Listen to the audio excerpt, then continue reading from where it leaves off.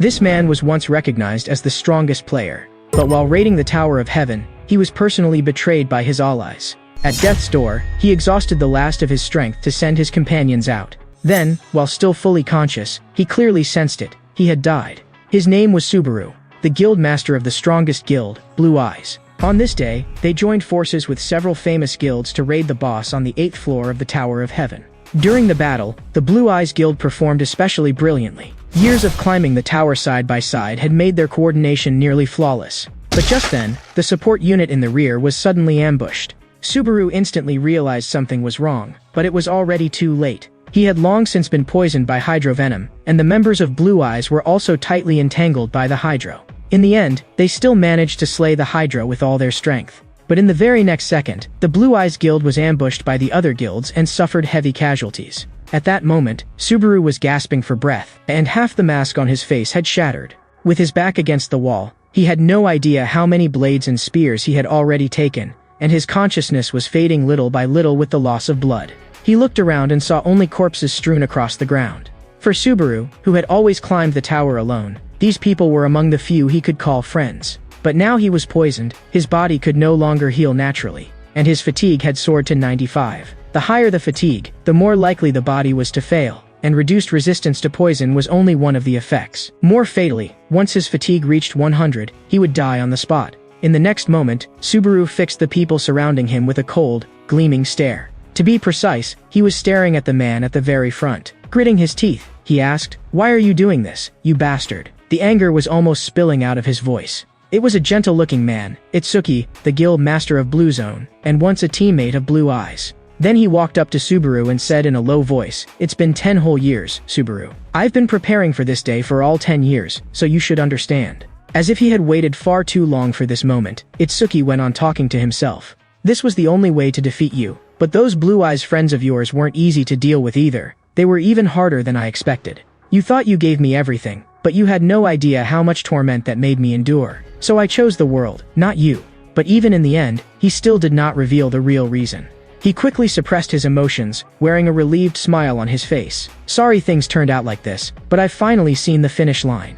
And don't be too regretful. After you die, you'll be recorded in history as a hero. So even now, you still won't say why." Subaru let out a turbid breath, suppressed to the limit. He forced himself to stand, and the more he thought about it, the more wrong it felt. Blue Eyes and Blue Zone had always been long-term allies, and Blue Zone was even the guild Itsuki founded after leaving Blue Eyes, with a name that was like its shadow.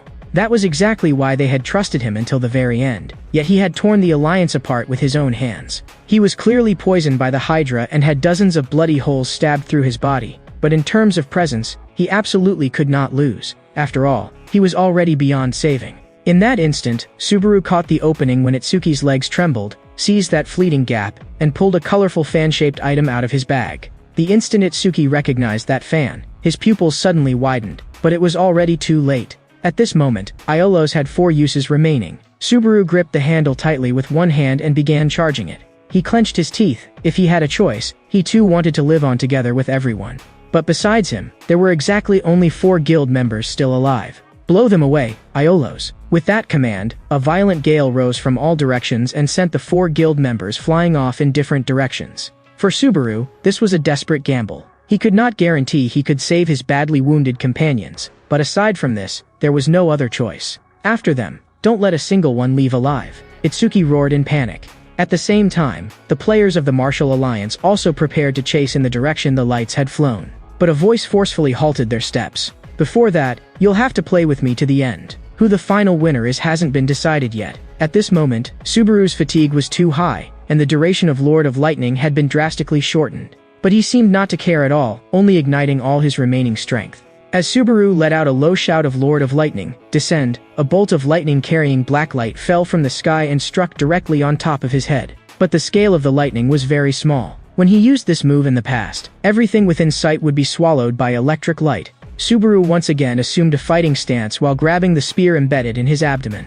He forcibly pulled out the spear that had pierced his muscles and torn his organs apart, pain enough to make anyone pass out instantly, along with gushing blood. At the same time, a fatigue warning popped up before his eyes. As for a weapon, this is enough. He suddenly raised the spear, its tip pointing straight at all his enemies, his voice as cold as a blade. Immediately after, Subaru took off and threw away the mask covering his face, revealing those eyes burning with fighting spirit.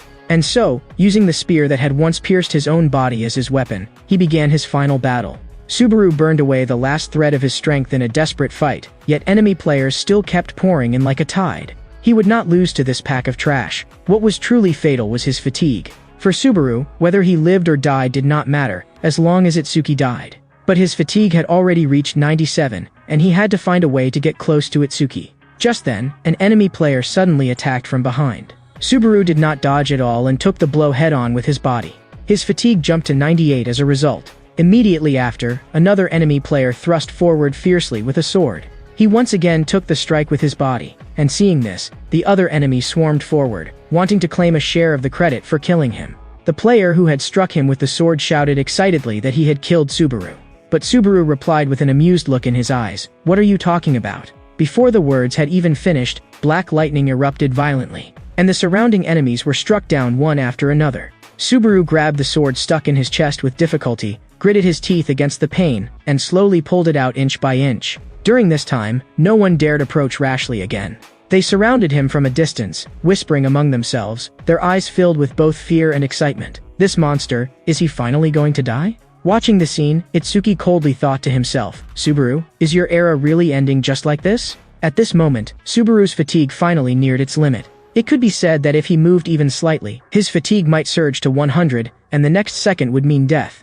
But the creed engraved into his very bones would not allow him to collapse like this. In the next instant, Subaru burned away the rest of his remaining strength and raised his spear, locking onto Itsuki. With all the strength in his body, he hurled it with savage force. And as Itsuki looked at the blessing of the Archangel in his hand, he could only sigh inwardly, "What a pity." Subaru had given him that item before they raided the Hydra. When fatigue reached 100, it would immediately restore half of the user's fatigue. If Subaru had kept it for himself back then, he would be able to live now. The spear, carrying a shrill tearing sound through the air, shot straight toward Itsuki's face. But unfortunately, Subaru's fatigue had already reached 100, his consciousness was cut off in an instant, and he did not get to witness Itsuki's death with his own eyes. Yet even stranger was this, he had clearly died, and yet he could still think, only the 5 senses that had remained constantly tense all this time had completely disappeared. Subaru's thoughts drifted in the void for who knew how long when suddenly a sharp, foul stench rushed into his nose. His vision was still pitch black, but sensation was returning to his limbs. He abruptly pushed himself up, and the lid above his head fell to the ground with a clang. Only then did he see clearly. He was actually lying inside a garbage bin. He instinctively checked his status. After reviving from death in an unfamiliar environment, the first thing he had to do was confirm his status panel. He did not care at all about 61 points of fatigue. What was truly glaring were the shabby, laughable level and attributes. Every skill he had fought desperately to obtain was actually gone. Just then, a tearing headache exploded in his mind, and Subaru frowned in pain. But the memories that surfaced in the next second no longer belonged to Subaru, but to the original owner of this body. The original owner had lost both parents in childhood and was a beggar avoided by everyone on the streets. Not only could he never eat his fill, but because he had the same name as the Blue Eyes hero Subaru of the district, he was cursed and beaten every day. And what chilled him most was this, the 20 years since his death had actually already passed. The garbage bin lid lying on the ground reflected his face, black hair, gentle features, and still the youthful face of a young man. For a moment, he could not make sense of what had happened and could only force himself to climb out of the garbage bin. But because he had not yet adapted to this body, he fell down as soon as he crawled out. At that moment, a player kit lying on the ground came into view.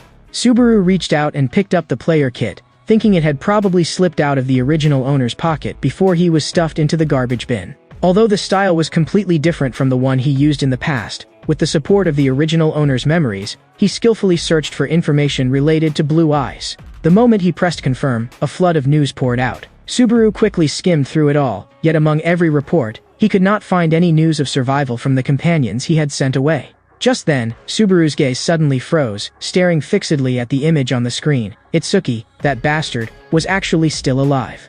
In truth, Subaru's relationship with him had not been bad, it had even been very good. Teammates who climbed the tower risking their lives together could hardly avoid seeing each other as friends, or at least Subaru had always believed so. But back then, Itsuki had suddenly proposed leaving Blue Eyes without explaining the reason in a single word. Before leaving, Itsuki told Subaru not to worry, saying that even if he left, he would still become his shadow. A few years later, Itsuki founded the Blue Zone Guild. That was the name of the shadow he had spoken of. After sorting out his thoughts, Subaru wandered the streets aimlessly. He had thought that after 20 years, the Tower of Heaven would at least have been conquered up to the 10th floor, yet it was still stuck on the 9th. Suddenly, he stopped in his tracks, stunned by a piece of information on the player kit. He had not expected that today was actually the death anniversary of Blue Eye Subaru, and that people had even built a memorial hall to commemorate him. Unable to suppress his curiosity, he followed the directions on the player kit and arrived at the Subaru Memorial Hall. The moment he saw it with his own eyes, Subaru was still shocked by its scale. It was almost like a small shrine. Outside the memorial hall hung a mask exactly like the one he had once worn, as large as a door. Subaru stepped inside the hall, and the first thing he saw was actually a screen playing footage of his battles. Naturally, that was where the crowd was the thickest. But he felt not the slightest pride. Instead, he could not understand what there was about him worth remembering. Now, between him and the Subaru in the footage, only the same name remained. He stared at the footage, and a question pierced his mind. Who built this place, and what did they intend to do with it? Thinking of those painful memories, the fire in Subaru's heart instantly flared up, and he suddenly lowered his head. But when the footage reached its end, a voice engraved into his very bones, one he would never forget for as long as he lived, entered his ears. There on the screen was Itsuki, wearing a hypocritical expression and speaking words in praise of Subaru. Subaru trembled with rage, and the fury in his chest was almost about to explode on the spot. He suddenly understood how that footage, and this memorial hall, had come to be. Because Itsuki had said back then, "Don't regret it, after you die, you will be recorded as a hero." Because Subaru was Blue Eyes itself, and Blue Zone had always been like Blue Eyes' Shadow Alliance. For Blue Zone, having lost Blue Eyes, to step into the sunlight, it had to borrow Blue Eyes' name and halo. And to achieve that, the simplest method was to shape Subaru into a hero admired by all, making use of the privilege only the dead can enjoy. Just then, someone suddenly bumped into Subaru's back, directly interrupting his thoughts. Subaru turned around and discovered that the one who had hit him was actually a child. The child had lost his footing and fallen to the ground. He immediately crouched down to help the child up, nervously asking if he was hurt. But in the next second, his whole body froze in place, shock almost written across his face. Because the child was wearing a mask identical to Blue Eyes Subaru's. Hearing the commotion, the child's parents immediately rushed over and repeatedly asked Subaru whether he was all right. Subaru explained that he was fine, that he had only been lightly bumped. But the scene before him made him freeze once again. The child's parents were also wearing identical masks. Subaru suddenly turned around and swept his gaze across the surroundings. He could hardly believe it and even raised a hand to rub his eyes hard. But when he looked up again, he drew in a sharp breath. In the memorial hall, aside from himself, almost everyone was wearing a mask identical to Blue Eye Subaru's. The hall was filled with photos, objects, and footage related to Subaru, but he only gave them a rough glance before looking away. As he walked deeper into the memorial hall, one thing caught his eye more than any exhibit. He saw his memorial portrait piled high with flowers. There were actually this many people who remembered him. But on second thought, was this a carefully staged performance? A show put on to steal Blue Eye's achievements? Just then, from within the layers of bouquets, Subaru sensed a familiar magic power. Focusing his eyes, he saw that hidden among the chrysanthemums was a transparent ice flower so unreal it hardly seemed real. He immediately pushed through the crowd and rushed forward. The visitors lined up around him were shoved aside and cursed loudly, but he no longer cared. Very quickly, Subaru rushed to the pile of flowers and reached out impatiently. The moment his fingertips touched the flower, a bone-piercing chill crawled up along his skin. The instant he grasped it, his whole body went rigid. This was a chrysanthemum carved from ice. His pupils contracted sharply, because he knew all too well, this was absolutely Shu's handiwork. A figure stood atop the clock tower overlooking the memorial hall. The old man looked down at the memorial hall, as if confirming that this year too would pass without incident. Behind him, the woman in a robe immediately chimed in. Exactly. If we'd been any later, by now we probably would have already started fighting with those people from Blue Zone. But did you really have to send that kind of thing? Wouldn't an ordinary chrysanthemum have been enough? The old man slowly removed his hat, the corner of his mouth lifting as he chuckled softly. Maybe if that guy comes back alive, he'll see the flower I left behind. In the next second, the old man's aged face cracked apart like splitting skin, revealing the face of a young man. He was none other than Asagy Shu, the Blue Eyes member rumored to have died many years ago. The woman could not help asking, "You still think Subaru is alive?" Asagy Shu replied calmly. After all, he had never seen the body with his own eyes. Every year on this day, he came here. The woman could only remind him. The problem is, we still haven't found that guy, and Itsuki may discover our location even faster. but Asagy Shu acted as if he had not heard and walked straight past her. Watching his resolute back, the woman suddenly shouted, "If that guy were really still alive, we wouldn't be hiding like this now." In her heart, she sighed. It seemed that this year too, she had failed to talk that guy out of it. Soon, the sky darkened into sunset. Subaru had already spent several hours searching around the memorial hall, but he still never managed to see Asagy Shu. He could only temporarily give up the search and turn back to the original owner's dormitory. After returning to the dormitory and calming his emotions, Subaru reorganized the current situation. He had never stopped searching for information related to the Blue Eyes Guild, but the result was still a complete blank. But the fact that Asagy Shu was still alive was already beyond doubt. He had never expected that guy to be able to hide his whereabouts, and for a full 20 years at that. Most likely, it was because Itsuki would never possibly let go of anyone who knew the truth. It was just that he still could not be sure whether Asagy Shu was the only one who survived, nor could he confirm whether the 4 people he had blown away with Iolos back then had truly been all 4 of them, or only some of them. But there was one thing he was certain of, besides taking revenge on Itsuki and the allied guilds. He now had one more reason he absolutely had to keep climbing upward. Those people who had been like family to him were all dead, yet in this world full of damned people, he alone had been reborn. That loneliness, along with the anger that felt like it would burn through his chest, was gradually being suppressed by a new thought. What he did now was not important. What mattered was, they were still alive somewhere. As long as they were still alive, there would definitely be a day when they met again. 2 days later, the day the beginner tutorial began finally arrived.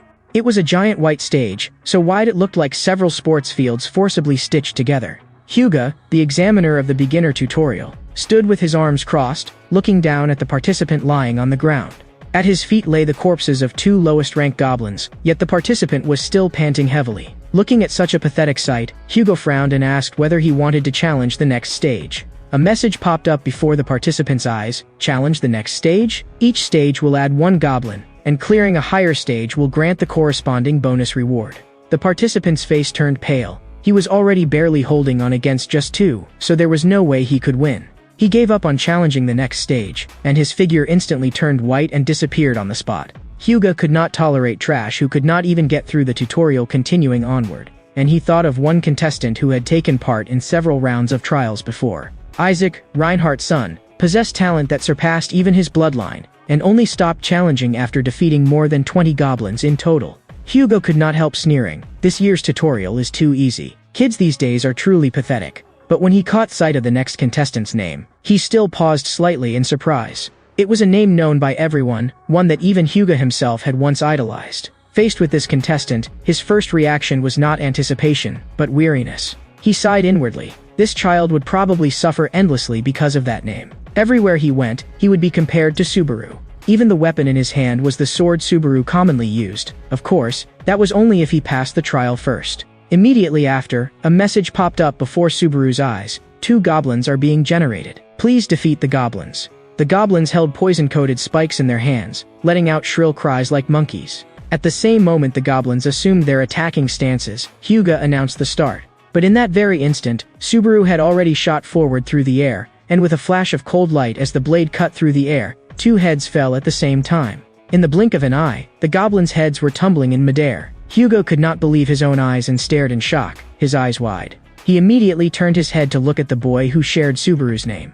During the 2 days before the tutorial began, Subaru had constantly been adapting to this body. Judging only by the attributes, the original owner really did have talent. He had just never truly brought it out before. After the first stage goblins breathed their last, the message challenge the next stage popped up before Subaru's eyes, and as though he had been waiting for exactly this, he selected continue without the slightest hesitation. Before long, Hyuga was completely nailed in place by the scene before him. A goblin's head rolled weakly to his feet. He had originally still been counting the number of corpses, but soon gave up trying. By rights, the goblin corpses should only disappear once Subaru's battle ended. But the battle never ended, and the corpses kept piling higher and higher until there was almost nowhere left to step in the trial arena. Hyuga stared fixedly at Subaru's every movement, afraid of missing even a single instant. This was absolutely the most terrifyingly gifted boy he had ever seen in his life. He was not just swinging his sword casually. He was seeing through the situation 2 steps, 3 steps ahead in advance. This was already beyond something that could be summed up as merely good at fighting. Even Hyuga himself could not achieve that level of bodily control. He was not like Isaac, able to use magic, and his physical abilities did not appear especially exaggerated either. Yet even when facing 50 goblins, he still fought with an overwhelming presence. Hugo felt its scalp go numb and nearly lost his voice. Could this kid really be Subaru reincarnated? How exactly was he moving like this? Before long, Subaru dealt with the last goblin as well. A new message also appeared before his eyes. Stage 49 has ended. Challenge the final boss? Clearing a higher stage will grant the corresponding additional reward. Stage 50 was the final stage of the beginner tutorial, but Subaru did not hesitate for even a second and directly chose to continue the challenge. In the next second, a terrifying pressure instantly weighed down his entire body. The floor not far away exploded and split apart. A giant hand suddenly burst out from deep underground. When he saw the boss clearly, Hugo was struck dumb on the spot. What appeared before Subaru was actually a pig-headed monster 2 meters tall with a bloated body. At this moment, a prompt appeared. The Goblin King has detected all casualties prior to the 49th stage and has been completely enraged. Hugo hurriedly shouted at Subaru, "It's still not too late to give up now. I know you're strong, but the final boss isn't something you can defeat. With your current attributes, you simply can't deal effective damage. It's even questionable whether you can stab your blade into that thing's body at all." Subaru of course knew that this Goblin King was absolutely not the kind of existence the beginner tutorial was meant to defeat, but he had already thought of a way to deal with it. In the next second, Subaru actually let go of the sword in his hand on his own initiative. Hugo's mind went blank as he watched. "Kid, you've really gone insane? I thought something was off about you from the start." But before he could finish scolding him, the Goblin King's roar shook the trial arena, and its giant body charged fiercely towards Subaru with crushing wind pressure. Just then, a poison needle shot through the air with a whoosh and accurately stabbed into the Goblin King's thigh. The Goblin King's entire body stiffened, and it halted in panic, staring fixedly at Subaru, while Subaru bent over and searched through the pile of goblin corpses. In the next second, he was gripping several poison needles in his hand, his tone calm yet full of pressure. "Let's make a bet on what happens next. Whether you catch me first, or whether you turn into a pincushion first." As the words fell, Subaru violently threw 2 goblin poison needles. The poison needles tore through the air like sharp arrows and accurately buried themselves in the Goblin King's 2 eyes. The Goblin King covered its eyes with both hands and let out a scream as if being torn apart. It swung its giant hammer around wildly, but all of it was futile. A Goblin King with a crippled leg and blinded eyes had no chance of catching Subaru, who could control the distance with perfect precision. Subaru skillfully widened the gap again and once more slipped the poison needles he had picked up from the corpse pile between his fingers. He could not help recalling the days when he had practiced throwing knives with bitter effort. When he had first started, the throwing knives he cast had almost always missed the target. Back then, Reina happened to pass by and saw him practicing knife throwing.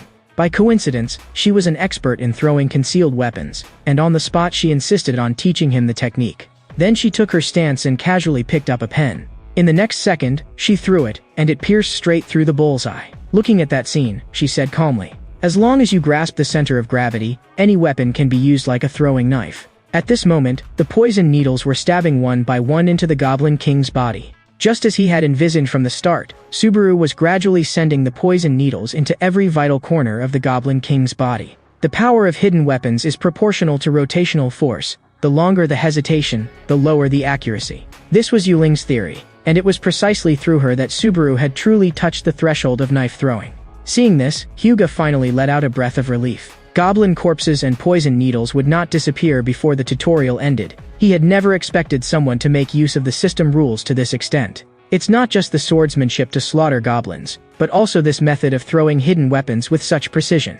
This guy is a genius, but is the word genius really enough? No matter how strong the Goblin King's vitality was, hundreds of poison needles had already been driven into its body. A single needle might not be fatal, but with that much poison flooding into its system, the result was different. Subaru bent down and picked up the sword that had fallen to the ground at the very beginning. He strode forward and, aiming at the neck of the dying Goblin King, drove the sword through it viciously in one thrust. Already on the verge of death from poison, the Goblin King died on the spot the instant its neck was pierced through. After the Goblin King completely collapsed, a message appeared before Subaru's eyes. The Goblin King has been defeated. He finally let out a breath. They seriously throw something like this into a beginner tutorial and expect people to kill it? If I hadn't borrowed the goblin's poison, it wouldn't have been so easy to butcher it. Immediately after, several reward messages popped up one after another. In this tutorial, a total of 2,425 achievement points have been obtained, and the tutorial shop has been unlocked. The shop will only display goods corresponding to the participants' point total.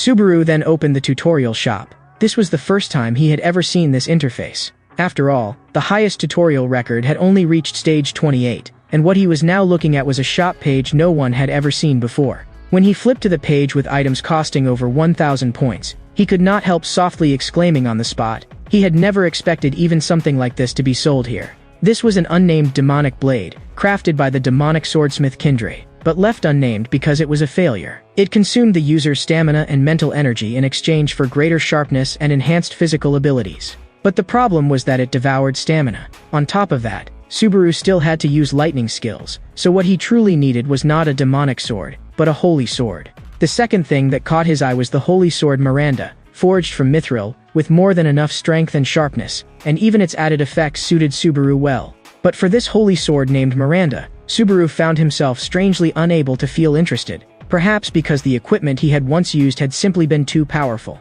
How to spend these points was a brand new starting point, and he had to be cautious. At that moment, a skill entry caught Subaru's eye. The farther back he flipped, the more expensive the skills became. But when he turned to the next page, the first thing that appeared was actually a skill rated F rank. Subaru had never seen a skill like this before, and thought that perhaps it might suppress the side effects brought by the demonic blade or his lightning skill. Since he saw a possibility, he purchased it without hesitation. In the end, he bought the unnamed demonic blade and the Wedge of Greed. This skill had extremely high compatibility with the demonic sword. Rather than letting the skill sit unused, it was better to make it show its value from the very start. Sensing that Subaru had already finished choosing his rewards, Hugo walked up behind him. From Hugo's point of view, the skill and item Subaru had chosen were both hard to understand, and he could not help asking, why choose that kind of skill? Not only might it prove useless, but its efficiency was not high either. But Subaru frowned and shot back, why should I tell you? Hugo's temper flared at his blunt tone, and he demanded to know what he meant by that. But very soon he suppressed his emotions again. Standing in Subaru's shoes, such wariness was normal too. Staring at Hugo, Subaru suddenly recalled how, when he had first confirmed that the man was the examiner, he had almost failed to control his expression. Because the first time he had met Hugo, the other man had still been an apprentice knight of the Knights Guild. During that meeting between the Night Nation and Blue Eyes, the youthful Hugo had once walked up to Subaru with a flushed face and asked for his autograph. He had stiffly held out the paper, his stare so direct that the pressure from it had been absurdly strong. Subaru had never imagined that the sniveling brat from back then would now sit in the position of examiner for the beginner tutorial, while he himself had become a novice who had just stepped into the tower. Helpless, he interrupted Hugo's lecture and said he would explain nothing, only asking that Hugo absolutely keep the tutorial results secret. But Hugo directly put on the airs of an elder and continued lecturing. Since you insist on acting like this, you obviously lack proper upbringing, so I'll teach you properly from the beginning. Subaru turned his head and walked away. Seeing this, Hugo immediately changed tack and extended an olive branch, asking whether he was interested in joining the Knights Guild. Without even turning his head, Subaru merely tossed out, not interested. Then, a message popped up before his eyes. Proceed to the second floor? Seeing that he was really about to leave, Hugo immediately hurried after him to try to stop him. But Subaru had already confirmed the transfer, and his figure began to fade away on the spot. Hugo could only stand where he was and sigh helplessly, thinking that he had overestimated this young man. Soon, Subaru was teleported to the second floor. At the starting point of a new tower floor, a village would inevitably form, and the second floor was an especially populous world. Stepping into the noisy marketplace, Subaru stood quietly in place, watching the streets full of people coming and going. Reaching the second floor carried extraordinary meaning for players. It not only meant passing the beginner tutorial, it also meant truly taking the first step into battle as a player, but for Subaru, that meaning weighed on him like shackles. Because he had already walked this path once, and this time he had to do better. For the sake of the teammates who might still be waiting for him, and also to avenge the cruel end everyone had suffered. After that, Subaru went to the central district and rented a private training room. This was also a place many novice hunters often came to.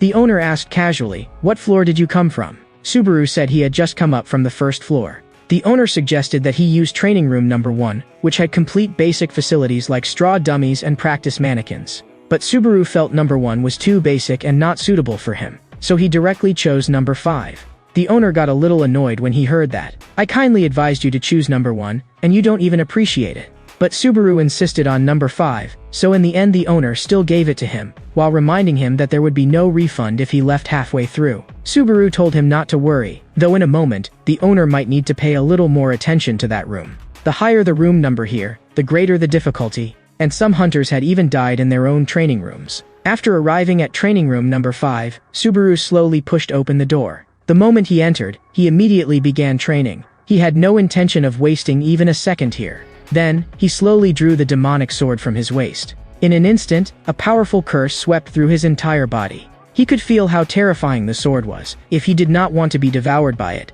then he could only keep growing stronger. In the next moment, the sword's corrosion suddenly intensified, and he directly spat out a mouthful of blood. He had not expected this body to reach its limit so quickly. But all of this was within his expectations. This body had been weak to begin with. A system prompt sounded. Wedge of Greed is resisting the demonic sword. Partial resistance successful.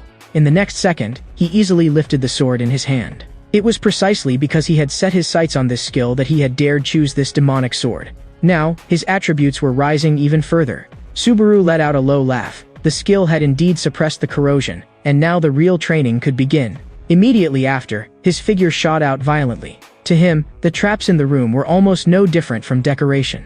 10 minutes later, the drowsy owner seemed to catch sight of a figure passing by.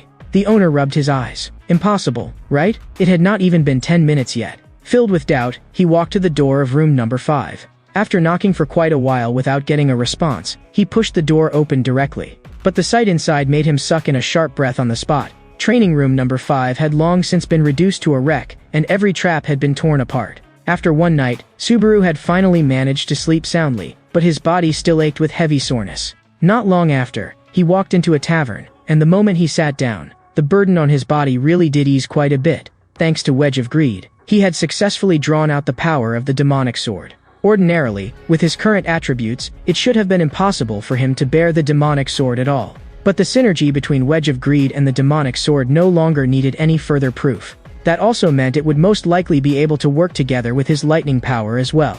From now on, the only things holding him back were skills and level. But the Subaru of the past had usually had only 50 credit points on him all year round. Just as Subaru was inwardly mocking his former self for being a pauper, he noticed that someone downstairs seemed to be live streaming.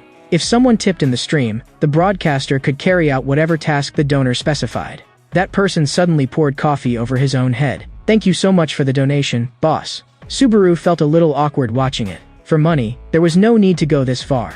But the moment money was mentioned, a glint still flashed in his eyes. He had spent a day figuring out the current state of things. This was the age of live streaming. Maybe he too could earn some money through donations, or at least secure a stable income to grow stronger. Just then, someone behind him called his name. "So you made it up here." As the man walked over, he released a wave of pressure. "I really didn't expect to run into you here. Do you live nearby too?" The moment the other party appeared, Subaru's expression changed immediately, and his body even instinctively stepped back. Apparently, the original owner had had an extremely bad relationship with this person. Seeing that he did not respond, the man's tone turned colder. "A friend is standing in front of you talking to you, and you plan to keep pretending to be deaf?" Subaru knew this feeling very well. It was not disgust, but fear. He raised his head. "I only just got here. What do you want with me?" But when he spoke, his fingers were still trembling slightly. The man sat down beside him as if nothing was wrong. "What a surprise. Even trash like you managed to pass the hunter exam. I thought the goblins would have torn you apart long ago." The moment he heard that, Subaru's temper flared, and he also remembered who this person was. His name was Isaac, and he had always bullied the former Subaru. The reason was simple, because he had the same name as the Subaru from 20 years ago.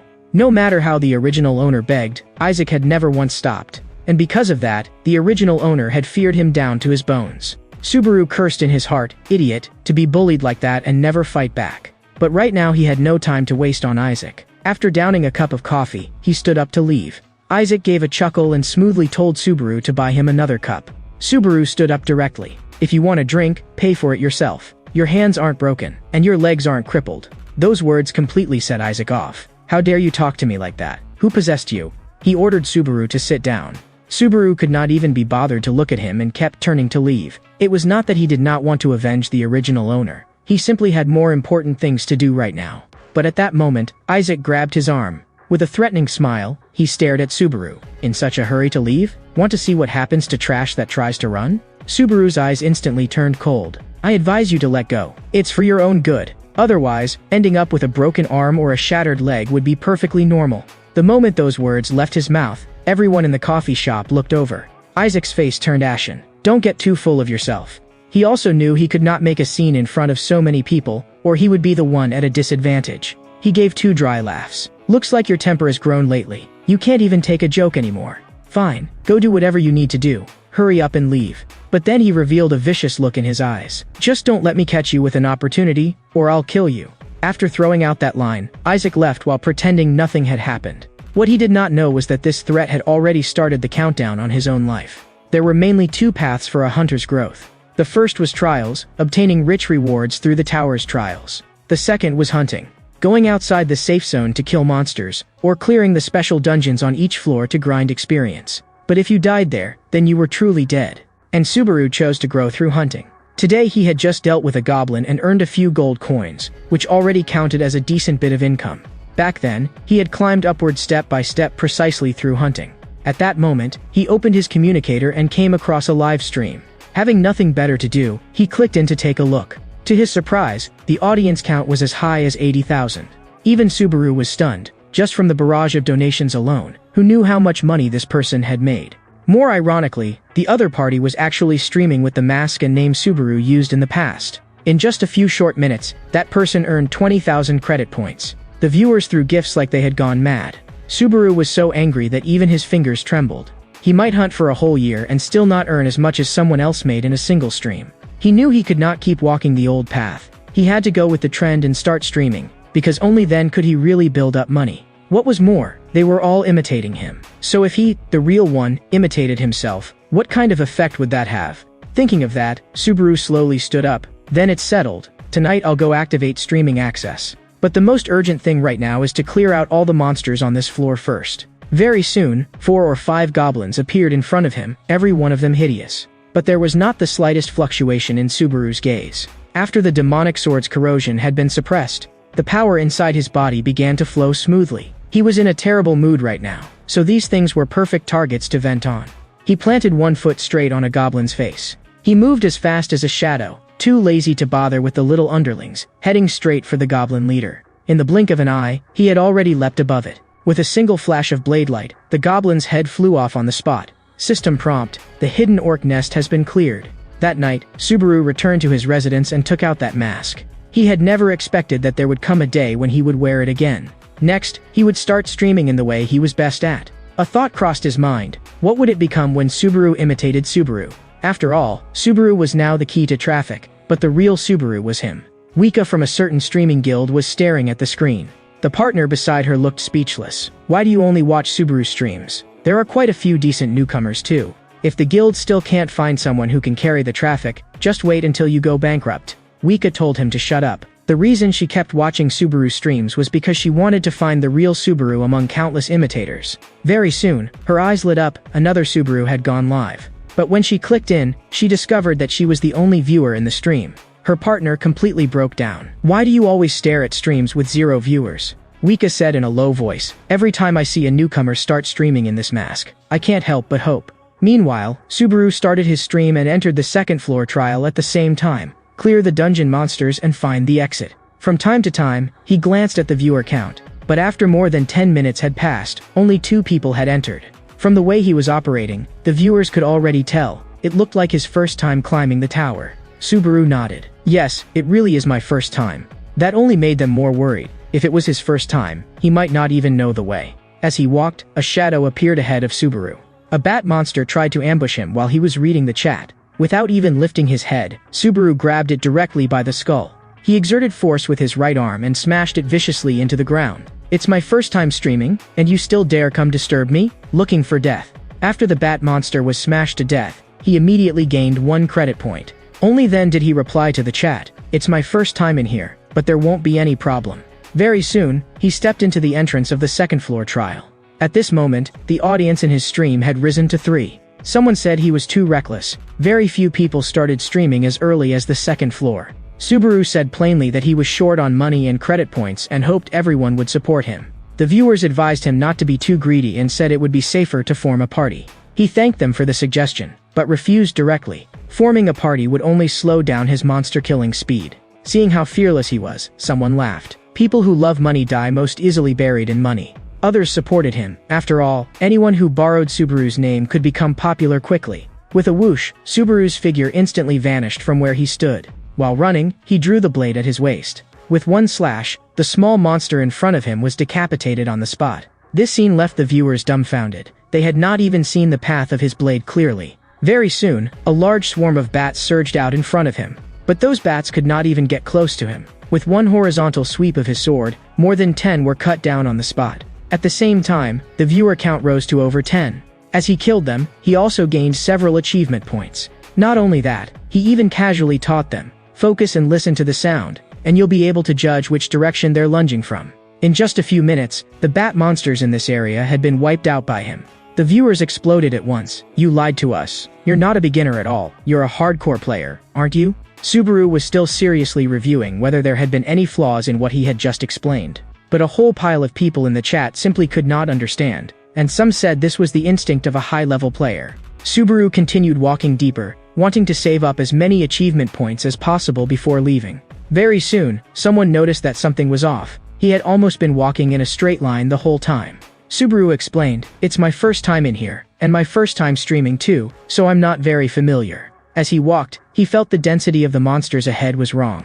He looked up and saw the wall covered with a dense mass of bats. In the next second, all those bats opened their eyes at the same time.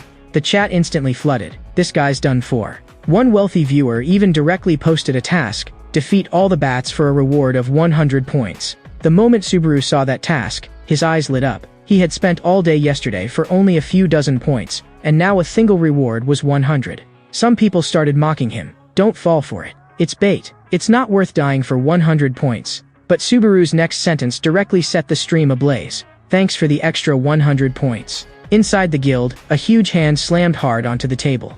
Wika's partner was on the verge of collapse. He had just taken a liking to a new streamer who had made it safely all the way to the 6th floor, only to suddenly quit, making all the donation money from before go completely to waste. Only then did he realize that Wika was still beside him, and he quickly apologized. "I was too loud just now. Sorry for disturbing you." But Wika had no time to pay attention to him. She was stunned by what she saw on the screen. She was a die-hard Subaru fan, so familiar with his movements, rhythm, and habits that it was almost frightening. The moment her partner leaned closer, she blurted out, "Subaru seems to have come back." Her partner sucked in a breath. How many monsters has this guy killed exactly? At this moment, Subaru's stream had already reached 15 viewers. Under his slaughter, the bat monsters had almost been completely wiped out. He remembered Shu's question from his previous life. Even if you change the path of your sword midway, your breathing and line of sight never waver. It looks as if from the start you only ever swung one strike. Are you calculating the flow of your opponent's movements and planning your response in advance? But Subaru had never understood any of that, nor did he ever think so much. He was simply fighting in his own way. If you can't even do this, that would be the strange part. Shu had refuted him directly. Ordinary people can't do it. Shu had even complained about him before. The key to communication is looking the other person in the eye and saying things clearly. So Subaru explained his combat logic to the chat. When one-eyed bats attack, they always charge headfirst, and the more there are, the more openings they create. As he spoke, he slashed out once as a live demonstration. Like this, and it solved. He explained it seriously and demonstrated it cleanly, but he had no idea whether the viewers could understand. As expected, the stream completely exploded. This explanation was basically no explanation at all. "I'm on the 4th floor, and I'm getting taught by a 2nd floor beginner. It feels like you're teaching me that, as long as you move your legs, you can walk." Subaru sheathed his blade and only felt that communicating with them was far too exhausting. Someone reminded him not to forget to claim the points. If the chat had not reminded him, he really might have forgotten. He picked up his phone and prepared to claim the points. But once he opened the phone, he did not know what to tap, and awkwardly paused for a second. The viewers got anxious. "Hurry up and claim them." Subaru felt a little embarrassed. "It's my first time streaming, so I'm not very good at claiming points." The whole chat immediately lost it. He really was a newcomer. Following the chat's step-by-step instructions, he finally managed to claim them successfully. After finishing that, he continued toward the next area, which was also the final section of this floor. At this point, he had 150 points in hand and 37 achievement points. A sudden scream rang out inside the streaming guild building. Wika used only one word to describe this new streamer: insane. This person is definitely Subaru reincarnated. We have to pull him into the guild. Her partner looked speechless. Wika's acting up again. If someone were really that strong, why would he ever look at us? The moment Subaru was mentioned, she always lost control. Wika already looked as if she had fallen into it completely. "My head feels dizzy. Is this what youth feels like? Her partner suddenly shouted, "No way. You can't seriously be thinking of trying to recruit that guy, can you?" Wika said outright that yes, she was going to recruit him. You don't agree? Her partner explained. He is a little special, but he's just a newcomer who's only just started and has no viewers. He doesn't meet our recruitment standards. Of course Wika understood the rules, but she still intended to recruit him. She trusted her own judgment. She had never misjudged someone. She did not say it out loud, but she was almost certain. This person was the genuine Subaru. Only his appearance and form had changed, but that oppressive presence and that combat rhythm were almost exactly the same. At that moment, Subaru arrived before a massive door. This should be the end of the dungeon. Once he crossed it, he could go to the next floor. With a slight push of his hand, the great door opened. Inside, sure enough, there was a big one. As the door opened, a werewolf was sitting inside. It was Greg the Wolf Warrior, an extremely terrifying opponent, especially because of his one-hit kill attack power. The live stream immediately warned Subaru. This guy was absurdly strong, and some people had been stuck here 8 times before finally clearing it.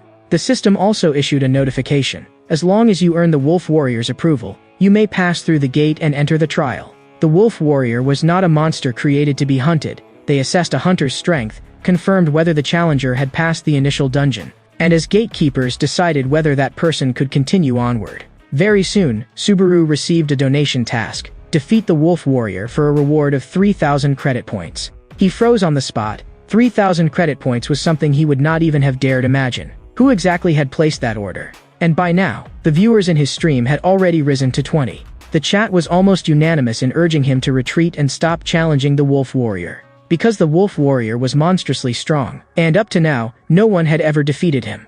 The Wolf Warrior curled his lips into a smile. So you're today's challenger? He seemed a little curious. Did you come here alone? Subaru looked up at him, his tone direct. Are you blind? Is there anyone else around? The Wolf Warrior burst out laughing. Interesting. I can smell the aura of a great powerhouse on you. Someone in the chat scoffed. He said I smelled like the descendant of a goblin king too. But Subaru knew he was not wrong. The Wolf Warrior could distinguish a certain special scent. It was not body odor, but a person's true nature and underlying essence. The Wolf Warrior said, "You already qualify to pass through here." After saying that, he shifted aside and gave way to the path. Someone in the chat was shocked. There's actually a mode like this? First time I've seen it. Even Subaru had never encountered a situation like this in his previous life. But since I'm here, then my target is you. The Wolf Warrior paused. Shouldn't your target be the door behind me? Subaru said, I want both. But someone in my stream spent 3,000 credit points and asked me to kill you. The Wolf Warrior nodded, as expected of a man carrying the soul of a great powerhouse. At the same time, in the streaming guild building, Wika and her partner had gone to see their superior. Sitting across from them was John Tail, head of Azure Sky Entertainment's department. This new streamer you're talking about, how many viewers does he have now? Her partner looked a little awkward. Around 20. But Wika said with great certainty, it's already 30 now. She felt absolutely no shame over that number. The supervisor frowned. You came running to me over 20 or 30 viewers? You think I didn't notice you gambling during work hours? I told you to find someone with potential, and you bring me someone with only 20 viewers? Wika corrected him directly. 30. The supervisor was speechless. Don't get hung up on meaningless details like that. Wika twisted the knife further. I just sneaked another look, and now it's already over 40. The growth rate is pretty fast. That sentence made the supervisor flare up. Did you even hear a word I said just now? Meanwhile, Subaru and the Wolf Warrior were also preparing to fight. The Wolf Warrior's aura erupted. You want my life? Keep dreaming. Subaru slowly drew his blade. Whether it's a dream or not, you'll know in a moment. The system panel prompted. The unnamed demonic blade is consuming the user's stamina and all attributes, and increasing power according to the amount consumed. Subaru's stamina dropped frantically, but his expression did not change. He remained calm. Because the Wedge of Greed was resisting the backlash of the unnamed demonic blade. Before long, the negative effects were forcibly suppressed, and the attributes shifted into enhancement instead. The Wolf Warrior's body suddenly moved. With one step, he vanished from where he stood. When he reappeared, his claws were already slashing toward Subaru's face. Subaru instantly drew and blocked, and as claw and blade collided, sparks flew. The Wolf Warrior suddenly withdrew his claws and gathered strength again. His claws launched into rapid consecutive strikes, whipping back and forth. At this speed, an ordinary hunter could not possibly keep up. Unfortunately, Subaru was not an ordinary hunter. The Wolf Warrior seized an opening and struck straight for Subaru's vital point. Subaru had already judged it. Meeting him head-on really was a bit disadvantageous. The Wolf Warrior laughed loudly. Now that's what a warrior should be. Subaru's figure slid off to the side, narrowly avoiding the swing. The wolf warrior said coldly, "As you are now, you're still not my match. You want to kill me? Too arrogant." But at this moment, Subaru's charge-up was already complete. In the next instant, he brought his sword down and collided head-on with the wolf warrior, and the cave exploded with a harsh metallic screech. The live stream watched while shaking their heads. If all he can do is defend, there's no way he can beat the wolf warrior. The wolf warrior is ridiculously strong. This newbie has no chance. Reality is just that cruel. After that exchange, Subaru had been blasted into the wall by the wolf warrior, yet he had not suffered too serious an injury. Sometimes, technique is more effective than brute force. The wolf warrior said smugly, "You are not truly strong, but you have pleased me. I am willing to call you a warrior." In the next second, he spread his claws, and killing intent descended. "It's time to end this. When you come again next time, I'll wait for you to defeat me." When that claw came down, the wall behind Subaru was smashed to pieces on the spot. Unfortunately, Subaru dodged that attack with only the smallest movement. He replied coldly, "That line was supposed to be mine. And your attacks are too easy to read. As long as someone's just a little faster than you, they can dodge them." In the next second, Subaru reversed his sword and ripped open a blood-soaked wound on the wolf warrior's chest so deep that bone could be seen. The wolf warrior let out a cry of pain. Subaru did not let the opportunity pass and directly leapt up in pursuit. He swung his sword, pouring strength into his arm and pressing it to the absolute limit. One sword strike fell. Even if the wolf warrior was strong, he could not block this full power blow. Subaru's eyes were so cold they seemed hardened, and the long sword slowly slid back into its sheath. 3,000 credit points, secured. Before dying, the wolf warrior said in a low voice, "Excellent, you really are a warrior." The moment he defeated the wolf warrior, Subaru's level and every attribute rose across the board, and he obtained 500 achievement points. But he also paid a price. His injuries were not light. The live stream exploded completely. He really did it. The wolf warrior has never been killed before, and he actually died in this guy's hands. Subaru let out a long breath. With this body, fighting to this extent really was exhausting. At the same time, the viewers had risen to 56, and the popularity was still climbing. With the task completed, he received 3,000 credit points. He had not expected that in just one day. He would earn more credit points than he used to make in an entire month. He would use every bit of these assets to grow stronger. After the wolf warrior fell, the door behind him opened automatically. At that moment, a new notification popped up on the panel. Even the viewers in the stream were dumbfounded. The system had actually offered two paths. On the left was the elemental trial, and on the right was the laws of nature, for a total of 13 choices combined. More than 50 viewers were stunned on the spot, and some checked the records. Ordinarily, at most only 16 would ever appear. Subaru chose to challenge the Trial of Thunder, because in his previous life, that was the path he had taken. And it was exactly what the chat wanted to say. This path was the most valuable, but also the hardest. Subaru confirmed at once, Trial of Thunder. If he shrank back here, then he might as well change his name entirely. In the next second, his figure vanished from the second floor. The people in the guild building saw this scene as well. Everyone grew excited. After killing the wolf warrior, he still dared choose the Trial of Thunder. Wika immediately pressed the point to the supervisor. "Have you ever seen someone hit 60 viewers on the first day of streaming? And people usually only get 2 or 3 tasks at most, but he triggered 13. Don't you think that's the mark of a genius?" The supervisor had no choice but to admit it. Defeating the wolf warrior was already astonishing. He had never been beaten. But even so, the supervisor still felt Subaru was only a second-floor newcomer, and rashly charging into the Trial of Thunder carried enormous risk. Seeing his hesitation, Wika simply proposed a bet. "If he fails to learn thunder magic, my partner and I will work for you for 5 years without pay. But if he learns it, you sign him on the spot, and you're not allowed to go back on it." In the next second, her partner directly kicked Wika flying. "You're a gambler yourself, don't drag me into it. I don't even know this guy." The supervisor smiled. "Even if he passes the preliminaries, do you really think he has a chance?" Up to now, the only hunter who had ever learned thunder magic was Subaru himself. Wika used provocation to force the issue. "Just say it, do you dare bet or not?" Of course the supervisor dared. With a 99% chance of winning, why would he not bet? The one suffering most was the partner, whose mouth Wika covered with one hand as she forcibly staked 5 years of his salary too. At this moment, the thunder judgment was about to begin. Subaru's figure was teleported onto a battlefield.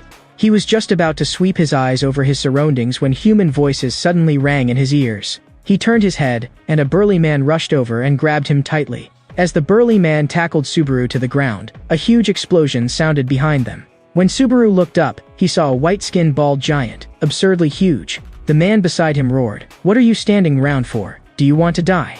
Very soon, Subaru received the system task. Please defeat the Titan fragment. He could not understand it either. Why would this thing spawn here? At the same time, the giant overhead raised the massive hammer in its hand and smashed it viciously toward him. Subaru was still in shock and reacted half a beat too slowly. Even the live stream was confused. What's going on? Isn't this the Trial of Thunder? That monster should be in the Titan chapter instead. Subaru was equally surprised. Boss-class monsters were supposed to appear only in the latter half of the trial. So how had he run into one on the second floor? The giant did not care whether he was dazed or not. Its weapon came crashing down directly. But at the very instant it fell, Subaru had already left his original spot. Judging from the rhythm of that strike just now, it did not seem as strong as he remembered. If this thing was only at that level, Subaru was confident he could clear it. The man behind him was still shouting for him to run. "I didn't save you just now so you could go get yourself killed." Subaru slowly drew the blade at his waist. This had to be ended quickly, so he would not be held back by other people. At the same time, the unnamed demonic blade began devouring his stamina, raising all attributes according to the amount consumed, while the wedge of greed forcibly suppressed the backlash of the demonic sword. In the next second, the boss happened to close in right before him, and Subaru's attack was already prepared. His figure flashed and shot straight forward, pushing his speed to the limit. The white giant's expression froze. It had not expected Subaru to be able to jump that high. Subaru landed behind it and seized its head in one grip. The blade stabbed directly into the back of its neck. That was its weak point, and damage there was doubled. Just as he had judged, with a single strike, he pierced straight through the white giant's throat. "That shouting of yours just now was too noisy. I prefer quiet." With a flick of Subaru's wrist, blood flew from the blade. Hopefully it could keep silent for the rest of its life. Then he suddenly exerted force and dragged the giant backward to the ground. The white giant's consciousness began to blur. That was the sign of impending death. It crashed to the ground with a thunderous boom. The so-called white giant had been instantly killed by Subaru in a single blade strike. This scene stunned both the man beside him and the live stream. There was definitely something wrong with this guy. After the kill was completed, the system prompted, "Titan fragment has been defeated. Stage 4 cleared." The live stream grew even more confused. This was only the 4th stage? Immediately after, Subaru leveled up. Strength and agility each increased by 2, while HP and mana also rose significantly. His achievement points also neared 400. Killing that giant had not been for nothing. Besides that, he also obtained the giant's heart and thunder armor. The big guy beside him looked like his jaw was about to drop, and the live stream exploded the same way. The system actually handed out all the rewards for this stage in one go? That generous? The big man jogged over. You actually killed the white giant?" Looking at his expression, the chat burst into laughter. "If you people were natives, you'd probably be scared stupid too." Subaru nodded. "Killing it wasn't hard. So, I'm your savior, specially sent here to kill giants." The chat laughed even harder. That explanation sounded exactly like serious Chunyuni nonsense. After that, the big man brought Subaru back to the village to rest. The village was not large, but it was peaceful for the moment. At least no white monsters were attacking. Subaru found a place to stay at random and began checking the system storage. The viewers were unbearably curious and kept urging him to open the storage so they could see the loot. Subaru was curious too, so he reached into the storage interface. System prompt, "Giant heart accessory ×1 obtained." It could increase HP and recovery ability, and its appearance was a finely crafted ring. Accessories were already rare to begin with, and this kind of vitality boost was practically perfect. But what Subaru wanted most was that armor. Its properties were too crucial. In addition to defense +5, it allowed the use of Thunderstrike and granted immunity to status ailments, but it could only be used 3 times. The chat was completely stunned. Thunder armor could actually drop? Not to mention that the giant heart was a permanent item, with a value high enough that it could practically be priced however one wanted. In the next moment, Subaru put on the thunder armor, and the aura around his whole body changed. Someone in the chat posted a task. "If you learn lightning, I'll pay 5,000 credit points. Thank you for your support, ma'am. I wish you smooth days every day." Another followed up, "I'll add another 5,000 too, as long as you obtain thunder magic." A third person raised the offer again. "I'll add 3,000 more, same condition." Most exaggerated of all, one woman directly threw out a 7,000 credit point task. Subaru's straight back unconsciously bent a little. "Thank you all for your support. I will definitely obtain thunder, and I also hope you'll continue supporting me in the future." It seemed that no matter the era, it was always the same. There were always people waiting for thunder to appear again.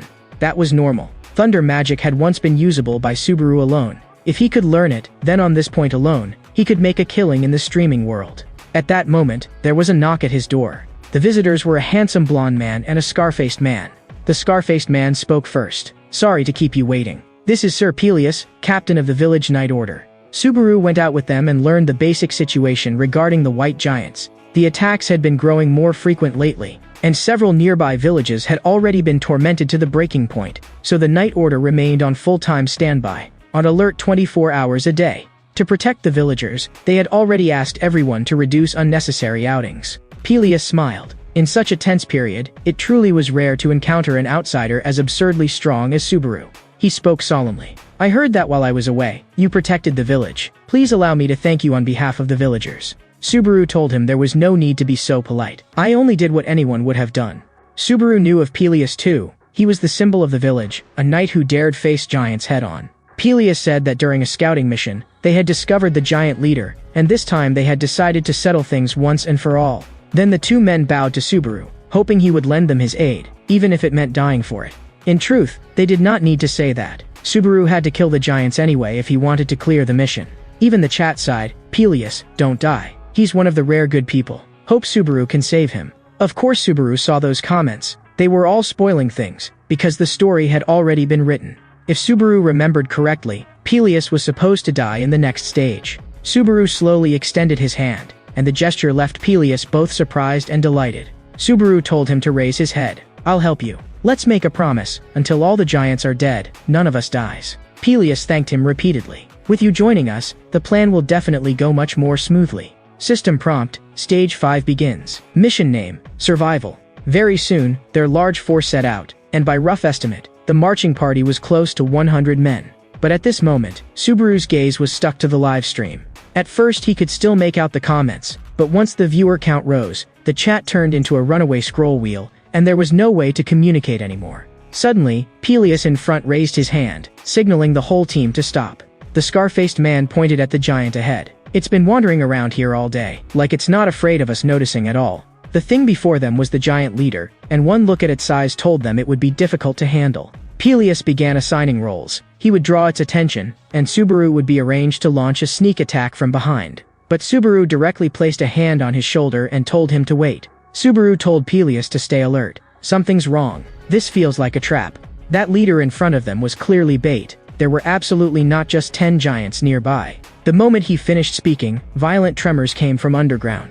Everyone's faces changed instantly. They were surrounded. Subaru also fully confirmed it. The leader up ahead was the trap meant to lure them in. In the next moment, the leader suddenly opened its eyes wide, its enormous eyeballs locking onto them.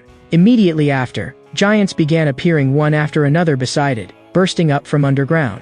From the very beginning, they had never been able to get close to the leader. The moment anyone approached, the giant horde would reveal itself. And there were absurdly too many of them, far beyond what their force could withstand head-on. Peleus's face went deathly pale. He had thought this was an opportunity, but instead he had dragged everyone into a dead end. After the white giants appeared, they began tearing through the soldiers in a slaughter. Some tried to fight, but more had already had all courage sucked out of them by fear. The man who had just been shouting was torn apart alive by a white giant on the spot. That sight crushed everyone's hearts. The giant split its mouth in a grotesque grin. "And lowly humans like you wanted to ambush us? Ridiculous." Peleus roared, "Everyone, retreat to the foot of the mountain." The team immediately collapsed into flight, with no one caring about anything else. Life was what mattered most. The white giants let out a unified roar at the sky. They were excited. They could finally toy with humans again. Before long, the team suffered more casualties. Someone wanted to run back and save a companion, but two others held him back desperately. "Calm down. If we don't leave now, it'll be too late." During that delay alone, the white giants were already right in front of them.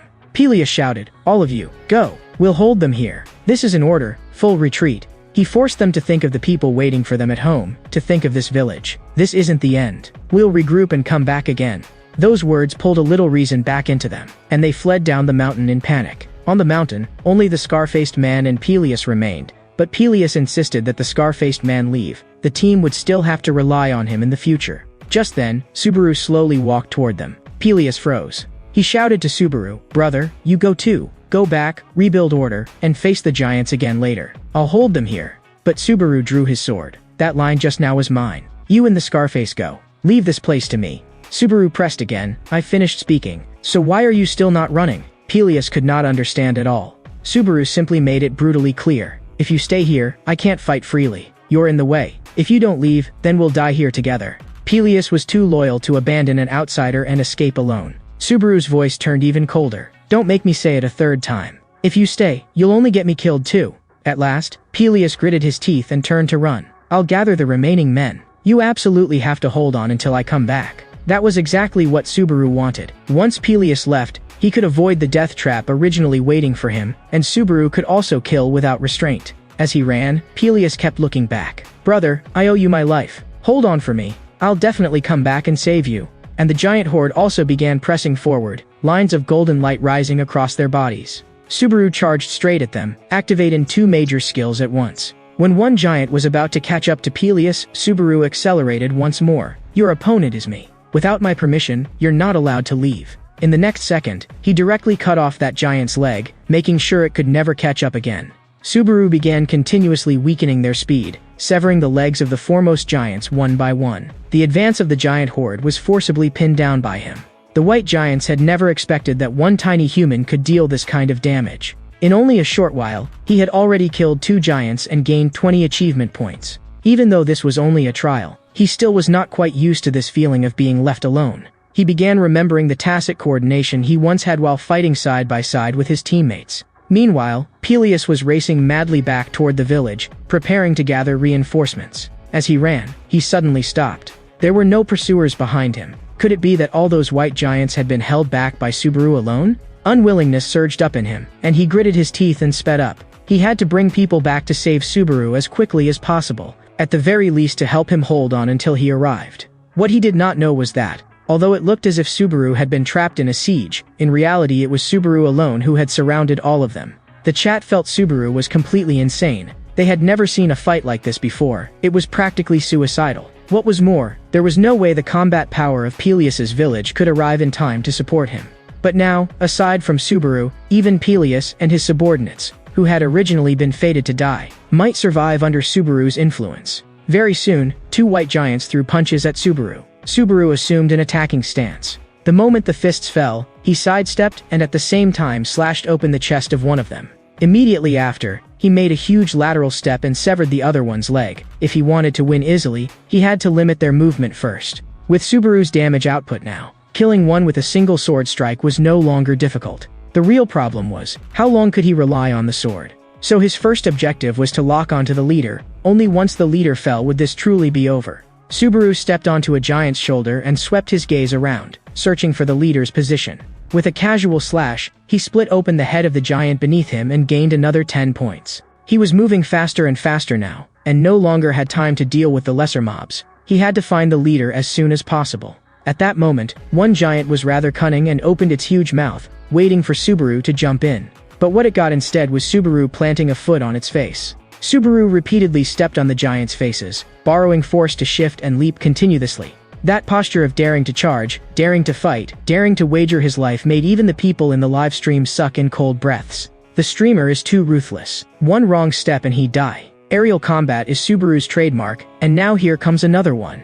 System prompt. Wedge of Greed is resisting the backlash of the unnamed demonic blade. Users' HP and mental power are recovering. Subaru was delighted. His stamina consumption had not changed, but his recovery had finally begun catching up. Equipment really could change the course of battle. He had not yet reached his limit. He had to kill the leader before he did. Very soon, Subaru locked onto the leader's position ahead. If he got just a little closer, he would be able to kill it. But at that moment, the leader revealed a chilling smile. That smile made Subaru's heart tense. In the next second, the leader began its counterattack. If he could not finish it in one burst, then the one who would die would be Subaru.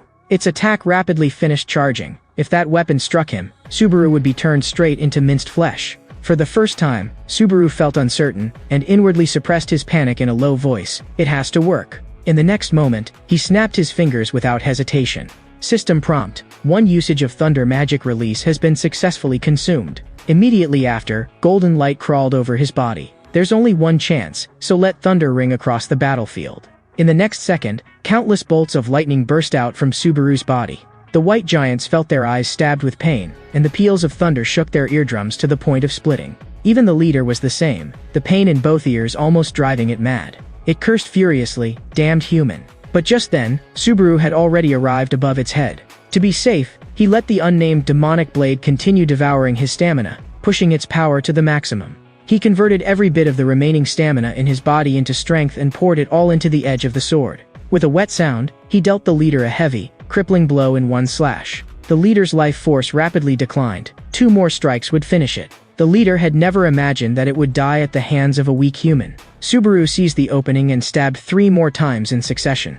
With a heavy thud, the giant leader finally collapsed. System prompt, Stage 5 survival mode cleared. Extraordinary achievement attained. Subaru leveled up, and his strength and agility increased accordingly. Besides that, vitality +2 and mana +1. The live stream went wild. They were seeing someone clear this floor for the first time. If the streamer had not started broadcasting from the 2nd floor, they might never have seen it in their entire lives. Some people also felt a chill. This might not be good news. He had defeated something that was never supposed to be defeated. If this were a manga protagonist, this would be where a cool final shot should close the scene, but reality was not like that. Lightning still flickered across the sky, but it was only ordinary storm weather. The giants ahead recovered from the lightning shock. What Subaru had to face next was their counterattack. Subaru lowered his head to look at the demonic blade in his hand. Wedge of Greed had not been able to completely suppress the weakening effect of the unnamed demonic blade. He leapt down from the leader's head, since this was a dead end, then he would just keep killing. Even if he cleared this stage, the monsters would not disappear. The monsters had to wait until the trial itself ended before they would vanish. He had used this mechanic before, but he had not expected the backlash to fall onto himself this time. The corners of his mouth kept bleeding, and the power inside his body felt as if it were running dry. The white giants also saw through his weakness, and cruel smiles appeared on their faces. But dramatically enough, the sky, which had been gloomy just moments ago, suddenly gained several thicker bolts of lightning. In the next second, all the lightning struck toward the same direction. Subaru suddenly felt his entire body filled to the brim with power. Every one of those bolts had struck him. At that moment, he seemed like a god of thunder descending. Even just standing there, the pressure exploding from him was almost no less than the state he had just been in while consuming his skill. While Subaru was locked in fierce battle with the white giants, in that hut in the forest, a woman sat at the doorway, staring at a live stream. Her face had been dark the whole time, yet another little brat was cashing in on Subaru's fame. Suddenly, Shu also walked out of the hut. With confusion in his voice, he asked, "Why are you sitting out here?" The woman said flatly, "The sunlight is good today. Only like this does it count as truly enjoying time." Shu lowered his voice. "This all needs to end." The woman said, "Yes, within a year at most." Shu instantly got angry. "What do you mean, at most a year? What exactly are you talking about? Why do you always act like this whenever things get serious?" The more he thought about it, the more wrong it felt, so he simply walked over to her side to see what she was staring at. The woman explained that she was watching a new streamer who called himself Subaru. Hearing Subaru's name, Shu's heart jolted. "Boss, came back?" The woman told him not to get excited. This was obviously not that Subaru. It was just a streamer borrowing Subaru's name while challenging a trial. The woman added, "You understand it too, don't you? If Subaru had really survived that crisis, then Itsuki would have disappeared long ago. How could he have hidden for so many years? Whether she wanted to admit it or not, she had to. Subaru had most likely died. Exactly when are you going to accept that?" Shu turned away directly, unwilling to continue. "That's enough for today. Don't talk to me about this again." No matter what, he refused to believe Subaru was dead. The woman shouted, suppressing her anger, "How long are you going to keep hiding in that child's shadow? It's time to move on." Shu turned back and shot a question at her. "What about you? Have you really let go?" He snatched the phone from her hand. "If you really had, then you wouldn't be checking Subaru streams every day." He held the phone up in front of her, and the woman still tried to explain, "I'm just passing the time." But in the next second, her whole body froze. "That's impossible." Shu also could not help glancing at it. "You still like watching streams even now? Let me see what kind of person this is." With that one look, his jaw nearly dropped to the ground. The second one had appeared. At the same time, the thunder art inside Subaru continued to surge outward. None of the white giants could get close to him. Not only that, their bodies were also being continuously scorched by the thunder art. Gradually, the thunder art inside Subaru settled down. This meant he had completely mastered it. The live stream lost control completely. A second Subaru is going to be born today? Only then did they realize, to obtain the thunder skill, he had to kill that enormous leader. Listening to the discussion in the chat, Subaru's eyes grew more wary. This was not a place where they should be learning this. The system panel prompted, "The lightning skill requires HP and MP to activate. It can be upgraded by collecting thunder fragments." But for Subaru, being able to stay alive now was already lucky enough, and the timing of the trial being interrupted was just right as well. Immediately after, the system popped up 2 notifications in succession. He had received 5,000 and 7,000 credit points. Those points were all donations from viewers based on completed tasks. At this moment, the total number of points in his possession had already exceeded 20,000. He had heard that one should put on a thank you performance after receiving tips, so he chose to continue the trial. Ahead, the giant horde surged toward Subaru like a flood. Subaru's gaze turned cold and hard. Today, he would let them witness that thing. In the next second, he directly spent 20,000 credit points to raise the level of Wedge of Greed. The instant the upgrade was complete, he clearly felt it. The backlash was being reversed, and was even beginning to turn into a buff. He almost wanted that power to fill his entire body on the spot. And at this moment, he had already compressed all the lightning into his right hand. He could have stopped here, but he wanted to indulge himself once. In the next moment, Subaru suddenly stepped forward and faced the giants head-on, without the slightest intention of retreating. The giants ahead showed smug smiles, but they did not know. They had already entered the countdown to their deaths. Immediately after, Subaru poured all the lightning into the sword body. System prompt: lightning has been infused into the unnamed demonic blade. Subaru laughed aloud. The timing's perfect. Now let's see whether you can withstand this slash. As the blade light fell, a scarlet sharp radiance burst outward ahead. That one strike directly cut all the frontline giants in half at the waist before they could even try to block. And that slash still did not stop. It kept pushing forward. Sword energy could not turn, but this strike had been a horizontal sweep. The giants in front had nowhere to run. 10 seconds later, the red glow around Subaru slowly dispersed. He cursed under his breath. Damn it, he had gone too hard just now and drained all his strength. He should have saved a little energy to pull back, but now he might not even be able to walk. But fortunately, after that strike, the giants had all become corpses. Subaru drove the longsword fiercely into the ground and only then barely managed to support himself in a kneeling posture without collapsing. At the same time, a patch of shadow appeared behind him. It was the scar-faced man and the others, who had returned after leaving. They had indeed kept their promise and come back to save him. When Peleus saw the scene before him, he froze, his eyes full of disbelief. In the next second, he rushed in front of Subaru. "Benefactor, are you all right?" Hearing the voice, Subaru turned back. "That's good, they really came." The moment those words fell, his mind spun with dizziness. His vision quickly blurred. He was about to lose consciousness. But Peleus really is an idiot. He actually turned back. If I hadn't killed all these giants, wouldn't they all have died here? Meanwhile, inside the guild building, 2 people stared nervously at Wika. After seeing Subaru clear the stage, Wika said nothing, sat on the sofa, and covered her face with both hands. Her partner asked the supervisor, was he really worth going this far for? "Don't ask me. I don't understand women's hearts." Wika's body trembled slightly as she said in a low voice, "It's over. I think I've fallen in love." A few years ago, when she had still been a little girl, she had felt this once before. The moment she thought of the message she had just sent Subaru, she began to get nervous. Was it too cold? Did it sound too official? Should she have added some more human-sounding words so the chance of a reply would be higher? Her partner was speechless. That message just now was official business. Do you actually like him or what? Just say it clearly. The boss was equally speechless. You kept insisting on recruiting him into the guild. Don't tell me it was because you want to pursue him? Wika explained with a red face. I can't control it. Before becoming his manager, I was already his die-hard fan. And I already told you, signing him would absolutely not be a loss. I can guarantee that. Think about it. The power of thunder that only Subaru could control is now in his hands, which means he might be the second Subaru. Her partner could not care less about any of that. As long as his salary was safe, that was enough for him. The boss also nodded in satisfaction. No wonder no one else could learn it. He has to be watched closely. Her partner's phone suddenly rang, and Wika's heart leaped. Had Subaru replied? And indeed that was the case. Subaru had read their message. But in the next second, she felt as if she had fallen into an ice cellar. Read, but no reply. Wika froze completely, as if she had stopped breathing. He actually died standing up. First time I've seen that. Should we buy her a coffin? Probably not. At the same time, in any sports room, a player who specialized in analyzing hunter combat was streaming. He had secured his position by defeating countless rivals through sharp insight and hardcore commentary. His name was Hawkeyes. Hawkeyes had watched footage of many competitors and given sharp analyses, including Amon, a dark horse who had burst onto the scene and torn through the tower at astonishing speed, even being called the second Subaru. Even Itsuki, the former member of Blue Eyes, was on his list. Now he fights as Earth's representative player, so the pressure on his shoulders must be immense. Today we'll break down his skills. Of course, the legendary Subaru, who transcends eras, won't be absent either. No matter what anyone says, lightning belongs to that man. But when you think of a name no hunter could ever catch up to, who comes to mind? At this moment, the one occupying everyone's mind is probably only him, Subaru.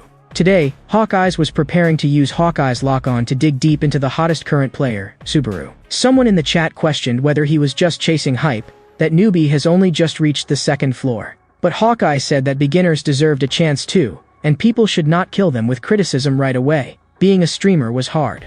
He clicked into Subaru's page, pulled up the stream footage, and blurted out, "This is insane. What on earth is happening right now?" After watching all the footage, sweat had formed on his forehead. That concentration was terrifying. He had just learned the skill, yet he could already use it to this extent. It did not seem human at all. Even more outrageous was that he could tell Subaru was controlling the skill by injecting only exactly the amount of energy needed, not wasting even a trace of power. To do that required ultimate microcontrol and judgment, and throughout the entire battle, he had not made a single mistake. In the end, he gave his evaluation. This guy will definitely become a major figure. From now on, I'll be keeping my eyes on him. Everyone was waiting for this newcomer to grow. Once he reached the 10th floor, maybe he could even form a party, and among everyone in the livestream, fewer than 10 people could actually understand that battle. Just then, one comment entered Hawkeye's sight. No final review this time? He had almost forgotten. When he evaluated hunters, he always did a final review, meaning he judged their upper limit. But this time, he gave a completely different conclusion. Based on the control he had shown so far, this newcomer had already surpassed Subaru at his peak. Elsewhere, Subaru abruptly opened his eyes in the middle of unconsciousness. He sat up at once, not expecting that he had actually fallen into deep sleep. Fortunately, a system prompt appeared. Stage 6 has begun, and fatigue has been restored. Pause the trial? There were two necessary conditions for pausing a trial. First, the previous stage had to be completed while the next stage had not yet begun. Second, fatigue had to be fully restored. After that, Subaru reopened his live stream on his phone. But he had not expected that the stream would already have over 700 viewers. He had no idea when it had grown to so many. Facing the camera, Subaru spoke. "Sorry, I need to rest for a day. Next stream, see you the day after tomorrow." Immediately after, the viewers received a prompt. Subaru has ended the live stream. As a blue light descended, Subaru's body vanished from where he stood. When he appeared again, he had arrived in a vast white area. This was the judgment waiting room. Directly in front of him stood a door in silence. But Subaru did not hurry over. Instead, he first opened his back-end messages and saw a cooperation invitation sent by a streaming guild. Subaru slowly removed his mask, thinking it was just junk mail. But in the next second, he froze. It seemed to be from the biggest entertainment company of all. 2 hours later, Subaru arrived at this cafe. He casually found a seat and sat down, then began looking into the company's background. It was a massive entertainment company whose executives invested money to push streamers into rapid growth. He had never expected the world to become like this. Even a company like this had appeared, and on such an absurd scale. Another pop-up appeared on his phone, the content chaotic like spam flooding in. Hawkeye's next target was the newcomer Subaru, and rumor had it that his control had already surpassed the original. Looks like that guy Hawkeye's is mixed up with Azure Sky too. He had always been blunt and never pulled punches. But from Subaru's perspective, Hawkeye's really did have a sharp eye for people. He had actually locked onto him at first glance. Just then, another set of footsteps entered the cafe. The newcomer had also seen Hawkeye's buzz, and felt even more irritated, muttering a few curses under his breath. Because Hawkeye's had commented on him, in terms of control alone, he might already have surpassed Subaru at his peak. That line made the man extremely uncomfortable. Give me a break. He's just a newbie who barely made it to the second floor. After reading that sentence, he was both furious and disdainful, even feeling that Hawkeye's had gone blind. Once he cleared the second floor, he would go dig Hawkeye's eyes out. Immediately after, he spat a mouthful of phlegm viciously onto the floor. For him, today had already been bad enough. But after entering, he found out it could get even worse, because he saw an old acquaintance. At this moment, Subaru had not noticed his arrival, and even if he had, he would not have cared. But that man felt like he was cursed, running into Subaru wherever he went, opening his phone and seeing Subaru again, irritated to the point of exploding. So the more he looked at Subaru, the more unpleasant he found him, and he wanted to use him as an outlet. There happened to be an empty seat next to Subaru, so he walked straight over. This guy did not behave himself at all. With one shove of his elbow, he spilled coffee directly all over Subaru. Subaru immediately stood up. "What's your problem? Are you blind?" He looked closely and saw that it was Isaac. This guy was back to picking a fight again? But Subaru did not have time to waste on him now. "Well, if it isn't adorable Subaru. I keep running into you lately. Looks like this floor is truly pathetically small." Subaru merely glanced at him once, then continued fiddling with his phone, preparing to leave. As he stood up to go, Isaac said in a mocking tone, "Want me to buy you a new cup? You're always broke anyway, so you should be grateful to me, right?" Subaru ignored him directly. That instantly made fury flare in Isaac's eyes. In his mind, Subaru was just a nobody, yet that nobody dared look down on him. When Subaru reached the door, Isaac called out to stop him. "Did I say you could leave?" Subaru turned and stared at him. "Do you need something else? If not, don't waste my time." That sentence lit Isaac up completely, and he grabbed Subaru by the collar. "Don't get too cocky. Wipe that smug look off your face. Otherwise I'll beat you so hard your teeth scatter all over the floor, just like I used to crush you before." Subaru quietly said, "Sorry." At the same time, he placed a hand on Isaac's wrist. With a flex of his arm, he flung Isaac's hand away. "I don't have time to play with you. If you want trouble, go find someone else."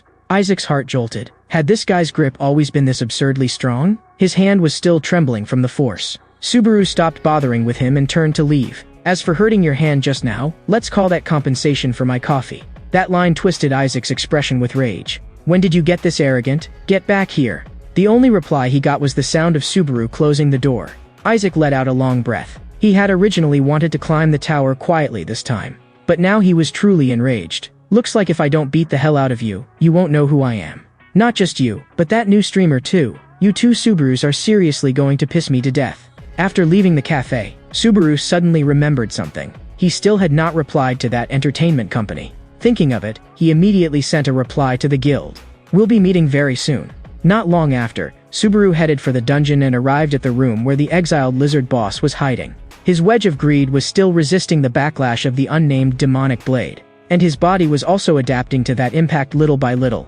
Above his head, a little flame suddenly appeared.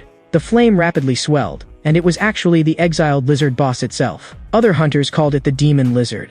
The demon lizard looked as if it had smelled something delicious, saliva dripping continuously from the corners of its mouth. To avoid an accident like last time, once he truly mastered lightning, he had to run a test, and he would use this exiled lizard as the trial target. Facing this lizard, Subaru decided to use 90% of his power and see whether he could kill it in one blow. In the next second, his feet burst with force, and golden lightning exploded beneath them. Immediately after, he leapt up and met the demon lizard head-on.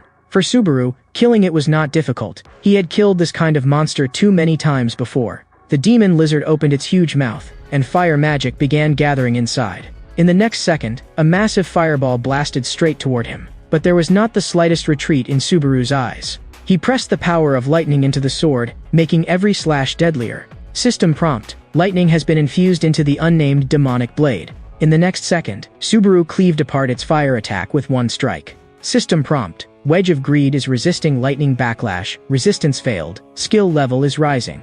And at this moment, Subaru had already arrived directly above the demon lizard. He poured all the power in his body into his arm. This strike would be fatal. In an instant, the demon lizard's body was split cleanly in two by the lightning slash. After successfully killing the exiled lizard, his level and all his attributes rose, and his mana also recovered. Just as he finished dealing with the loot and was preparing to leave, a figure appeared in front of him. Subaru's eyes instantly turned cold. This person carried killing intent. The man slowly approached and stopped in front of him. "So late, and you're still hanging around here, planning to go out hunting?" The one blocking Subaru's way was Isaac. Subaru only felt that this guy was stubborn to a frightening degree, actually following him all the way here just to make trouble. Isaac had originally wondered whether he should just let it go, but the more he thought about it, the more suffocated with anger he felt, and in the end he still came after Subaru. Isaac spoke. "How about we settle this today?" Subaru sneered inwardly. "Settle it? How exactly did you plan to settle it?" At the same time, elsewhere, Hawkeyes walked into a shop. As soon as he entered, someone raised a hand to signal to him. That person was the guild president. Hawkeyes had been called here this time precisely to get a clear reading on Subaru. Hawkeyes laughed. "Long time no see. How have your stream numbers been lately?" Hawkeye said things had been average recently, and almost all his viewers were familiar old faces, so the numbers had not risen much. The president took a sip of tea. In truth, that was the most stable state, and stable things did not fall easily. Hawkeyes urged him to get to the point. He was busy, not here to drink tea with the president. The president asked directly, "That Subaru you commented on yesterday, were you serious about all that?" Hawkeyes was a little surprised. "You came to ask about that newcomer? Then I'll say the same thing again. Purely in terms of talent, he's stronger than Subaru at his peak. But whether he can truly climb to another height, that's hard to say. You know what I mean, right?" The president nodded. Looks like there really is a need to recruit him into the streaming guild. The moment he said that, even Hawkeye's could not help being startled. Boss really does have a vicious eye. If you ask me, before he completely blows up, hurry and poach him over. Let him name his conditions. The president agreed as well. Hearing Hawkeye's put it that way, he could no longer stay calm. And the president's first step was this: once Subaru joined the guild, he would arrange for him to collaborate with Hawkeye's. Only by pushing up his fame and popularity could the guild reap greater profits. Meanwhile, in the forest, Isaac was still roaring. Now it's just the two of us. Don't even think about running away today. Subaru nodded. Yes, it's just the two of us. So what exactly do you want? What Isaac wanted to tell Subaru was his purpose in coming here: to smash to pieces that smug, out-of-control look on Subaru's face. He pressed closer, continuing to sneer. A guy like you who climbed this far on luck. Don't tell me you actually think you've become Subaru. You want to learn lightning like that streamer too? Then he tensed his fingers and cursed through gritted teeth. That bastard Subaru. If he's dead, then he should stay in his grave and rot obediently. People like you really disgust me. Subaru did not understand why this guy hated Subaru to such an extent. More ironically, even Subaru himself had never imagined that he would arrive in an era filled everywhere with fake Subarus. At that moment Subaru spoke. I want to ask you something. Why do you hate me? Just because my name is Subaru? If it's only because of the name, then why do you hate it so much? Clearly a lot of people like that name. After hearing Subaru's question, Isaac's expression visibly faltered. Then he asked coldly, do you know who my father is? He is Reinhardt, a high-level player on the 9th floor. Hearing that name, Subaru's pupils contracted sharply, and his heart thudded hard. He knew that man all too well. Back then he had been on the 9th floor, and he had even crossed swords with Reinhardt, a swordsman known for his one-hit kill. What shocked everyone even more was this: at the time, Subaru defeated him with a single strike. As a powerhouse of the 9th floor, how could he possibly accept being defeated in one strike? From start to finish, it had taken only 3 seconds. The moment Subaru spoke that name aloud, Isaac completely exploded. You don't have the right to say my father's name directly. Only then did Subaru finally understand. So the reason you hate me is because of that one-hit kill, swordsman. But have you ever thought about it? How much pain I suffered because of that? Under your torment, I almost died once. 2 fireballs instantly condensed in Isaac's hands. Shut your mouth. Say one more word and I'll kill you. The flames spread continuously, completely sealing off Subaru's retreat behind him. Subaru sighed inwardly. There was no avoiding it now. And he could feel it. Isaac was serious. He truly wanted to kill. Sure enough, Isaac roared. I'll bury you in the sea of fire. The lizardman's lair will be your grave. I'm sick to death of the name Subaru, and of that blue-eyed squad of his too. A bunch of trash who all died with him in the end anyway. The moment he heard that, Subaru's chest tightened instantly. Insulting him was one thing, but insulting his teammates, not allowed. In Isaac's eyes, the deaths of the Blue Eyes members were deserved. At that thought, he even felt a little exhilarated. Those people must be paying for themselves somewhere in some corner of hell. In the next moment, he threw out a fireball. Your name is Subaru too, so go die together with him. With a boom, the flames surged skyward with terrifying force. After using his strongest blow, Isaac let out a long breath. He covered his face, as though regretting it. He had been wrong, he had underestimated himself, and had actually wiped Subaru out with one move. But when he lowered his hand, satisfaction appeared on his face instead. Now that I've dealt with you, next I'll go find that masked brat. Yet Subaru's voice suddenly exploded in his mind. By mask, do you mean this one? There in the depths of the smoke, Subaru's figure stood straight and upright. And at this moment, he had already put on the mask, becoming the true Subaru. Isaac could not believe it. You actually blocked my attack with your bare hands? That figure before the sea of fire looked like a god of slaughter descending. Instinctively, he felt something was wrong. The person in front of him was absolutely not the Subaru he had known before. But in the instant he lost focus, lightning gathered beneath Subaru's feet. In the blink of an eye, Subaru vanished from where he stood. In the next second, he appeared in front of Isaac at the limit of speed. And then Subaru slammed a fist brutally into his abdomen. The force of that punch made Isaac's pupils widen. How could he be this strong? After taking that punch, Isaac dropped heavily to his knees. In the next instant, blood spilled from the corner of his mouth. Subaru looked down at him from above. When someone destroys them, I lose control. Isaac still could not believe it. How are you here? He refused to accept that Subaru had become this strong. At that moment, Subaru slowly removed the mask. That blow just now was only a surprise test. Who do you think is standing in front of you? The crying Subaru you used to bully? That streamer Subaru wearing a mask? Or Blue Eyes Subaru? A sneer squeezed out from the corner of Isaac's mouth. Cut the crap. Are you trying to say you're that streamer Subaru? Even now, he still looked down on Subaru. Don't joke around. Lightning isn't anything special. If trash like you can learn it, then I can learn it too. In the next second, flames silently condensed in his hand. You don't really think that with this little bit of skill, you can beat me, do you? Subaru only found his stubbornness laughable. The facts were right in front of him, and he was still denying them. As he spoke, the flames in Isaac's palm grew denser and denser. He was going to grab Subaru in one move and crush him to death completely. But what he had not expected was this. In barely a second, his hand flew into the air. Subaru's lightning flash had directly severed his arm. The moment he saw that, Isaac turned ice-cold all over, his soul itself trembling. In truth, from the moment he insulted Subaru's companions, he had already been doomed to die. The fact that Subaru had been willing to listen to his nonsense this long was already the last mercy. He could not understand the meaning in Subaru's words. He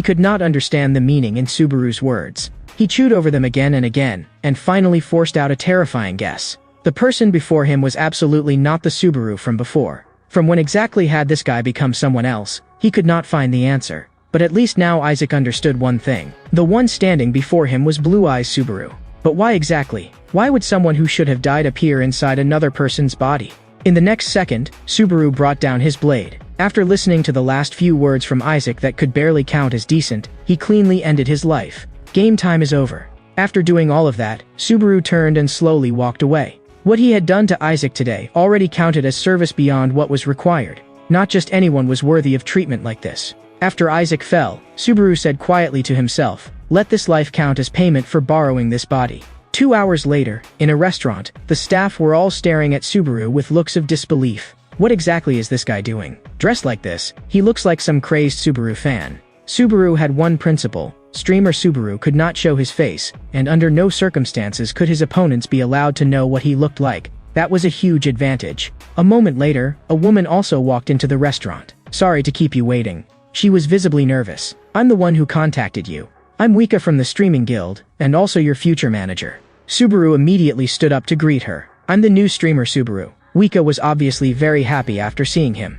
She leaned in to look Subaru over, and grew even more excited inside. Too similar. Practically identical. Looks like he really survived from 20 years ago, and he's covering his face with a mask for a reason. If he doesn't say it, I won't expose it. Subaru asked, "Is there something wrong with me?" She quickly replied, No, nothing. Let's continue discussing business." The president had warned her before. Whether she could win his trust on the first meeting was crucial, and no matter what she did, she absolutely could not seem unreliable. But she felt she had already messed up the moment they met. The more she thought about it, the more frustrated she became, her fingers almost clawing her hair into a mess. To keep things from getting awkward, Wika hurriedly changed the subject. "Were you a Subaru fan before too?" Subaru nodded. "Yes, I'm a die-hard fan, but I'm not the real one, so you can relax." But it was as if she had not heard him. "I'm a die-hard Subaru fan too. And now, I'm your fan too." Then Subaru heard her pour out a huge stream of words in one breath. "I've been watching ever since your job hunting stream started. I may even have been your first viewer. The first time you soloed the one-eyed bats, clearing Greg's trial. That match where you chose a fair duel instead of taking the easy route. My palms were sweating when you faced the Titan fragment, but you instantly beat the giant with your movement. That moment was so satisfying." Subaru felt his scalp go numb. She was not just a viewer, she was more like an extremely high-intensity stalker, remembering things more clearly than he did himself. Subaru forced a dry laugh. "So when I still had 0 viewers, you were already in my stream staring at me? Honestly, that's a little weird." "I think it's weird too, but maybe that's fate. So I ran straight to company headquarters and begged them to sign you." That part just now had been a fan confession. Now she switched into a professional tone. She had to gain Subaru's trust first. She had already prepared the contract, and she knew he was very busy, so she went straight to the point. Commercial advertisements, event streams, highlight clips, everything the Subaru brand could be expanded into, the company would help Subaru develop. Subaru asked directly, "Then what do I need to do?" She answered, "Just keep streaming as usual. You don't need to worry about anything else." Subaru found that absurd. Were guilds all this indulgent towards streamers? But after thinking about it, it made sense. He had mastered thunder magic, so naturally his treatment would be different. And it was not just their department. Even the company's upper management thought very highly of him.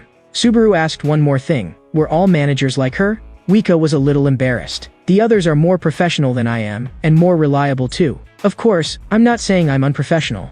That was not actually what Subaru meant. He just felt that Wika's aura did not resemble that of an ordinary hunter. Could the overall level of hunters now really be so high that even someone like this was working as a manager? That also meant that from now on, the opponent Subaru would face would only grow stronger. He had no time to rest and had to keep accelerating. Wika, meanwhile, was still blaming herself. Had she made him think she was unreliable? What if Subaru refused? If it came to that, would she have to force the contract through on sheer willpower? At that moment, Subaru slowly extended his hand. I can tell that you're trustworthy. I agree to join you. I look forward to working together. Wika nearly burst into tears on the spot. This was the first time she had been trusted so quickly. After the signing was finished, Subaru started streaming again the very next day, preparing to enter the trial. But not long after, he discovered that the stream already had 700 viewers. Subaru froze. He had only just gone live, so how had so many people suddenly appeared? Was the guild promoting him? The truth was exactly what he suspected. Wika had frantically mobilized her friends and relatives to share the stream, and had even pulled internal company staff into helping promote it. Subaru let out a light laugh. Choosing their guild really had been the right decision. Then let the game begin. The legendary stage was about to begin. The legendary stage was about to begin. At that moment, a suppressed and restless sigh came from inside a tent. More than a dozen figures had already gathered there. These people were the scar-faced man, Peleus, and the others, all assembled here to discuss how to subjugate the giants. Peleus asked the scar-faced man whether their benefactor had arrived yet. The scar-faced man said not yet. Very soon, someone voiced out. Was it really wise to place their hopes on someone who was not even a knight? They all felt that Subaru could not possibly kill the giants. Unless they saw it with their own eyes, they might very well be getting deceived. Peleus roared, "All of you, shut up. What right do you have to question our benefactor?" Just then, a familiar voice sounded, "Sir Peleus." Looking up, they saw Subaru standing right outside the tent. Peleus immediately went up to him. "Have your injuries recovered?" Subaru said there was no serious problem anymore, and that he did not need support and could move normally. Someone stared at Subaru with a complicated expression. A new fan entered the live stream and commented, "So he's the one who defeated the giant leader? Honestly, he doesn't look strong at all, and that mask is way too suspicious." Subaru moved slightly and replied to him, "Sounds like you still don't believe I did it. Or maybe you just don't want to believe it." This function had been taught to him by Wika. By adopting a preset posture, he could adjust the control frequency so that only the live stream audience could hear him. He had not expected such a function to be quite useful in this kind of boring situation. Someone in the chat sent a message, "Don't get so full of yourself." After that, someone reached out, wanting to introduce himself to Subaru. The old man called himself Dale. "Pleased to meet you." Subaru responded politely and said that he had been defending the village at the time, and after that everyone had been crushed to death. And what crushed them was that thing. Hearing that thing, was there really something even more dangerous than giants? As you know, true giants are giants who once fought the gods. After they were sealed, they disappeared. And the giants seen now are mostly remnants, formed from the will and traces left behind by the original giants. But the giant that appeared after Subaru defeated the leader was different. That thing was closer to the giants of legend. The live stream began discussing it. What they're talking about can't be the monster from the 8th floor, can it? Inside the tent, everyone sank into oppression and fear, because they had absolutely no way of dealing with the newly appeared giant. Subaru said those were all minor issues. If a new enemy had appeared, then they would just kill it. Hearing that, everyone seemed to swallow a pill of reassurance, but a hater in the live stream spoke up again. "You sure are confident. When the time comes, you won't even know how you died." Sir Peleus gave a loud shout. "Then let me tell you." An ancient legend had been passed down to this day. Atop that 1,000-year mountain peak that pierced the clouds, there was said to be a fragment of lightning hidden there, and Peleus believed that only one person could find it. That person was Subaru. A village burst into raging flames, and the villagers fled in all directions for their lives. Only because before them, a group of giants was advancing. Behind the giants stood an even larger long-haired giant, declaring that he would avenge his son. After that, he grabbed one of the village soldiers. With the slightest squeeze of his fingers, he crushed the soldier to death. He swore that he would use human blood to let his son rest in peace. Not far away, Subaru stared fixedly at that figure. This thing really was different from the giants before. It was far stronger. The livestream viewers were frightened. Why is this guy so huge? Subaru pulled on the reins, his mind racing. How was he supposed to deal with it? Someone in the stream urged him to stop doing the mission. If he kept going, he would definitely die, because that giant was not something he could handle at all. He remembered Peleus's words. The giant will probably reach here in about 3 days. If by then you still haven't found Thunder, I hope you'll evacuate. That is the only way out. To ensure your safety, you must obey. Very soon, Subaru arrived at 1,000-Year Mountain. To kill the giant, lightning was indispensable. Perhaps that was the true core of this trial. Subaru was not considered top tier in strength right now, but he still firmly believed, in this tower, there is no trial I can't overcome. The moment he said it, he cursed inwardly. Damn it, how did I accidentally say one of my old catchphrases again? Sure enough, someone in the chat immediately found it familiar. They had definitely heard that line somewhere before, and it sounded very familiar. Fortunately, they did not grasp the key point. Very soon, a string of mission prompts popped up before Subaru, and people also began donating. At this moment, Subaru stood at the foot of Thousand Year Mountain. According to Peleus, the lightning fragment was hidden here. But now the problem came. How exactly was he supposed to obtain the lightning fragment? He touched the rock face of the mountain and found that its hardness far exceeded that of ordinary stone. Peleus had said before, the lightning fragment existed only in legend. It might be a power, an item, or even a person. In reality, no one knew for sure. Unfortunately, aside from knowing the mountain's location and the content of the legend, they knew nothing else. The only thing that could be confirmed was that the person who had once wielded lightning had wiped out the giants in one stroke. At the same time, Wika received a call from the guild president. She excitedly said that she had already signed the contract. A hearty laugh came from the other end of the line. Well done. The president told her to keep up the good work and said he would assign her some targets afterward. After hanging up, Wika happily flopped onto the bed, ready to watch Subaru's stream. Watching Subaru's streams was her favorite thing. Very soon, she opened the stream. But in the next second, she heard Subaru say, "In this tower, there is no trial I cannot overcome." Wika's heart suddenly sank. She immediately sat upright. This guy, he didn't accidentally say what was on his mind, did he? That was something that person had said 20 years ago. Now he had repeated it in front of so many people. It was too dangerous. Wouldn't this cause trouble? Meanwhile, at the foot of Thousand Year Mountain, Subaru was charged with thunder from head to toe, preparing to try the method he had just thought of. He slammed a fist into the mountain wall. Then he suddenly drew back his fist to gather strength. He poured all the power in his body into his fist and struck the mountain again, with thunder crackling nonstop in his ears. A moment later, some tiny fragments fell from the rock layers. Subaru gave a low laugh. Found it, lightning fragments. He had done this because he felt a powerful force of lightning pulling him. And the result was exactly as he had guessed. Inside the mountain, a door was hidden. The power he had sensed was behind that door. Subaru did not hesitate and stepped forward immediately. Even the livestream audience was stunned by this. They were seeing it for the first time too. Very soon, Subaru arrived beneath the stone door. He slowly pressed his hand against it. The instant his fingers touched the stone door, he felt a current respond. System prompt. Lightning is being generated. At the same time, his wedge of greed was resisting the thunder recoil. At this moment, Subaru directly condensed lightning in his palm. What he wanted had to be inside that door. That earlier pulling sensation had been as if it were calling out to him. Since that was the case, then his most direct answer was to blast the door open with even stronger lightning. The thunder around Subaru surged violently and slammed into the crack of the door. Under the erosion of lightning, the stone door trembled violently. Very soon, Subaru saw a gap tear open in the seam. Sure enough, the door had been forced open by him. This trial was hidden deep. If thunder hadn't been pulling me, I would never have guessed the door was inside the mountain. Subaru lifted his foot and walked in. He would follow the path he had once walked and walked it once more through the echo of thunder. And after he stepped through the stone door, it closed again. Unless he completed the stage inside, he would absolutely not get out. At the same time, Peleus was still discussing countermeasures with several senior officers. One old man asked, "Do you really believe that person can obtain the power of thunder?" Peleus did not waver at all. He definitely can. If even he can't do it, then no one in this world can. The old man was surprised. Peleus trusted an outsider this much. Peleus explained, "He has already proven himself with his strength, so I have no reason to doubt him."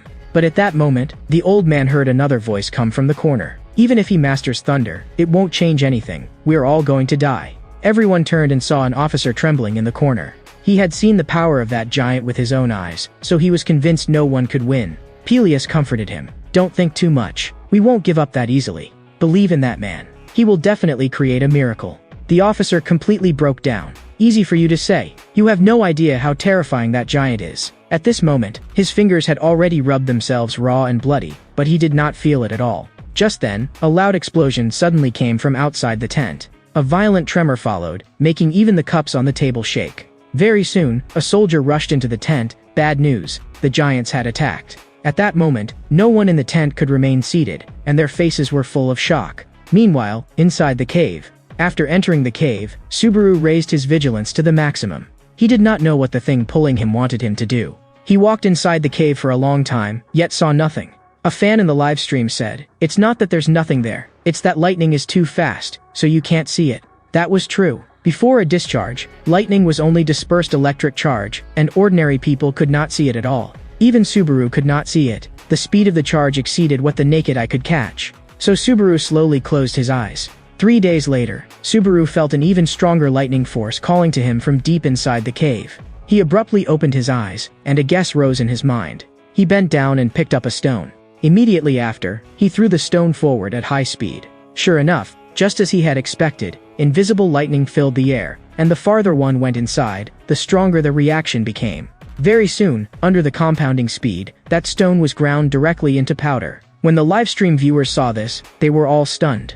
Cold sweat seeped from Subaru's forehead. The danger level exceeds expectations. Looks like this stage is testing endurance. If I can't withstand it, I'll die here. Very soon, people in the livestream began encouraging him, and someone posted a 100-point task. You have to reach the top here. Otherwise, you may lose the thunder skill you just learned. More and more viewers began supporting him, and the total mission reward points quickly piled up to 3,000.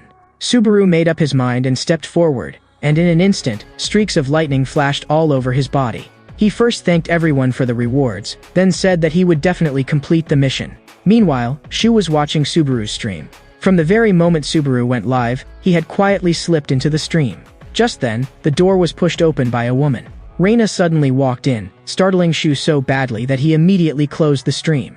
Reina looked puzzled. Why are you hiding your phone? Don't tell me you were looking at something dirty. Shu said he was not hiding it. He had just happened to turn off the screen, and his eyes were tired too. Reina did not press much further, and even started saying weird things like quiet people grow their hair faster. Reina had been troubled lately. Ever since Shu said that line, she had been holding herself back from watching Subaru streams, and it was driving her crazy. Shu had no mood to chat with her. He only wanted to hurry back and continue watching the stream, so he asked how long she planned to stay. Reina grew even more confused. Shu had never driven her away before. Can I relax on your sofa for a bit? What was that reaction just now supposed to mean? Shu deliberately raised his voice, trying to drive her away. Reina, what are we eating tonight? Grilled fish? Or grilled meat? He was shouting like ultrasonic waves. Reina's eardrums were about to burst, but Shu kept going. Relax as much as you want. The sofa's all yours. His fingers were pressing down on the phone's volume button for dear life, afraid even the slightest bit of stream audio might leak out for her to hear. Reina felt that she was far too abnormal today, and there had to be something wrong. So she turned to leave. I'm done with you. Do whatever you want. Seeing her leave, Shu finally let out a breath of relief. He even added a fake polite line. You can stay and have some bread if you want. If you want to lie down, go ahead. But Reina could no longer be bothered with him.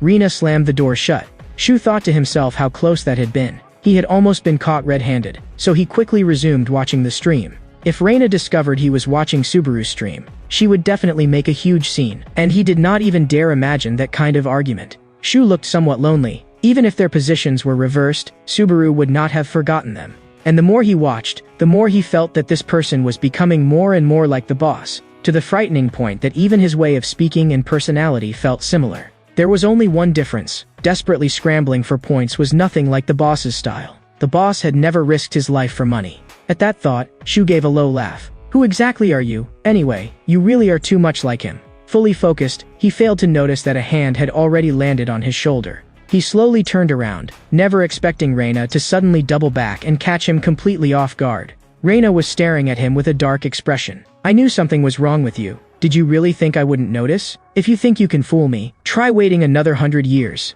At the same time, every step Subaru took caused thunder to strike him on the spot. At the moment the lightning hit him, he suddenly saw a system window, progress 2.3%. This feeling was too familiar. He had handled lightning so many times that he had lost count. He took another step. Ironically, this thing was even friendly, actually displaying the goal to him directly. The livestream viewers were totally confused. Why isn't he running? Subaru said quietly that from this point on, he might not be able to keep chatting with them anymore. He advanced toward the front step by step. His reaching the end had always been inevitable. The lightning damage was indeed severe, even his palms had been burned black, but it still was not enough to stop him. At that moment, Hawkeye's was also staring at Subaru's stream. From the very second Subaru went live, Hawkeye's had not looked away once. The president had long since told Hawkeye's they had gone to great lengths to invite Subaru to collaborate with him. This was no small matter. After all, the last time President John personally stepped in to handle something had been a very, very long time ago. And John had repeatedly brought it up with Hawkeye's before too. The commercial operation of streaming could only be done halfway by one person alone. Hawkeye's had smiled at the time, popularity would only drive certain categories of players, and players of similar types. After circling around so much, what John had really wanted to say came down to one sentence: Subaru was not really a streamer, he was a genuine hunter. Though he was a novice streamer, he was broadcasting in the style of an observer's perspective. So John believed this was an opportunity. They absolutely had to seize this comet, ride its momentum skyward, and become a star that rose alongside him. That line had indeed left Hawkeye stunned. But in the next second, golden light lit up in his eyes. The boss is right. This really is an opportunity. More than anyone else, he longed to become a star. Hawkeye's wanted to hang in the galaxy above the 9 heavens like a star. From the day he entered the world of streaming, that had been his one and only dream. He instinctively reached out a hand, as if trying to confirm whether he too could stand at that kind of height. But in the next second, he suddenly came back to himself. What kind of nonsense was he thinking during work? He immediately stood up and fixed his eyes on Subaru's stream again. It would have been better if he had not looked, because the instant he did, his expression changed. Had this guy gone insane? Who gave him this much nerve? At this moment, under the crushing pressure of the lightning, Subaru had already advanced a considerable distance. During that time, his skin had been burned away piece by the lightning. His arms too were charred black. Yet even injured to this extent, Subaru still did not make a single sound. He slowly lifted his foot, preparing to take another step. The instant his foot came down heavily, countless bolts of lightning surged up from the ground and shot directly into his body. Subaru mobilized all the power in his body to resist by force. This impact was fiercer and deeper than the last wave. After a while, he finally endured it and began gasping for breath. He discovered that the stronger the lightning, the deeper it penetrated his body. Now Subaru felt it was almost enough. There was already a dangerously large amount of lightning inside his body. And he could sense that the lightning had begun to surge into the central meridians within him and every tiny branch channel. System progress bar, 20.7%. When the progress reached 1/5, his meridians were forcibly evolved by the lightning, in other words, marrow cleansing. Every time lightning passed through his meridians, part of it would remain behind, sink into his body, and become his magic power. But some of it would also escape, so he had to hold it tightly and make it completely his own power. The 2 central meridians ran through the front and back of the body. The fine channels spread across every corner of the body, and when the fine channels were opened, it meant thunder had reached every part of the body. And with this body, Subaru directly skipped the process of purifying the fine channels. He had taken a shortcut, no longer going the long way around as he once had. At this moment, blood seeped from the corner of Subaru's mouth, and he could clearly feel it. His injuries were severe. Normally he would use magic to accomplish all of this. Borrowing lightning was indeed faster, but the pain was nearly indescribable. Along the path he walked, trails of blood dragged behind him. But Subaru never looked back, only moved forward relentlessly, because he knew that before reaching the end, he could not stop. Just then, he spat out another large mouthful of blood.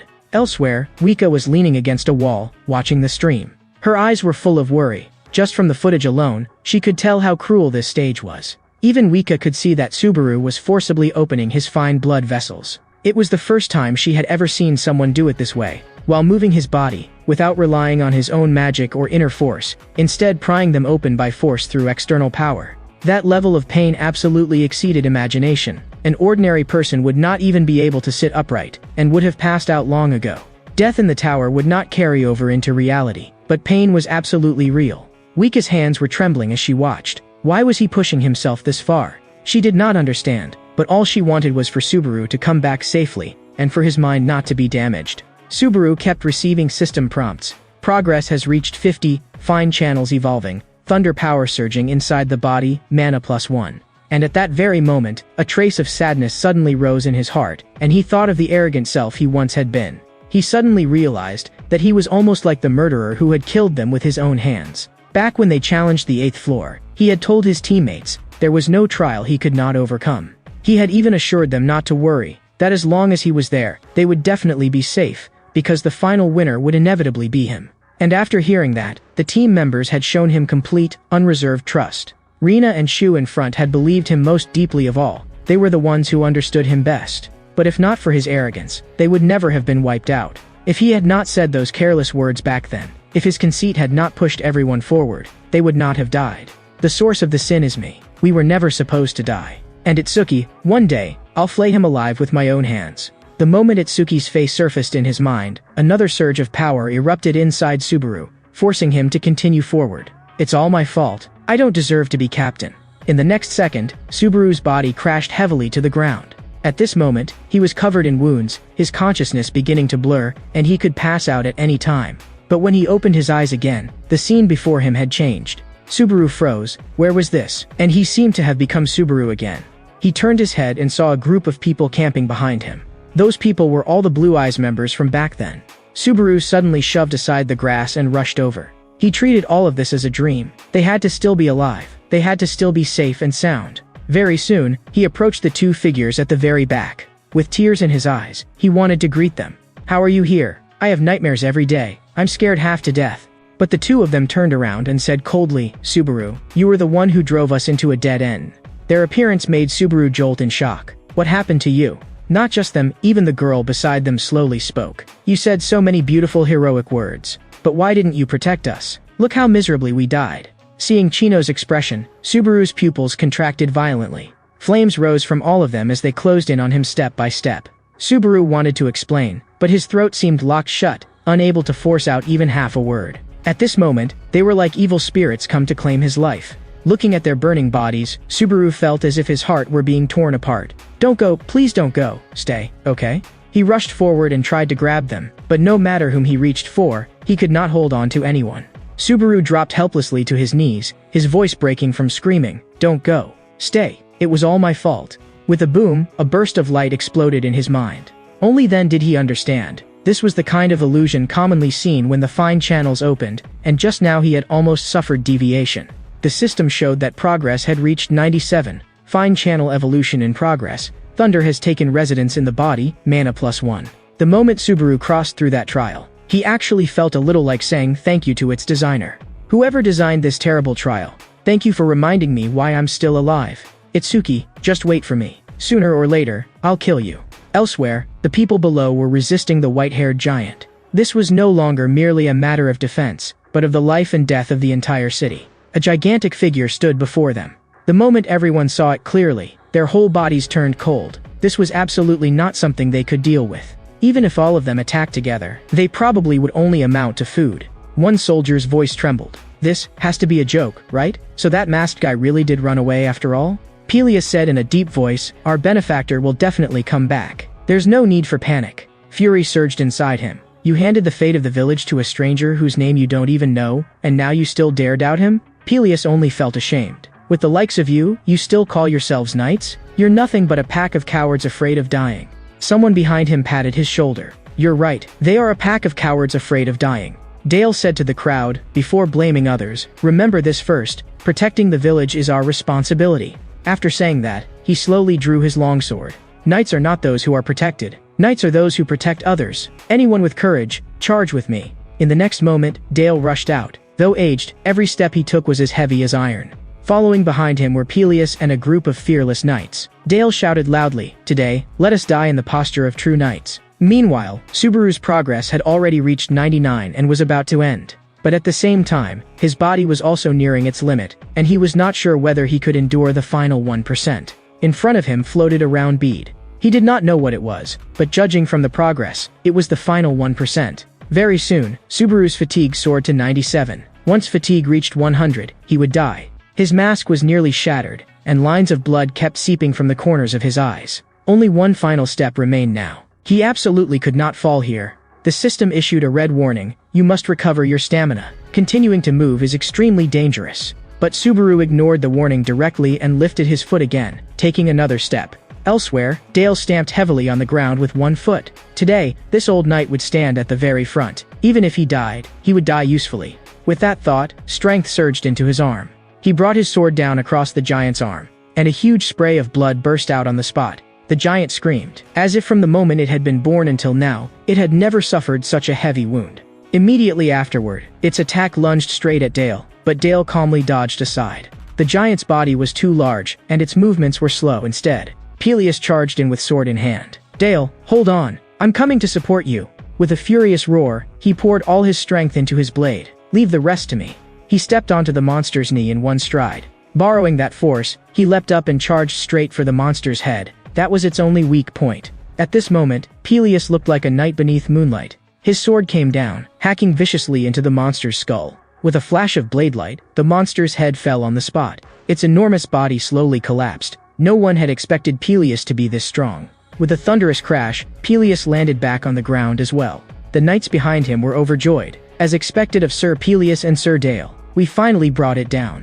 As they shouted, several of them rushed over and stabbed the giant's corpse wildly. Filthy monster, just die properly for me. Peleus looked at Dale. Thanks for the reminder. The most dangerous one is dead, so we can finally catch our breath. But Dale only said one word, no. His expression was grave. That's not the monster I was talking about. At this moment, a few soldiers were still mocking. So giants are only this much after all. In the next second, their smiles froze. A giant foot came down directly on one man's head. The next moment, that man's body was crushed into fragments. Peleus and Dale finally saw the newcomer clearly, and Dale spoke with extreme urgency. That's the monster I meant. Peleus's expression changed sharply. This is on a completely different level. We can't possibly beat it. Everyone, retreat. At the same time, Subaru's progress had already reached the point. Dragging his heavy steps, he finally stood before the sphere of light. The instant he grabbed the sphere, the progress jumped to 100%. I'll finish everything, then go to hell and apologize to you. I'll bring Itsuki's head and offer it as your memorial. Gradually, several bolts of lightning gathered around him, converging toward the orb. In the next second, enormous lightning directly enveloped him. Even he had not expected this. After being pierced through by the lightning strike, Subaru still did not fall. It was finally over, evolution complete. But at that very moment, Subaru's pupils suddenly contracted. He felt something was wrong inside his body. When he sensed carefully, countless bolts of lightning were crashing wildly through him, as if trying to tear him apart. System notification. Fine channel evolution complete. Magic amplification rate increased by 20%. All skill activation speed increased by 20%, all attributes +2. For a moment, Subaru could not say a word. Even at the very end, it still had to hit him with one more of those. At the very least, it should have let him explain to the livestream how strong that final strike had been. With a thud, Subaru collapsed heavily to the ground, his head tilting to one side as he fell into deep sleep. System prompt, Stage 6, Legend, cleared. The final battle between Subaru and the white-haired giant had finally begun. But Subaru, as he was now, could not win in a head-on fight. Yet the lightning spear he had condensed could directly blow the opponent's body apart. The problem was that the backlash from this move was far too severe. He had only one chance. If he missed, he would die. Just moments ago, Subaru had barely cleared the 6th stage, but the price was that his body had also been beaten to the brink of collapse. When the chairman saw this scene, his forehead was covered in cold sweat. No matter how reckless someone was, they should still know what limits meant. John tapped the tabletop with his fingertip. Looks like he's not suited for live streaming. At that moment, Hawkeye suddenly called in. John said he was watching Subaru's live stream, and Hawkeye's instantly exploded with emotion. That guy's completely insane, right? John told him to calm down first and explain things clearly so everyone could understand. Hawkeyes laughed loudly. He's really going to become a star streamer. John frowned. You really think so? I think he looks more like a player than a streamer. But John had no idea what Hawkeyes really meant. The core thing the audience wanted from this live stream was a Subaru who was closer to his real self. Because the real Subaru had never been a streamer in the first place. From beginning to end, he had always been a thorough player. In other words, they were about to witness with their own eyes the return of the real Subaru. Only then did John finally understand what Hawkeyes was talking about. The live stream was still ongoing. No one knew how much time had passed when a hand pressed against the ground and slowly dragged the body upright. Everyone in the live stream froze. They had never expected that he was actually still alive. Subaru's vision was blurry, and he immediately summoned the status window to check his fatigue value.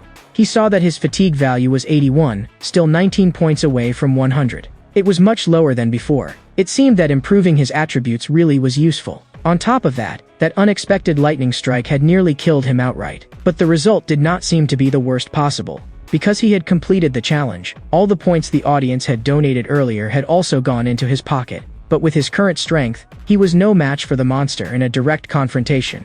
To bring down the giant, only one key thing remained, the lightning in his hand. System prompt, this is an ancient spear carved from lightning. Throwing it once can unleash terrifying power, but you only have one chance. The live stream instantly erupted. A weapon of this level actually appearing here was unbelievable. Even if it was a one-time use item, it should not have appeared on the 8th floor, much less been dropped here this early. Subaru immediately put it into his backpack.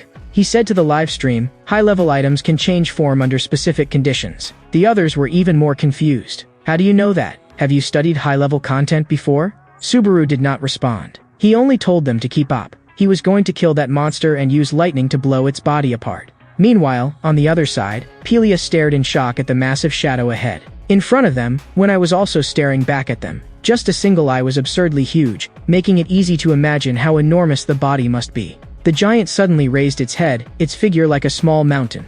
With a furious roar, the system prompted, "The enormous seed has devoured the giant's record." At the same time, a soldier named EP below actually ran wildly toward the giant, and Pelias was stunned on the spot. "What are you doing?"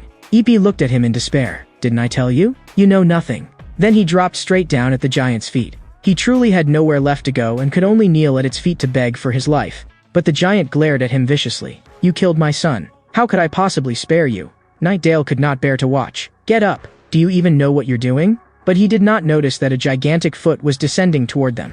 By the time Dale realized it, it was already too late. In that instant, he even regretted saving the soldier. Pelias roared, "Run! Run now! Why are you still standing there?" But just as the words left his mouth, Dale and that soldier were crushed on the spot, reduced to a mass of flesh and blood. Pelias's body trembled, but he quickly forced himself to calm down. Under this kind of pressure, he absolutely could not break. He looked around and found that every escape route had been cut off. The wall outside the village was made of giants so tall their tops could not be seen, and there were absurdly many of them. But the people in the village were old, weak, and wounded, with no fighting strength at all. What Pelias least wanted to see was a slaughter with no suspense whatsoever. He clenched his teeth and whispered in his heart, "I'm sorry." Then he shouted at the top of his lungs, "Hairy monster, I know who killed your son." Those words really made the hairy giant stop moving. It slowly bent down. "Knight, tell me, who killed my son?" And at that moment, Pelias stood before it, so insignificant he did not even count as an ant. Under that pressure, Pelias trembled all over, yet still drew his sword with a shaking hand. Then the tip of the sword pointed west. Pelias slowed his speech, trying his best to steady his voice. "The human who killed your son went that way, on that hill. Go kill him now." As for why he went there, it was to gather strength so he could come back and destroy you and your kind. He prayed like mad in his heart, "Take the bait, hurry and go, spare the women and children in the village." The giant looked in the direction the sword pointed. The next second, it whipped its head back, its face full of rage. "You're lying. Do you think I'm that easy to fool? So the one who killed my son isn't here? Or did you just casually point your broken sword in some random direction?" That roar nearly suffocated Pelias with fear. Just as the giant was about to strike, violent thunder exploded from the mountaintop. The giant froze for a moment, then turned to look. There really was someone over there. Pelias was so shocked he lost his voice. My benefactor really succeeded. I knew he could create a miracle. On the hill, wind surged and clouds churned as lightning crisscrossed. That lightning was exactly what Subaru had detonated on the mountaintop, for one purpose only, to draw the hairy giant over. It had to be said that Pelias had made an extremely correct choice. He had bought time by delaying the hairy giant. System prompt, Stage 7, Thunder, is about to begin. This may also be the final stage. Standing atop the hill, Subaru stared at the town ahead. As long as he killed them, this mission would be over. Someone in the livestream warned him, that giant seemed many times bigger than before. Subaru's heart sank. If it really was bigger than before, then this was not normal second-floor content. His fans told him to run immediately. A giant monster like this could not be killed. He replied with only one sentence, "It's fine, I still have a chance." He immediately took out every item from storage, with no need to think too much. He only needed to land one hit. There was no way he could win head-on now, so he had to finish charging before the opponent arrived. The next moment, Subaru directly activated the lightning spear. At once, a black spear appeared in his hand. It was a weapon formed from lightning. The price immediately appeared as well. His fatigue value began rising like crazy. Sure enough, just as he had expected, his skill level was too low to sustain a legendary item. His fatigue value kept surging upward, and the spear's activation reached 50%. Even so, he could only grit his teeth and endure it. Someone in the live stream could not bear to watch anymore. "Ever since you learned lightning magic, why do you keep suffering like this?" At this moment, Subaru stared fixedly at the massive figure ahead. At the same time, that monster also raised its eyes and met his gaze. Subaru waved the spear and struck his most provocative pose. "I killed your son. If you've got the ability, come and take revenge on me." At this point, the activation rate was only 78. Those words completely ignited the hairy giant. "Today, I'll make you pay for my son's life." It looked toward the lightning, its voice carrying suppressed grief. "My son, you must have suffered a great deal. Next, your father will avenge you. I'll make them pay twice over." Then its footsteps grew faster and faster. In almost the blink of an eye, it charged 100 meters forward, its face filled with overwhelming hatred. The white-haired giant roared in a voice that was nearly out of control. It was too fast. In at most 2 or 3 steps it could pounce right in front of Subaru, yet the lightning spear had still not fully formed. On the mountaintop, countless bolts of lightning fell from the sky and poured into the tip of Subaru's spear. The outcome between him and the white-haired giant might have been 50-50, but the viewers felt he could not possibly hit, and even if he did, he could not kill it. What they did not know was that there were only 2 possible outcomes, hit or miss. There was no third option. The first step was to lock his gaze onto the target and never let it shift away. His squad members had taught him that long ago. No matter what the target is, your eyes can't leave it. Throw the spear only at the end. Forget the throwing motion, forget the perfect arc, throw away every distracting thought, and only then can you read his movements in advance. As for all that, you actually don't need it. Trajectory, calculations, all of it can go to hell. You're not like other people, because you're Subaru. After being praised like that, Subaru had actually felt a little awkward. At this moment, the lightning spear's activation rate had already reached 95. After waiting just a little longer, it would all be over. And Subaru's eyes were still locked firmly on the white-haired giant. The white-haired giant was getting closer and closer, yet Subaru still had not thrown the spear. The live stream was going crazy. What are you doing? Why haven't you fired yet? If you hesitate any longer, you'll die. Subaru knew he could not rush. The moment he rushed, everything would collapse. And the white-haired giant before him seemed completely unafraid of lightning, climbing upward even faster. The next second, its huge foot slammed heavily onto the rock wall. With a push from its legs, the entire body of the white-haired giant launched into the air. When it leaped into midair, Subaru's eyes were still locked tightly onto it. The opportunity had come. At that moment, the final thread of lightning power fell from the sky and completely poured into the spear. The next moment, the system prompted, the spear's activation rate has reached 100. This means you can counterattack. Subaru adjusted into the most stable posture for exerting force, preparing to throw the spear. He had only one chance. If he failed, he would certainly die. The white-haired giant's face twisted grotesquely, its enormous hand already reaching for him. And Subaru was ready as well. This strike had to decide the battle, and he absolutely could not give the enemy any chance to counterattack. So at that moment, without half a second of hesitation, he hurled the spear in his hand. A thunderous explosion rang out, and a gigantic fiery mushroom cloud erupted in midair above the mountaintop. The white-haired giant's eyes were full of fear, and even scalding tears overflowed from them. It could not believe that this spear's power was actually this terrifying. Subaru slowly walked to the spot where the white-haired giant had just been. In the end, I'm the one who won. The live stream completely lost control. He landed every hit. That's way too strong. After watching this stream, my whole life was worth it. System prompt, Thunder Stage 7 has been cleared. All of his attributes increased across the board, and he obtained a rare item, the Heart of Thunder. So this is the Heart of Thunder. It's my first time seeing it too. Just then, the Heart of Thunder burst with blinding light. The intense radiance forced his eyes shut. But when he opened them again, he found that he was already somewhere else. In the sky ahead hung a gigantic shadow of a giant, too enormous to describe. He was chilled by shock. This pressure was far too intense. Even stranger, he could not make a sound. He could not move his body either. Could this be the pressure of a giant? The system panel began frantically prompting, many question marks are watching you.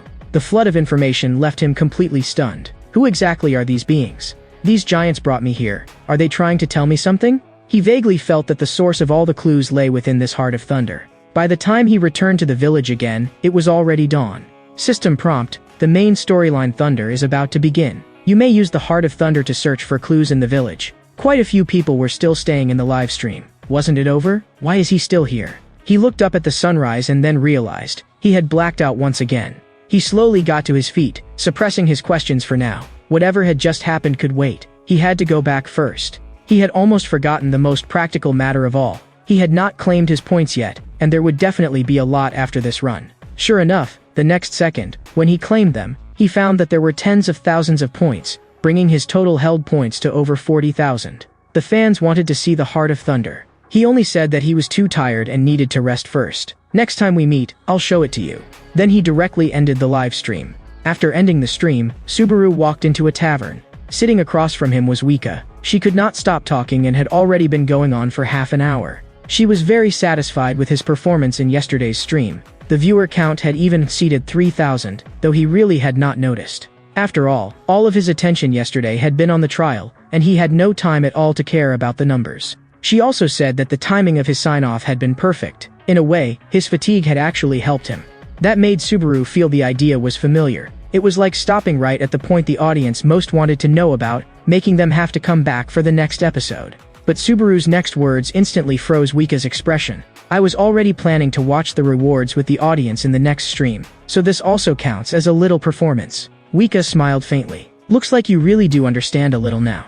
Then Wika said that today she had brought him a gift, and that this gift was very powerful. Her tone was calm, but extremely certain. You absolutely won't be able to refuse this gift. She told Subaru to search on his phone for a stream called Hawkeye's. You should have heard of him. He's the hottest commentary streamer right now. Subaru nodded. He had indeed watched Hawkeye's comment on him before. Soon he opened Hawkeye's live stream. The online viewer count was over 9,000. Hawkeye said that everyone could probably guess today's topic immediately. Of course the fans understood. Today's subject could not avoid revolving around Subaru. Then Hawkeye's revealed the topic, a second Subaru? Or will he become the original? I'll explain it step by step. In the blink of an eye, 30 minutes passed. Subaru kept watching, listening as Hawkeye said on stream. In other words, while dealing with the trial, this guy also added an extra layer of ordeal for himself. Wika looked at him with a slight blush. Every time they met, she always felt as if it were a date, especially in a tavern with this kind of atmosphere. At the end, Hawkeye gave his conclusion. He said there was no need for too much explanation. One sentence was enough to sum it up. Even Subaru could not help becoming curious. How was this guy going to evaluate him in a single sentence? Then Hawkeye slowly said, the result needs no further explanation. He is Subaru himself. He actually guessed it directly. Subaru looked at Wika again. Could it be that she thought the same thing? But what he did not know was that Wika had actually known long ago. She had confirmed it on the very day she watched his stream. She had just never said it. At that moment Wika leaned a little closer and laughed softly. Can I ask you a question? Subaru gestured for her to go ahead. As she spoke, she grew shy. I know it's strange for a manager to ask this, but I still want to know, do you have a girlfriend? To keep the atmosphere from getting too stiff, she added another question. Also, why do you want to do live streaming?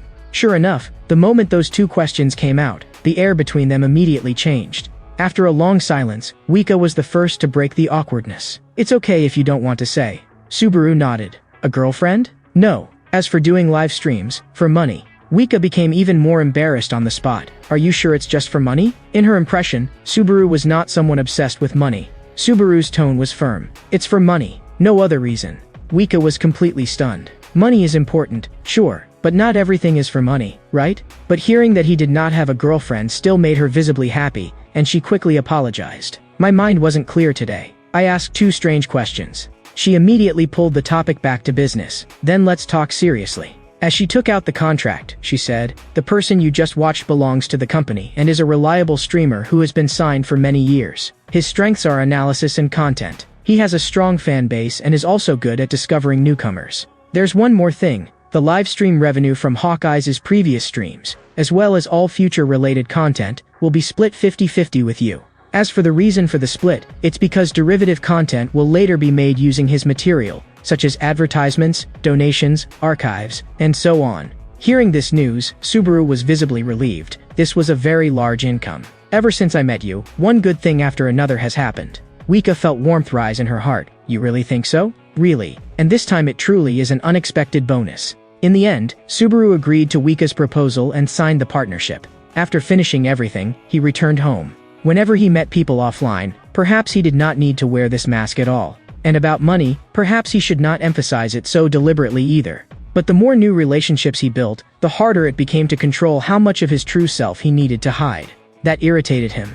And right now, the most important thing was to raise his skills a bit further. What surprised him was that upgrading the Wedge of Greed to rank C actually cost 80,000 credits, while he only had a balance of 120,000. This cut almost reached the bone. But he still gritted his teeth and upgraded it, because his collaboration with Hawkeye's would begin the day after tomorrow, and he should be able to earn a large sum.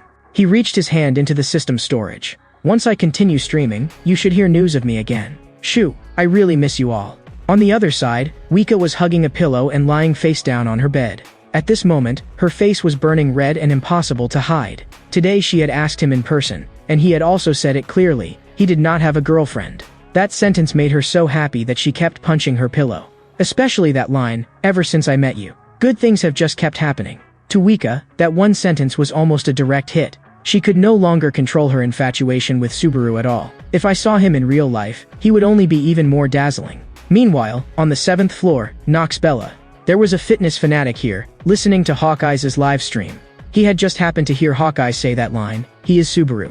The fitness fanatic turned back to the man behind him and said, "I really hate that blonde guy, especially the way he throws out comments so casually. Who exactly is he?" The person behind him answered, "A streamer who calls himself Hawkeyes, with an average audience of around 8,000. Hearing the word streamer, the man became even more disdainful. He had also tried being a streamer before, and he was Amon of Blue Zone. But compared with Hawkeyes, the person behind him hoped more that Amon would pay attention to the Subaru mentioned in the stream. Amon sneered, "You mean that fake who claims to have learned lightning magic?" A few minutes later, after watching Subaru's video, cold sweat broke out across his back. This is way too absurd. He's already getting close to the real Subaru. Sometimes a person's attitude can reverse that quickly. When the other side shows something you cannot deny, your heart begins to waver. That was exactly how Amon felt now. Once, he had heard the blue-eyed spear knight say one thing: in battle, the most important thing is to never let your eyes leave the target. The person behind him was shocked. "You even remember a casual remark like that?" It turned out that Amon had always been absorbing everything about them, including their breathing, even every detail. In Amon's eyes, every member of Blue Eyes was a top-tier player. But everyone had overlooked one fact: Blue Eyes was not just Subaru. Every other member was also absurdly strong. And their deaths had always been shrouded in suspicion, and Amon desperately wanted to know the truth from a year ago. After that, Amon turned off the live stream screen. He told the person behind him not to show him this kind of thing again in the future. The more he watched, the angrier he got, especially because of that blonde guy. But the other person said this was a direct order from the chairman. Amon's heart jolted. The reason was simple. Lightning was the symbol of Blue Eyes, and Blue Eyes was the predecessor of Blue Zone, so lightning was extremely important to Blue Zone. At that moment, someone pushed a cart up. According to current intelligence, this streamer is extremely obsessed with money. The next second, that person suddenly pulled back the cart's covering. Amon could hardly believe it on the spot. The cart was loaded with an entire cart full of gold. "The funds are ready. No matter what method you use, bring that man back." The value of the gold before his eyes was already astonishing enough. But even more astonishing was this: that streamer really was a money-loving person, something completely beyond Amon's understanding.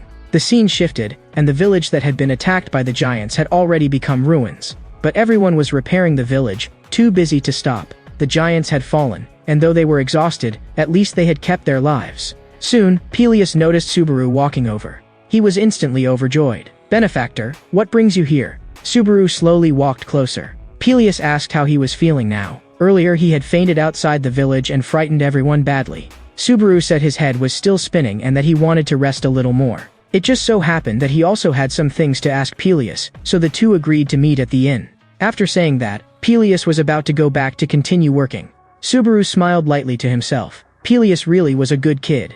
Soon, Subaru arrived at the inn first. He said to the live stream, "Now, let's see what exactly the rewards are." The first item was the Heart of Thunder, the only growth type item, and it had no level requirement, with plus 30% lightning resistance and plus 20% lightning attack. He could not help muttering under his breath, "This is way too overpowered. The bonuses are actually this high." For a lightning user, these attributes were almost perfect. This thing was absurdly strong. If used properly, it would make him even stronger. Suddenly, he heard a knock at the door. Peleus had arrived, and he told him to come in. The first thing that entered his sight was a basket of fruit. Subaru was a little confused. "Why bring fruit too?" Peleus laughed loudly. "Did you sleep well last night?" The live stream audience could not take it anymore. Why does this scene feel kind of sweet? After Peleus sat down, Subaru quietly listened to him speak. Unexpectedly, that legend Peleus had mentioned before was actually real. Peleus said that when he saw that light bloom, he knew Subaru had saved the entire village. At this moment, Subaru opened the mouth of the bag on his shoulder. This dropped from the giant. He handed the Heart of Thunder to Peleus to look at. "Do you know where it came from? If you do, could you tell me what exactly it is? I feel like it's very special." Peleus looked shocked. "I don't know. I truly have no clue." Subaru was stunned. "That was your reaction just now, and now you're telling me you don't know?" Peleus gave an awkward smile. "Sorry, I only know the ancient legends. I'm not even sure whether they're true, much less what happened afterward." Subaru said, "It's fine. Just tell me everything you remember." And there were a total of 2 legends that Peleus knew. The first legend said that lightning had once been used to kill giants. Now that had become reality, and the one who had done it was Subaru. The second legend said that gods and giants had fought over lightning. They went through countless battles, apparently for something like the Heart of Thunder in his hand. Subaru did not understand. Why would such a small Heart of Thunder cause the gods and giants to go to war? Peleus told him not to be nervous and said this was practically a myth among myths. Gods and giants fought for control over thunder, and in the end, the giants lost. So this gem had been deliberately left behind by someone.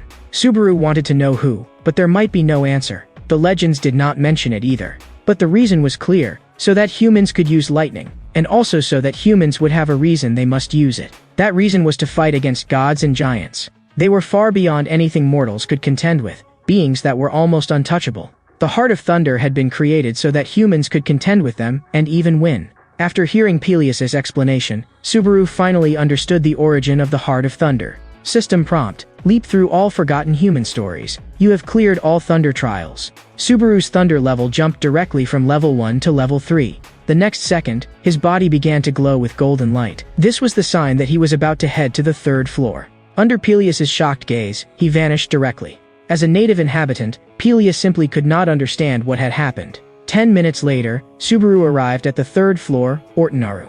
A golden teleportation circle lit up on the circular central platform. With a whoosh, his figure landed in the middle of the array in an instant. The people around him looked speechless. Another Subaru roleplayer. When was this trend ever going to stop? System prompt: someone in the live stream donated 1,000 points and asked how the 3rd floor felt. That sentence pulled his memories back a long way. If he had to say how it felt, then yes, he definitely felt something. If he remembered correctly, this was where he had first met her. Back then, when he first came to the 3rd floor, a girl had spoken to him. Her name was Reina, and she used to look especially hard to approach. She said she had gotten separated from her companion and asked whether he had seen him. About this tall, about this strongly built. He thought about it carefully. He really did seem to have seen someone like that. So he pointed in a direction. He went that way. Go look over there. Reina walked in the direction he pointed with a smile on her face. But the next second, she froze. The second after that, she froze again. Because there were 2 paths ahead, and she had no idea which one to take. Only then did he realize that she had no sense of direction. So he suggested, let's go together. I'm heading that way anyway. Reina was delighted. You're way too nice. But now all he had left was regret. If he had not gone with her that day, maybe she would not have died. Returning to the present, he gave his answer. How do I feel right now? Terrible. And it feels like I've lost something very important. The live stream was still jeering. It's because you left Peleus, that's why. He pressed the button to end the stream. As I am now, I should go collaborate with Mr. Hawkeyes. 10 minutes later, he arrived at a restaurant. The person he had come to meet was the chairman of the live stream guild. It was Subaru's first time meeting him. The man told him that Hawkeyes was also on the way and would arrive soon. Moving between floors, unlike climbing trials, took a very long time. Then the man reached out and shook his hand. So this is Wika's boss. He seems alright. If Wika had been there, she definitely would have complained. The chairman really talks too much. Subaru shook his hand politely. It's a pleasure to meet you. I've also heard quite a lot about you from Wika. John sat down and gave a low laugh. Usually I let Wika relay things, but today I wanted to meet you in person. Hawkeye's giving such high praise to the same player twice. I'm curious. Subaru paused. Twice? What do you mean? John said. The first one goes without saying. Of course it was Subaru of Blue Eyes. Those words made his heart tighten. Hawkeyes had actually focused on him twice. This man really did have something. The chairman asked whether he had any interest in the Blue Eyes Guild. From Subaru's eyes, the chairman had already seen that he was very interested in Blue Eyes. And the reason the chairman had come to see him today was to talk about exactly this. The chairman held his phone out in front of Subaru. 5 days later, the 3rd floor would hold a championship grand prize. The moment he saw this news, a suffocating killing intent burst out from Subaru. Lightning spilled uncontrollably from his fingertips. Meanwhile, Reina discovered that Subaru's stream had actually ended. As she walked, she said, I wonder if things are done on Shu's side. A few minutes later, Reina appeared in a forest. Strangely, the withered grassland was covered in a layer of frost and snow. As she continued forward, the area covered by frost and snow grew larger and larger. Reina looked toward Shu ahead. Are you done over here? Shu nodded. Actually, it ended a long time ago. He was just thinking about one thing. Whether to let these people go, or kill them. Looking around, there were more than a dozen dead servants standing before them. Reina could not be bothered to struggle with it. Just kill them. We already know who sent them anyway. But Shu did not want to act directly. After all, these were more than a dozen lives. If they really were sent by Atsuki, he would not send such small fry. But even if we let them go, that's trouble too. Reina let out a long sigh. Why are you hesitating so much? Once our location is exposed, we're dead for sure. After saying that, Reina stepped forward and slowly released her power. At that moment, the ice on the ground condensed into blade after blade of ice. As her power surged, a dense mass of ice blades appeared behind her. Rina gave a light push with her finger, and all the ice blades shot toward the ice statues in front. She understood very clearly, if she did not kill them, they might turn around and get her killed instead, so she chose to kill. Shu wanted to persuade her to stop and not be so impulsive. But Rina would not listen at all and still did things her own way. This is not something we can afford to get wrong. Soon, one ice statue after another was pierced through by the blades. They shattered and collapsed like clods of dirt. Rina killed every single one of them, leaving none alive. After finishing all this, only a clean open patch of ground remained here. All that was left was to wait for the sun to come out and melt all the ice. Whether they were Atsuki's people or not, if they were allowed to leave, they would know one thing: they were still alive. Could Shu guarantee that everyone would keep their mouth shut? That was why Reina could not stand Shu. Your indecisiveness won't save you. You have to be colder, harsher. After dealing with this side of things, Shu remembered something and pulled a phone from his waist. He held the screen out to Reina. This is a message I just received today. The moment she saw the contents, Reina flew into a rage. What the hell is this supposed to mean? Her eyes turned cold enough to pierce bone. Those bastards, I'm definitely going to kill them. Shu was equally furious. Because that pair of shoes was their younger brother's keepsake, yet now someone was using it as a gimmick. This was almost enough to conclude. This message was a trap. Not a very clever one, but enough to lure them in. Reina's gaze turned savage. Looks like that bastard Atsuki has already realized. We must still be alive somewhere in this world. Shu told her that she absolutely had to stay steady. That doesn't mean there's nothing we can do. We have to get the item back. Shu was not good at covert action, but Reina was exactly good at that. Burning with anger, Reina turned and started to leave. You talk too much. Even if you didn't say it, I'd still do it. But Shu grabbed her arm and told her to wait first. I'm not telling you to charge in recklessly. I'm saying we need to make a complete plan first. The safest method was to wait until the winner was decided and then steal it. That would be the most secure. Back on Subaru's side, the chairman laughed softly. This is a relic of a Blue Eyes member. These shoes are the prize that Blue Zone is providing for this tournament. He wanted to know whether Subaru was interested. Of course I'm interested. The chill in his voice could no longer be suppressed. But the chairman was immersed in his joy and did not hear the coldness in it at all. That's great. I really didn't expect you to be this interested. The plan depends entirely on your wishes. Then he told Subaru, considering that you stream under the name Subaru, he believed that a storyline about pursuing Blue Eyes relics would be extremely attractive to viewers. Hearing that sentence, the fury in Subaru's eyes nearly exploded. This guy actually wanted to use Toshino's relics as promotional material. Even a dull person like the chairman could see that something was wrong. Did something affect you? Your emotions don't seem quite right now. Subaru suppressed his emotions immediately. Then we'll do as you said and make this storyline. The chairman's smile deepened.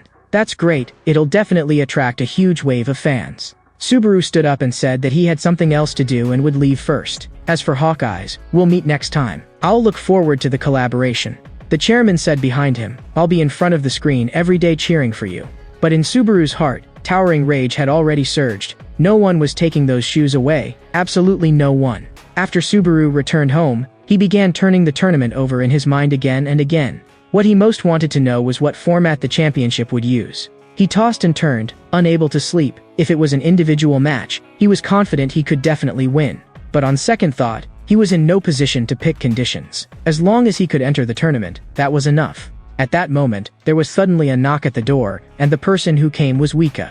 He slowly got up, not expecting that she would actually come to his home. He could not show her his real face now, so his gaze fell on the mask on the table. He sighed softly to himself. Living behind a mask was truly exhausting. As soon as the door opened, his eyes lit up. Was this still the Wika from his memory? She had clearly dressed up carefully today, so beautiful it was almost too much. The moment she saw him, Wika's little face immediately turned red. She had never expected that her sudden visit would be met by a masked Subaru again. He told her not to stand at the door and to come inside first. Wika panicked a little. You want me to come into your home? He pretended he was about to close the door. If you prefer standing in the hallway to talk, I don't mind. So she walked into the room. Then excuse me. She said excuse me, but she really was not disturbing anything at all. He did not even have any tea, so she could only sit properly on the chair. After looking around the room, Wika was completely stunned. Because the place was absurdly empty, with almost no furniture. She looked back at Subaru and truly could not understand how he usually lived. And Subaru's gaze was unusually serious. Wika's magic power was indeed unfathomable. In his eyes, a faint red glow shimmered around her. At that intensity, she should not have been merely a branch supervisor. Being stared at by him like that, Wika grew awkward. Is there something on my face? He waved his hand. It's clean, there's nothing there. It's just that you haven't said anything, and I was waiting for you to explain the tournament information. That line made Wika pause. She had almost forgotten the main business. Sorry, I'll explain the tournament information clearly right now. First, the tournament used a battle royale format. That is, a chaotic melee with many people on the same stage. The grand prize was a pair of shoes. The rules were simple. Everyone fought over the prize, and the last person standing won. So in other words, it's a solo free-for-all? Wouldn't that be very favorable for me? Also, the venue was a virtual trial arena. The entry requirement was to be a third-floor player. The entry fee was 1,000 points, and there was no limit on participants. Wika would send him the materials from past Battle Royale tournaments to his equipment, and he only needed to look through them once to get the general idea. When he opened his mailbox, he found that it was almost entirely filled with material related to Subaru. I'll use it as reference. Thanks for the hard work. Wika told him not to be polite. This was her job. At that moment, Wika suddenly became hesitant. Did the chairman mention something to you? Actually, we received a message from Blue Zone. The moment he heard Blue Zone, his heart sank violently. Blue Zone was the power created by Itsuki. The moment he thought of his enemy being over there, the fire in his heart flared up at once. Wika continued, people from Blue Zone want to meet you, but they can't contact you, so the message was sent to us instead. He had not expected that they had already begun making contact proactively and had their eyes on him. Wika guessed that they wanted to negotiate terms in person. If they offer higher pay, better benefits, more resources. As she spoke, her voice became softer and softer. To reassure her, he only said one sentence, ignore them directly. Wika first looked troubled. I understand. Then she froze. Wait, you want to ignore Blue Zone? Subaru nodded. I have no intention of joining Blue Zone. The same goes for other guilds. I'll stay here all along.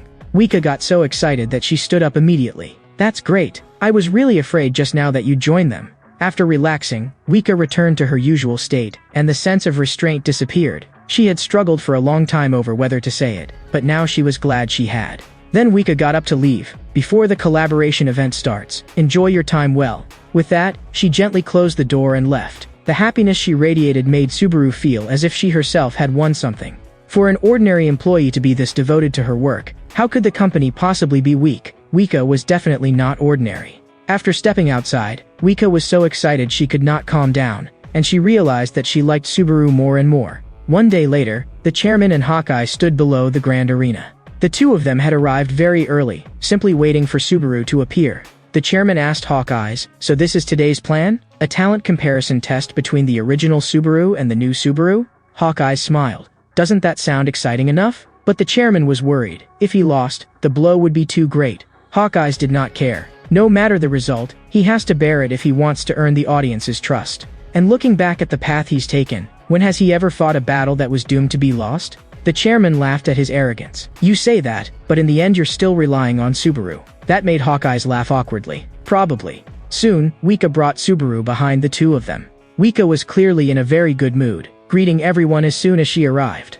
Both of them were startled by her outfit. She rarely dressed up, much less wore a red dress. But Hawkeye's gaze remained locked on Subaru the entire time, and he said to himself, the star that will rise into the sky in the future, I finally met you. Subaru remarked that the venue was enormous. Had they rented it specifically for this? Hawkeye stepped forward. I'm Hawkeyes. Nice to meet you. Please take care of me. Subaru responded politely as well. Hawkeyes looked at him and felt as if he were seeing Subaru himself, to the point that he could barely suppress his emotions. The chairman interrupted them. You can get familiar after the stream starts. This is how streamers get to know each other. Go continue the conversation on stream. Soon, the live stream began. The instant it started, 1,300 people flooded in.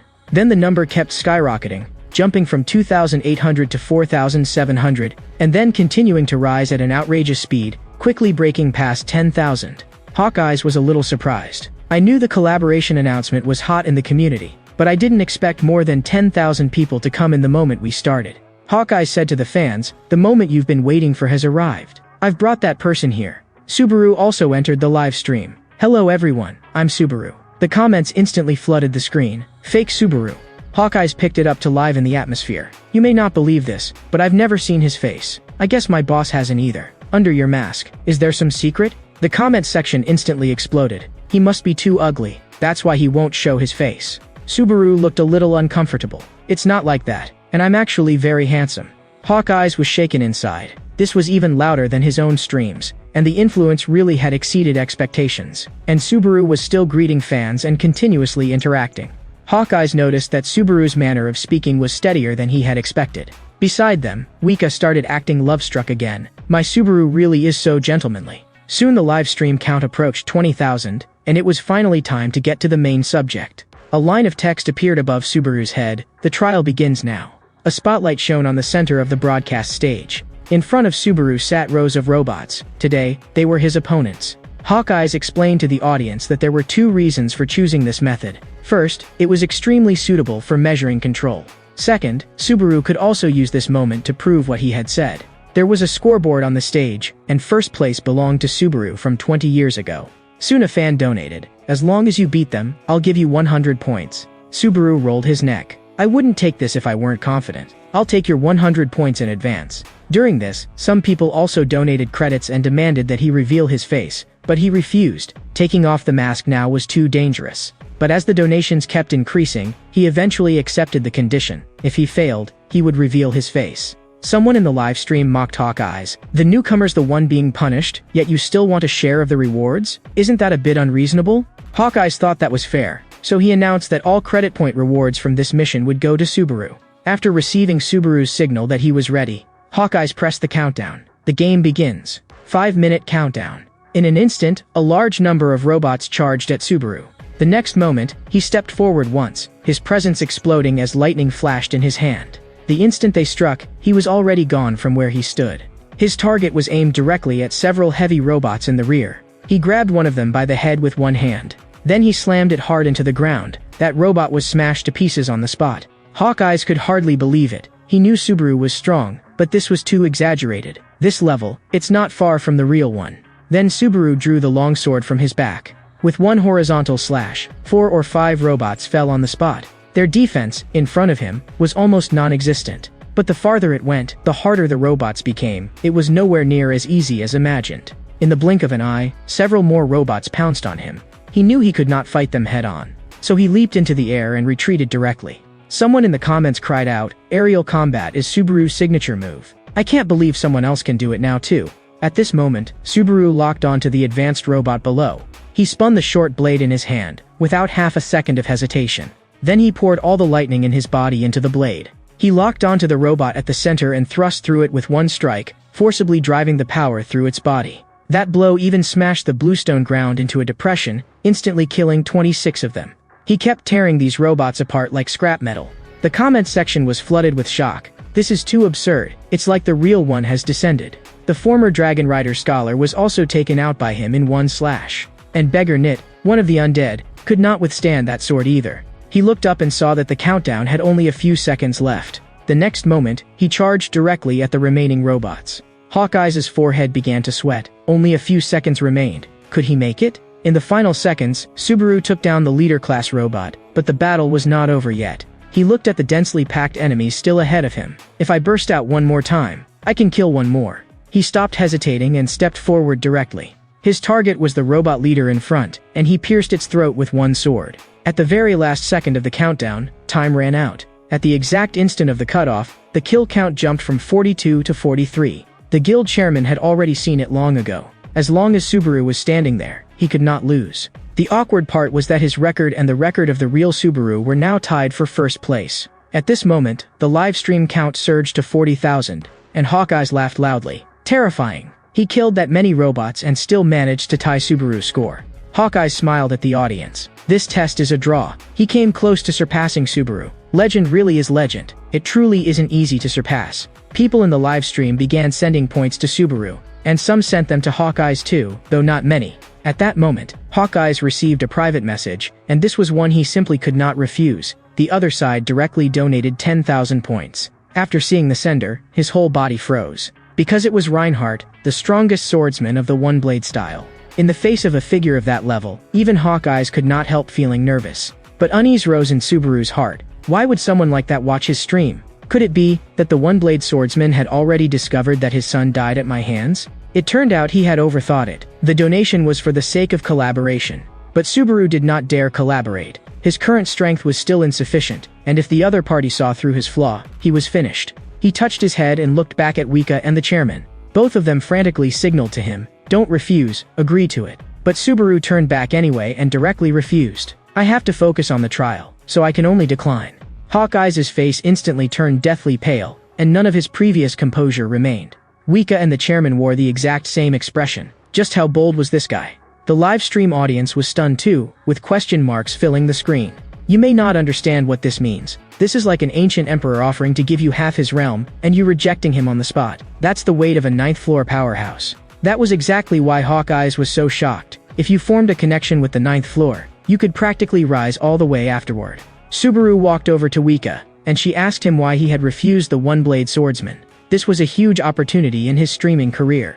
Subaru instead looked puzzled. Was it really that important? The chairman explained, collaborations with high-ranked streamers, especially top-ranked ones, almost never happened. Subaru gave 2 light hums. I see. If ranked players are that important, then I'll just become a ranked player myself. Then you don't need to be so shocked. The moment those words fell, the air itself sank. Wika and the chairman stared at him as if he were an idiot. Just how arrogant are you? Hawkeye suddenly rushed over and broke the silence. Your performance was too outrageous. Once the earnings come in, I'll send your share over. Then he scratched his head and spoke carefully. Now that the stream is over, can I ask you a question? I felt like something was off about your condition during the fight just now. Were you not in your best state, or were you injured? Subaru had not expected Hawkeye's to see that so accurately. He had thought he had hidden it well, but he had still been seen through. The name Hawkeye's truly had not come from nowhere. Subaru said, whether I win or lose, I'll put myself in a difficult position. Hawkeye's did not understand. What do you mean? What would put you in a difficult position? Isn't the highlight of the stream whether or not you can surpass Subaru? If I had won today, I really could have gained short-term hype, but the expectations surrounding this showdown would immediately drop, which would actually be bad for the future. But if I had lost, everyone would only say, of course he couldn't beat the real Subaru. That's normal. After hearing this analysis, sweat appeared at Hawkeye's temple. He had not thought that far at all in the beginning. And now he understood. What Subaru needed was a perfectly balanced result. That was why Subaru had controlled the kill count so precisely. A draw was the only solution. At that moment, none of the 3 of them could speak. Hawkeye's was the first to speak again. So in other words, as long as you wanted to, you could surpass Subaru? Subaru gave no answer. I don't know either. After all, I'm not him, and I don't know what his limit was. The answer depends on how the audience chooses to interpret it. For me, it's enough to just keep streaming. As for the rest, naturally someone will stir up the hype for me. After saying that, he turned and left, while the 3 of them still had not recovered from the shock. Meanwhile, on the 9th floor, a fist was raised high. The next second, that man smashed the table in front of him to pieces. Subaru had angered him so much that he was trembling. A 9th floor powerhouse had reached that level of strength, yet was publicly rejected by a rude brat. No one could swallow that. He was Reinhardt, Guild Master of the Golden Lion Guild. His panel showed, Hawkeye's live stream has ended. At that moment, someone walked to the doorway. Hearing the noise, the man immediately pushed the door open. Lord Reinhardt, what happened? Reinhardt stared at him, his eyes full of killing intent. This is the Subaru you were talking about? The subordinate nodded tremblingly. He's the hottest rising star lately, with extremely high popularity. But he had not expected Subaru to actually dare reject a 9th floor powerhouse. It was sheer audacity. In truth, Reinhardt had not had good intentions to begin with. He had planned to crush Subaru in public while also suppressing those annoying rumors. But now the whole plan had gone up in smoke. He did not care about that bit of donation money. What truly enraged him was that a nobody dared trample on his pride. The subordinate bent down and picked up the search device from the floor. He handed the search device to the furious Reinhardt. Reinhardt crushed it in his hand on the spot. How is the matter I told you to investigate progressing? As for Reinhardt's son, he had searched desperately, but still had no clues at all. The subordinate felt the guild master was overreacting. With the young master's age, disappearing for a few days was not unusual. Maybe he would come back in a couple of days. But in the next second, the subordinate suddenly clutched his own throat. Reinhardt's magic had directly locked onto it. Immediately after, the subordinate's body lifted off the ground and was forcibly raised into the air. Reinhardt shouted angrily, "Are you mocking me too?" The subordinate was completely panicked, his breathing broken and ragged. "Boss, you misunderstood. I absolutely didn't mean to mock you." Reinhardt gave a light wave of his arm. And with a loud boom, the subordinate was slammed into the wall, shattering the entire section. But the subordinate was also a strong player, so this level of injury was not fatal. Reinhardt said coldly, "From now on, you dare brush me off too? I want you to find my son immediately." Lying on the ground, the subordinate begged repeatedly for mercy. I'll resume the search right away and intensify it. I'll sweep through the first, second, and third floors completely. On the other side, Wika received a call from the chairman. Her expression instantly became one of utter despair. Every time this man called, nothing good came of it. She really wanted to smash her phone. But the moment she answered, Wika immediately put on a deliberately relaxed tone. "Boss, good evening." The chairman immediately sensed something was off. "What kind of tone is that? Is that how you talk to your superior?" Then the chairman launched into another long lecture, to the point that Wika was almost fed up. Wika was not polite to this superior either. "Didn't you call because of Reinhardt's collaboration proposal?" Sure enough, the chairman really had contacted Reinhardt's side. He felt that this kind of opportunity absolutely could not be missed. Wika looked a little downcast. "Even if you called, it's useless. We can't change anything." The chairman knew that too, but he felt Wika was Subaru's manager, so at the very least she should try persuading him one more time. But Wika knew all too well, Subaru simply did not care about these things. She had been paying attention to him for so many years. How could she not understand him? The chairman had no idea what Wika was thinking and kept talking non-stop. "He's too strange. Compared to collaboration streams, he cares more about climbing the tower. That's what a real player is like. But you'd still better try to persuade him. Collaboration helps his future." Wika did not want to listen anymore, and her finger was already resting on the hang-up button. Although she had spoken stubbornly just now, she also understood that, for the current Subaru, this really might be an excellent opportunity, so she still had to try one more time. So Wika knocked on Subaru's door. The moment she saw Subaru, the gloom on Wika's face immediately disappeared and was replaced by a bright red blush. But she also felt a little disappointed. This surprise attack still had not let her see his real face. He was still wearing the mask. Subaru understood the look in her eyes and stepped forward. "Are you curious about my real face?" Wika was a little embarrassed. The mask really does have a mysterious charm. But one day you'll have to show your real face, right? Just like Subaru did. He showed his real face too. Subaru did not quite understand. Why was everyone so obsessed with Subaru? Wika thought seriously for a moment and could think of many reasons. For example, he had only been a lowly earthling, yet his stats had been absurdly poor. For example, his very existence alone had been harsh and cruel. But the most important reason was that Subaru had once been their hope. Subaru was even more confused. "Hope? What do you mean by that?" Wika said, "When we first entered the tower, there was really nothing here. All we saw was desolation, stretching beyond sight. Monsters were everywhere. There was no food, no way to make money, and so-called stability was just a fantasy. The only way to survive was to keep climbing upward. The higher you climbed, the more points you got. Only when you had enough points were you qualified to breathe for a moment. Slowly, people began to believe, maybe this world could truly belong to us. At that time, the great players left us hope. They had only one belief, this tower could be conquered, so we could win. And standing at the peak above everyone was Subaru. In our eyes, he was like a god. His achievements were not just about clearing floors. He was the first person to prove that conquering the giant tower was truly possible. After hearing her experience, Subaru did not agree. If he were really that strong, he would not have died on the 9th floor. He asked Wika, "Do you think so too?" But Wika held back her answer. "My thoughts are a secret too, just like the face under your mask. Maybe one day, you'll tell me." Then Subaru opened the door, wanting to let her come inside so they could talk in more detail. No matter what, if she had come here, she surely had something to discuss. But Wika was obviously flustered. "I don't really have anything. I'll go first. Get some rest early." Subaru watched her walk farther and farther away, and lightly praised her in his heart. Really beautiful. What he did not know was that Wika's heart was racing so fast it felt numb. After saying so much to him, she did not even want to persuade him anymore. And for some reason, facing his invitation only made her heartbeat even more uncontrollable. And Subaru had no idea what she was thinking. He only kept turning over those 2 words she had said, hope. After that, Subaru set off for the 3rd floor entrance. "I've dealt with most of the matters on the 2nd floor. It's time to train on the 3rd floor." The next moment, the system panel popped up with the 3rd floor training information.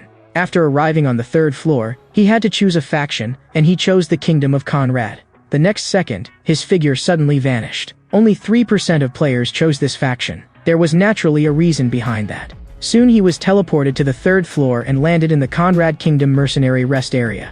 The moment he stepped into the rest area, a man locked onto him with his gaze. The man grinned. "A newbie? Perfect timing, I was just bored." Pretending to be casual, he walked toward Subaru. With a thud, the man deliberately rammed his shoulder into Subaru's, a smug smile still on his lips. But Subaru was only walking normally, and he knocked the other man aside directly. Without even slowing his steps, he brushed past him and did not spare him an extra glance. The slick-haired man was startled and cursed aloud. "Are you blind? What the hell is wrong with you?" Subaru's gaze turned sharp. "You're the one with the problem. You deliberately bumped into me. You think I couldn't tell?" The man flew into a rage and grabbed Subaru by the collar. "You bastard! An E-rank hunter dares talk back to a B-rank?" The newcomers in the tavern saw the commotion and immediately got excited. Subaru laughed softly. "B-rank? Perfect. Let me test what you're worth." As soon as the words fell, lightning flashed beneath his feet and crackled around his legs. With a single high kick, he shattered the man's front teeth on the spot. Then the man shot backward like an arrow launched from a bowstring. No one could believe it. One strike had crippled a B-rank mercenary. In the crowd, an old man had been staring at Subaru the whole time. Not long after, a group of people stormed in aggressively. "He dared bully our people. Tear his mask off." More than 10 people instantly surrounded Subaru. "Kid, this place is your grave." Subaru did not even change expression and merely swept them with a glance. "A bunch of trash." Within seconds, he knocked all dozen of them to the ground. One of the fallen mercenaries trembled through clenched teeth. "This guy is so strong he doesn't seem human." After finishing off that group, someone else came up to talk to him. But this person was not here to cause trouble. He wanted to make his acquaintance. "My name is Raymond. I'm a rank examiner." Subaru shook his hand without hesitation. Raymond said he had never seen him before and asked what missions he had completed. The livestream fans felt they were wasting time. "Stop chatting so much with the tower names." The goal of the third floor trial was to take missions and earn 10,000 credit points. An E-rank mercenary could earn at most 50 points per mission, so most players got stuck here for more than a year. Subaru had no time to waste. He had to take a shortcut and could not spare even a second, much less slowly rank up. Raymond thought for a moment and guessed that he came from Earth. "There aren't many people from other worlds like you these days. But even so, I can't give you special treatment. Rules are rules." Subaru felt the rules could be shortened, but Raymond still refused. There was no point in opening a back door for an otherworlder destined to leave. There was only one path to clear the third floor in one go. So Subaru said to Raymond, "I can help you fulfill your dream." Raymond did not understand.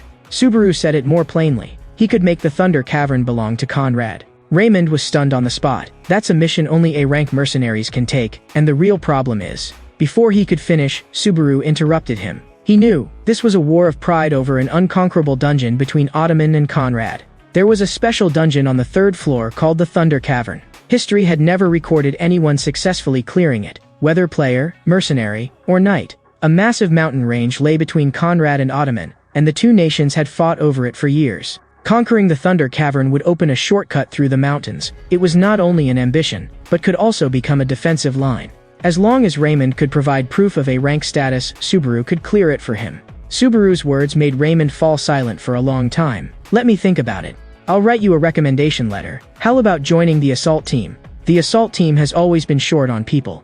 The comments kept urging him to run quickly. This guy has no idea he's only one step away from death. The assault team would depart in 3 days, and when the time came, Raymond would bring the recommendation letter and told Subaru to wait here first. The live stream audience completely exploded, constantly sending Subaru new mission suggestions. 5 days from now just happens to be when the third floor tournament ends. Did Blue Zone deliberately schedule it this way? Raymond stepped forward, his voice growing heavy. "To clear the Thunder Cavern, honestly, I still can't believe it. When he was young, he had challenged it too, and nearly half his teammates had died that day."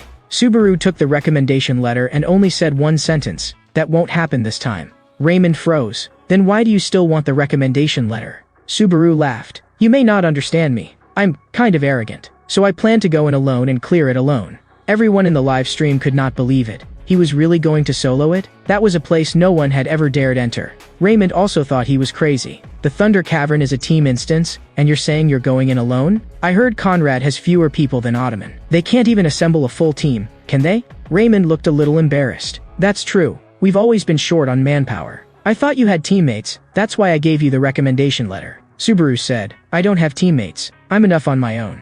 The next moment, Subaru turned off the live stream. "Next I'll make some preparations, then set out." On the other side, a woman was climbing a wooden staircase step by step, unable to hide her confusion. He's really going alone? He's just like Subaru. But as she kept watching, she realized Subaru had already ended the stream, and she immediately felt it was a pity. Because from his previous streams, it seemed that every time he reached a key information point, he would cut the stream.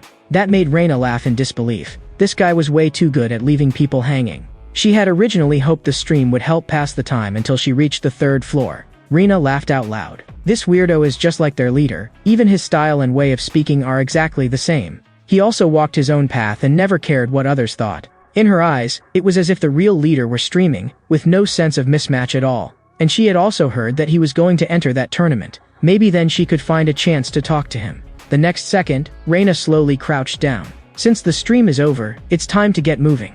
With a whoosh, her figure shot straight into the sky. Meanwhile, Subaru was dragged out shopping by Wika. It was obvious that every time Wika went shopping with him, she blushed, and her shyness was adorably obvious. Along the way, she kept praising his streams as interesting and engaging, unlike other streamers who were so monotonous. She also said there was a grilled meat place on the 3rd floor that was delicious, and wanted to invite him to eat there that evening. But Subaru refused. He was in a hurry to grow stronger and was in no mood for grilled meat. And besides, the tournament was about to begin. He would never hand Toshino's relic over to anyone.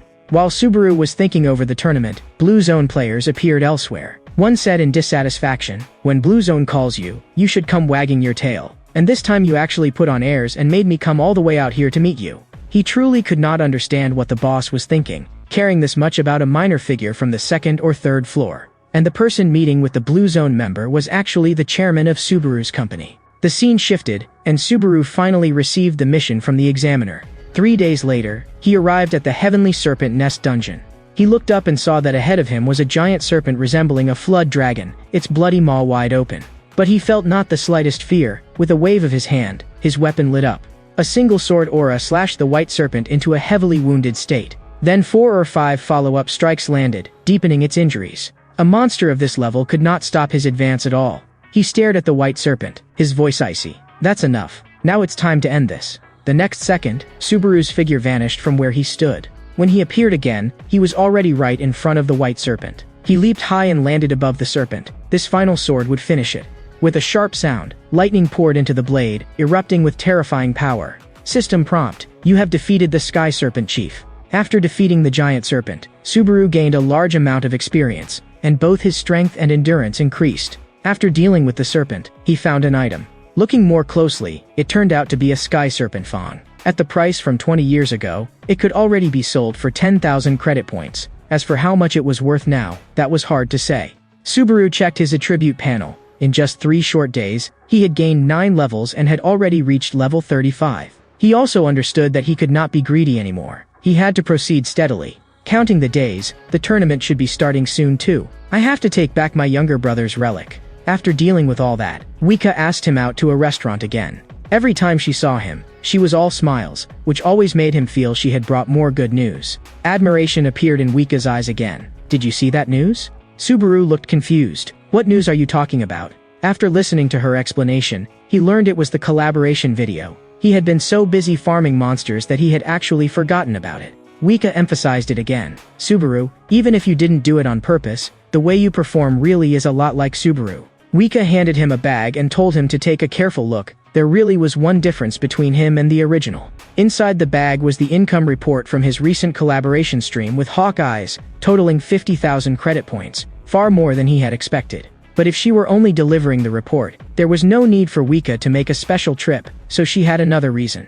She said she had a friend named Kayaharu, a fanatical gambler, and she had learned some inside information from him. There was a kind of betting where people wagered on who would win the championship and claim the prize. The higher the chance of winning, the lower the odds, meaning smaller but more stable returns. Right now, Subaru's odds were 6.1 to 1, but one player's odds were only 1.2 to 1. So that person was the universally acknowledged favorite to win. Subaru, being poorly informed, had no idea who she was talking about. That person was named Omar Schneider, a Blue Zone player who had stayed on the 3rd floor for a full 10 years, obsessed with clearing the Thunder Cavern. It was precisely that madness that had made him famous throughout the streaming world. What shocked Wika even more was that Schneider was trying every possible way to meet Subaru, because in his eyes, Subaru's actions were almost a declaration of war against them. The reason they were displeased was simple. Content Subaru could clear in a few days was something their boss had struggled with for 10 years just to reach that point. At that moment, Wika had somehow climbed onto the dining table without realizing it,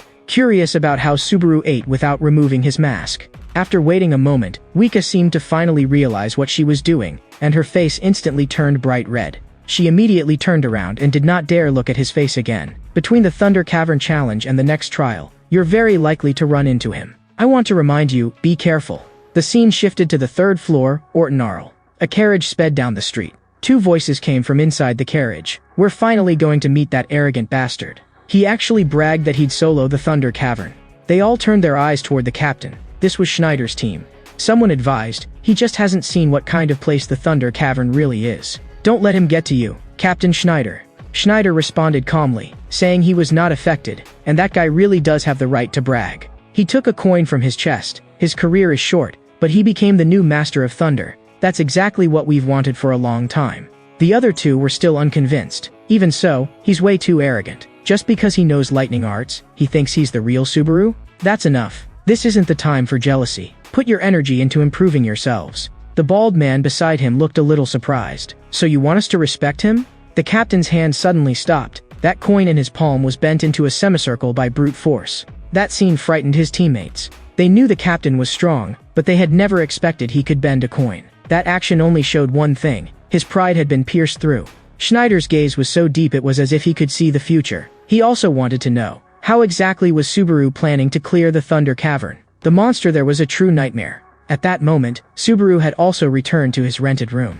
He stared at the intelligence in his hand, and his first reaction was, this guy has something wrong with his head. But he had to admit that the other party truly had ability. He had only begun to emerge 5 years ago, and had joined Blue Zone at around the same time. Schneider of Blue Zone was a late-blooming player who had stepped into the spotlight during the Thunder Cavern Challenge. Blue Zone challenger Schneider ventures deep into the Thunder Cavern, only one step away. Subaru had originally felt that the organizers were overly confident in holding this kind of tournament. But if they already had an internal favorite, then it made sense. Unfortunately, they might be miscalculating this time. As long as he entered, he had to take back his younger brother's relic. Let him see, then, whether the organizers were stronger, or he was stronger. When the time came, he would make their schemes fail and force them to pay the price. The next day, Subaru went to the largest trading market in town.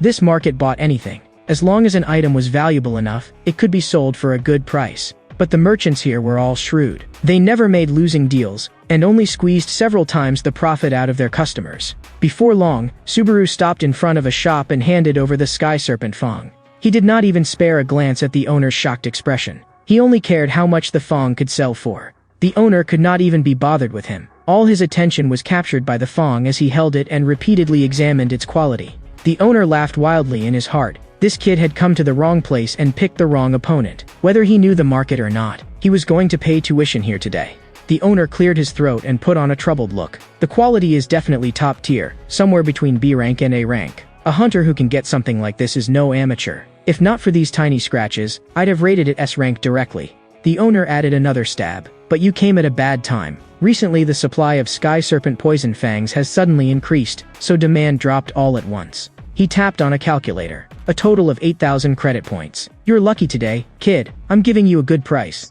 Subaru let out a light sigh. This number was far below what he had expected. Had this thing really depreciated that much over 20 years? But just as the thought rose in his mind, a man walked up behind him. Don't let him fool you. Sky Serpent Poison Fangs are inherently rare, so the seller is usually the one who sets the price. The next second, the owner's jaw nearly dropped. Because the person now standing before him, he might go his whole life without ever meeting, much less becoming a rival. A person of that level was staring into Subaru's eyes at that very moment. Those hero-like eyes were filled with killing intent. If an ordinary person met that gaze, their legs would probably go weak on the spot. So you're the legendary Subaru? This person was exactly the one Subaru had seen yesterday in the search device, Schneider. Without question a powerful enemy. After Subaru met Schneider, the two went to a nearby restaurant. Subaru told him to get straight to the point. They were not close enough to sit down and eat leisurely together. Even so, he was still a little surprised inside. Schneider had actually chosen a restaurant with this kind of style. At first, when Schneider heard that a newcomer wanted to conquer the Thunder Cavern, he had only thought the other man was an arrogant drifter. But now, he dared not draw a conclusion. He was split half and half. Half of him still thought Subaru arrogant. The other half was respect. You do have talent, so much that it could even be called excessive. But I still cannot accept that you're being compared to Subaru. Subaru kept his eyes fixed on him. He had assumed Schneider was just some eccentric, but he had not expected the man's gaze to be so serious it was nearly obsessive. But since Schneider had specially dragged him out to meet, it could not be just to say this much. Schneider said he had a proposal.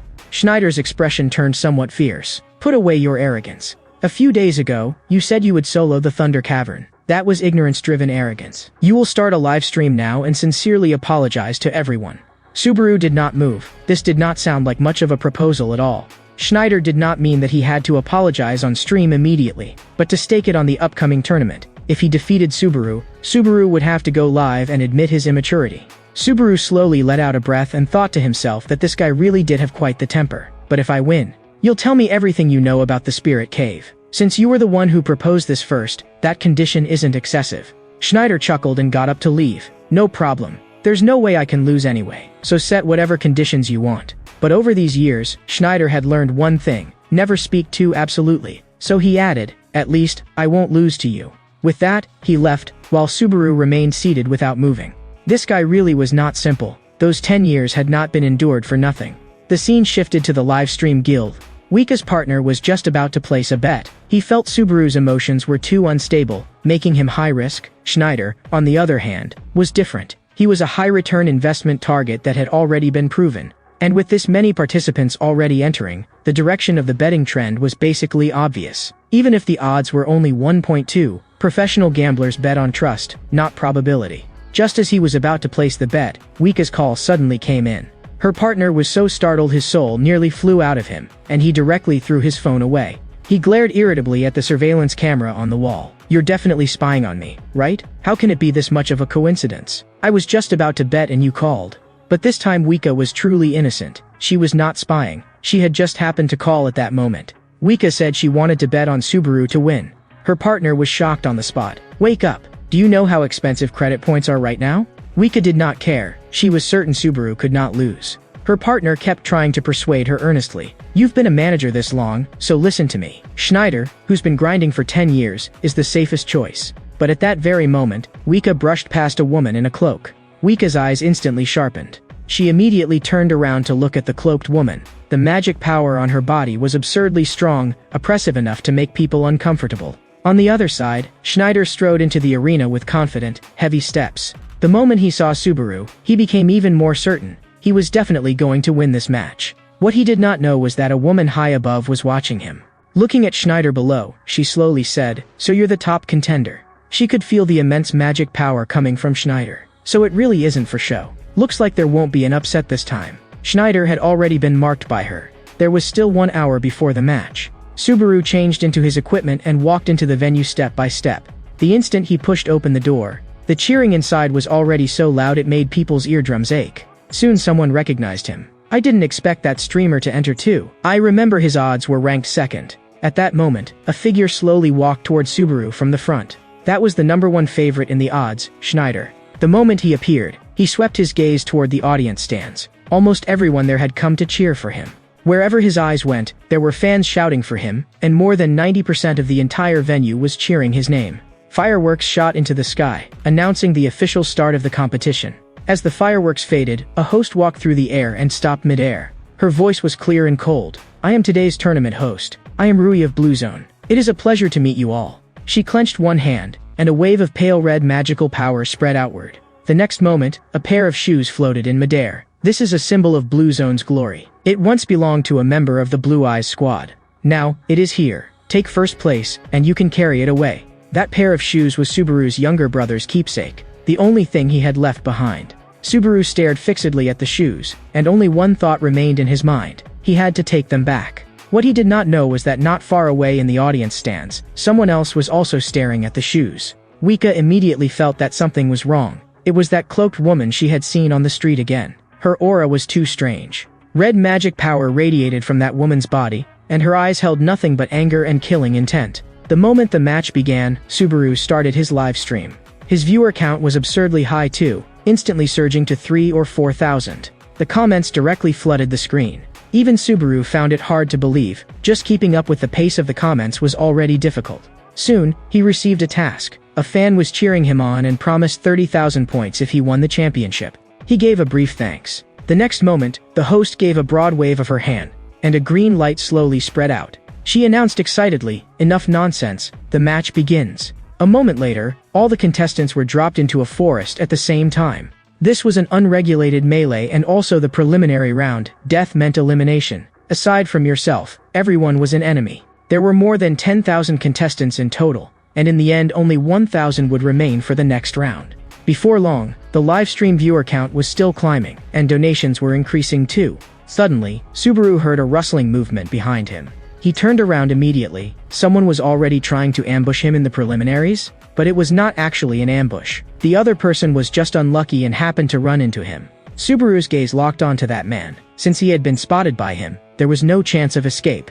In just a few short minutes, the survivors dropped from over 10,000 to 8,000. Schneider strode through the forest, neither hiding nor attacking. Because in his eyes there was only one target, Subaru. Suddenly, his pupils contracted, and his figure flickered, dodging an incoming arrow. Schneider gave a low laugh. Is that all a small fry can do? Nothing but sneak attacks? The archer in front cursed inwardly. Damn it, missed. The moment that thought appeared in the man's mind, dozens more people emerged behind him. These people wanted to join forces to kill a favorite contestant. Everyone be careful. This guy has fought on battlefields for years. He's definitely no soft target. Schneider sighed. The plan isn't bad. Unfortunately, you picked the wrong person.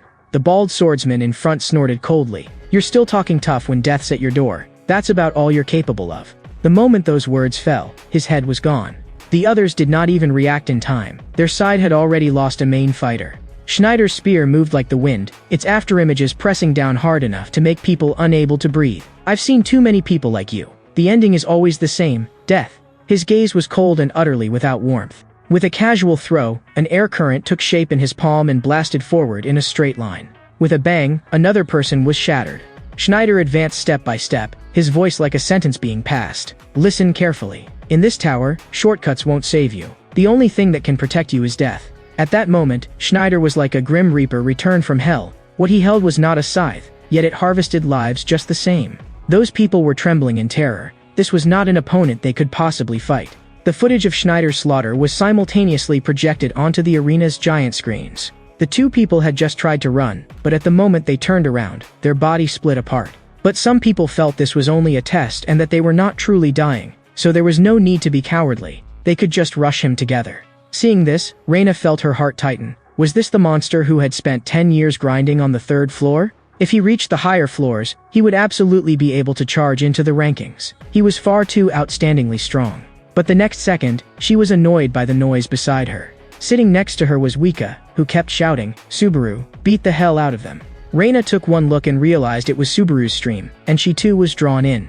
Then Wika and Reina met each other's eyes. Wika felt a burst of joy inside. Since you're wearing a mask too, you must be a Subaru fan. After confirming it, Wika said she was also a Subaru fan and had liked him for 20 years. So Wika invited Reina beside her. Why don't we watch Subaru's stream together? On the other side, the number of survivors had already fallen from over 10,000 to just over 1,300. At that moment, Subaru was walking through the forest without much strategy. If he met someone, he killed them. He looked up at the sky. The preliminary round should be ending soon. Each person was worth 200 points, and if he did not think of a way to keep finding opponents, his score would not look impressive enough. Suddenly, his eyes lit up with an idea, and he thought of a simple solution. He slowly drew his sword. Why not just announce that I'm here and lure everyone over? Something this simple, and I only just thought of it now. The livestream audience was dumbfounded. Everyone else is busy hiding, and you're actually going out looking for people to kill. The next moment, Subaru slashed out with his sword, lightning wrapping around the sword force and directly cutting the trees ahead in half. Wherever he went, he kept cutting. The trees in front of him had already been mostly cleared away. Just then, a man's figure appeared atop the wreckage of the fallen trees. That man was Schneider. He had also just finished clearing out everyone in this area. Schneider's eyes shone with excitement. I finally found you. Subaru did not back down at all. I think I found you first. Schneider's live stream also exploded completely. A major player has appeared. Schneider is worth 10,000 credit points. Because earlier, someone had given Subaru a mission. If he defeated Schneider, he would be rewarded with 10,000 credit points. Subaru had not expected to run into him this soon. Schneider was equally excited. From the moment he entered the arena, he had been looking for Subaru, and now his wish was finally granted. A battle that should have appeared in the finals had actually erupted ahead of schedule in the very first preliminary round.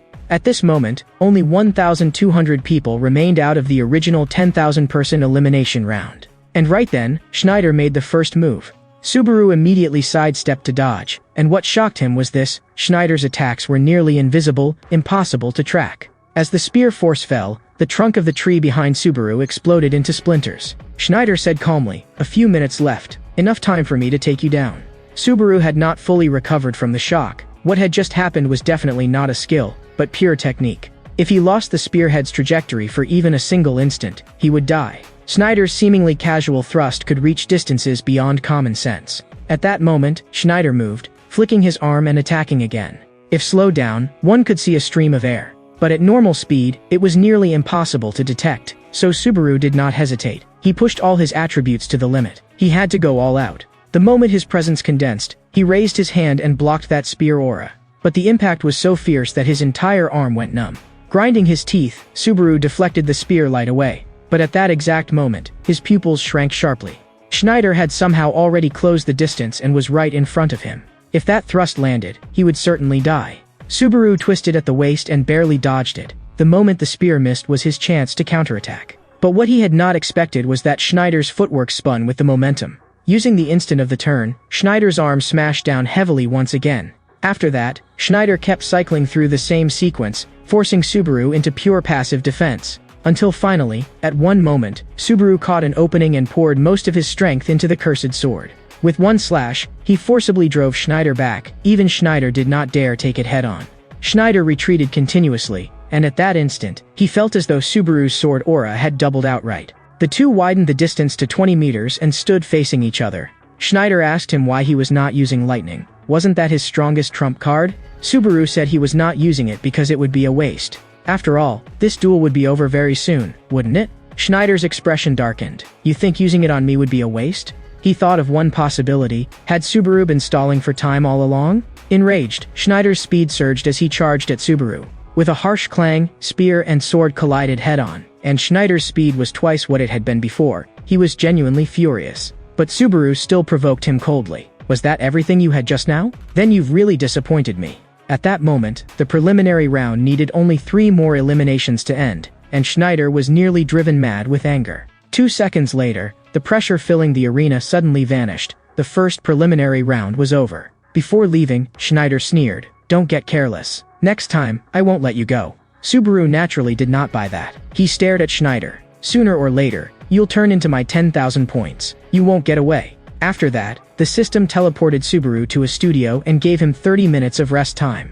At that moment, his palm was still numb. At the final critical instant, he had almost been overwhelmed by Schneider. His livestream viewer count had already surged to 11,000. For those 11,000 people, he had practically forced this hot topic into existence with his own hands. Wika had once said, once a streamer's followers broke 10,000, that was the first real barrier. Cross it once, and you could establish yourself in the field. Now Subaru had firmly crossed that line. Under the identity of a streamer, he had drawn away enormous attention, and the next real duel with Schneider would only attract even more eyes. But if even someone on Schneider's level could not clear the Thunder Cavern, then that place was probably far harder than imagined. Next, Subaru claimed all of his donations. Then he poured all of them into upgrading the skill level of the Wedge of Greed. As long as he raised it to B rank, his combat power would undergo a qualitative leap.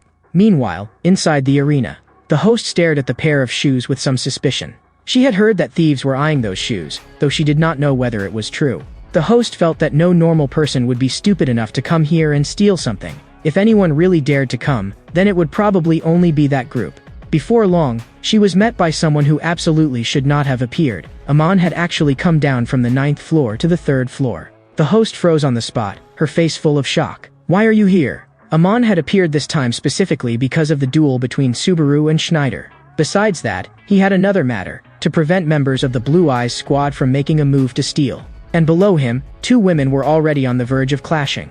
Feeling the highly oppressive magic power coming from Wika, Reina slowly took off her mask. "Being called Big Sister by you. I'm really not used to it." Wika gave an awkward smile. "Because there's something absolutely extraordinary about your aura. I can tell you've trained for a very long time, and you use disguise magic too, right?" Reina let out a chuckle. Even that could be seen through, so she really was not simple. Wika believed Reina had a reason for doing this. The more powerful your identity, the more necessary it was to hide your real face. But halfway through speaking, her tone sank. "Let's make this clear first. You're not here to rule in the match, are you?" Reina did not take Wika seriously at all. "So what if I am? If I really came here to cause trouble, what could you do about it?" Wika could not hold back anymore, and her magic power erupted completely. "I don't care about anything else, but Subaru's stream absolutely cannot be interrupted. If you dare touch it, you die."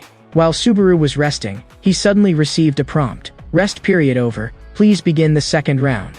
There were many people standing in front of him, clearly all teleported over together from the resting rooms. This round's content was to seize other people's territory and make it your own. Each piece of territory could hold at most 2 people, so while grabbing land, you also had to defend your position. Defeat one player, and you could take their territory away. Each territory could hold no more than 2 people at a time. If you defeated your opponent, that territory would belong to your side. When time ended, the one controlling the most territory would win. Who would become the new owner of these shoes? The answer would be known in 2 hours. At that moment, the system stitched together the territories from every room. As the finals began, everyone tensed up and guarded their own land stubbornly. Just as Subaru had predicted, no one made the first move. Starting a fight now would gain you at most 1 territory, but later on, defeating one person would let you swallow up far more land. Watching first and acting later was the normal choice. The next second, Subaru moved, one slash came down and directly cut off the head of the person beside him,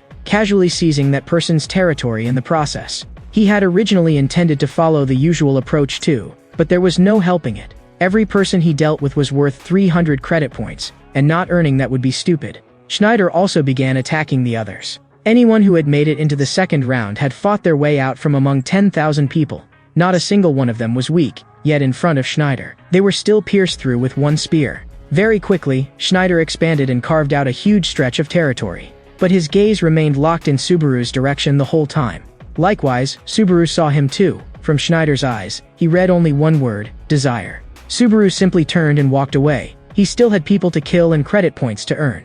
Schneider exploded in anger on the spot. Where are you going? Are you running away? Subaru could not be bothered to answer him. The more credit points he could earn, the more he would earn. 10 minutes passed in a flash, and Subaru killed another person. The level of the 3rd floor is even lower than I thought. The strongest one here is probably Schneider. At the same time, the system prompt sounded. Player Dongchao has entered your territory. There are currently 2 players in this territory. Subaru slowly turned around. He wanted to see who was so bold as to trespass on his ground. When he turned back, he found that it looked like one of Schneider's lackeys. The man shook his weapon and spoke arrogantly. So you're Subaru? Today, you're destined to lose to me. The live stream nearly died laughing. A minion wants to fight the boss? What is he thinking? The next second, the bald man charged forward. He raised his spear and kicked out, trying to suppress him with momentum. But Subaru ducked low, slashed backhanded, and directly cut his weapon in 2. That weapon was made of heavy metal, cost a fortune, and had extremely high toughness, yet Subaru broke it with a casual swing. The other man's pupils shrank. His weapon had been cleanly split in half? How was that possible? With a thud, the man fell to the ground. Subaru stood before him like an arbiter holding life and death in his hands. Before dying, the bald man muttered, "I take that back. Captain, this guy really is strong." With a soft sound, Subaru directly finished him off and sent him into elimination. Subaru was still wondering what that line about the captain meant, when the system prompt sounded again. Player Schneider has entered your territory. Subaru's heart sank. So you finally came? The moment he turned around, he saw Schneider charging straight at him in anger. Without hesitation, Subaru raised his sword and blocked Schneider's spear head-on. The weapons collided, sending sparks flying everywhere. Schneider pressed harder and harder, forcing him to use lightning immediately. Otherwise, on the next strike, Subaru would not even have the chance to use lightning. The livestream comments went wild. Choose now. Are you going to kill him, or spare him? That flurry of attacks just now had been too fast, and Subaru had not fully caught up with the rhythm, so he could only pull back first. Schneider really was absurdly strong. But unfortunately, he had picked the wrong opponent today. Subaru slowly lowered his sword, and Schneider thought he was about to run again. But then Subaru spoke, his voice cold as a blade. "Since you want to die, I'll grant your wish." Black lightning began wrapping around Subaru's fingertips. With multiple skills reinforcing it, the lightning was forcibly shaped into a spear. Schneider's expression changed. Turning an element into a weapon? How is that possible? Subaru finished condensing it and was about to strike, but he caught that slight hesitation in Schneider's eyes. "Are you afraid?" Schneider shook his head. "How could I be afraid?" "Then I'll ask you again. Against this kind of attack, will you run?" Schneider fell silent. He gave no answer and only calculated how to tear through this attack. This lightning truly exceeded his expectations, but this time, he had to cross that line. Time returned to before the match began, when his teammates had asked him a question. They wanted to know why Schneider was so obsessed with the Thunder Cavern. With the captain's strength, he could clearly have advanced easily to the 5th or even 6th floor. Schneider had laughed loudly. People like me, who become obsessed with one thing to the extreme, often forget the original reason long ago. Put nicely, it's called conviction. Put bluntly, it's called obsession. But there's one thing I know for certain. If I get past this obstacle, my life will be completely rewritten. That's why I absolutely cannot give up. So at this moment, he made his decision, and the spear in his hand spun with a howl. He absolutely could not run. Otherwise he would be burdened with a second obsession. A moment later, his power had already been compressed to the limit. In the blink of an eye, Schneider charged at Subaru, so fast he was nearly impossible to see. Subaru only stepped forward, as if sending off Schneider's 10 years of persistence. I won't hold back. Subaru's figure vanished from the spot as well. In Subaru's mind, Schneider was the kind of person who would walk to the end even knowing it meant death, and he respected that. The next second, their weapons collided head-on. They both unleashed all of their power at once. This was a collision of convictions, and neither would retreat. It was the karma built up over more than 10 years. The impact blasted chunks of stone from the arena and swept them up like a storm. Immediately after, a massive explosion took shape in the clash of their attacks. Meanwhile, over in the audience, Wika was still guarding against Reina beside her. Reina's eyes were cold. Your magic is strong, but you can't stop me from causing trouble. Wika refused to yield an inch. You can try. I'm Subaru's fan. I will never let you ruin his duel. Just then, a huge burst of fire lit up both of their faces. The two of them stopped at the same time. The result was about to be decided. The arena was too chaotic, so Wika simply watched Subaru's live stream directly. But the live stream image made Wika's expression change instantly. That explosion just now had been too terrifying. The competition stage was completely swallowed by smoke and dust. Only after a long while did two figures slowly emerge on the big screen. After the intense battle, blood was spilling from the corner of Schneider's mouth. The camera moved downward. There was a huge hole blasted through Schneider's torso. He dropped heavily to his knees. Without a doubt, Subaru had won this battle. Although Schneider had been killed, he had not truly died. They would meet again before long. The system showed, Subaru has occupied 283 territories. Out of everyone in the arena, he controlled the most territory. So there was no suspense in this victory. At once, fireworks filled the sky and human voices erupted. At this moment, the entire venue completely boiled over, the noise surging toward the heavens. It had been many years. No one had seen such a vicious duel in a long time. Seeing Subaru take the championship, Wika could not be bothered to keep arguing with Reina. But when she looked at Reina, she found something off about her expression. That face was too cold, as if this victory should never have belonged to Subaru. Reina was just as shaken inside. She had not expected the winner to be a newcomer. Since that was the case, then she could not be blamed. The importance of those shoes was something she understood better than anyone. The host leaped into the sky, her voice carrying across the whole venue. The winner of this tournament, a new streamer, Subaru.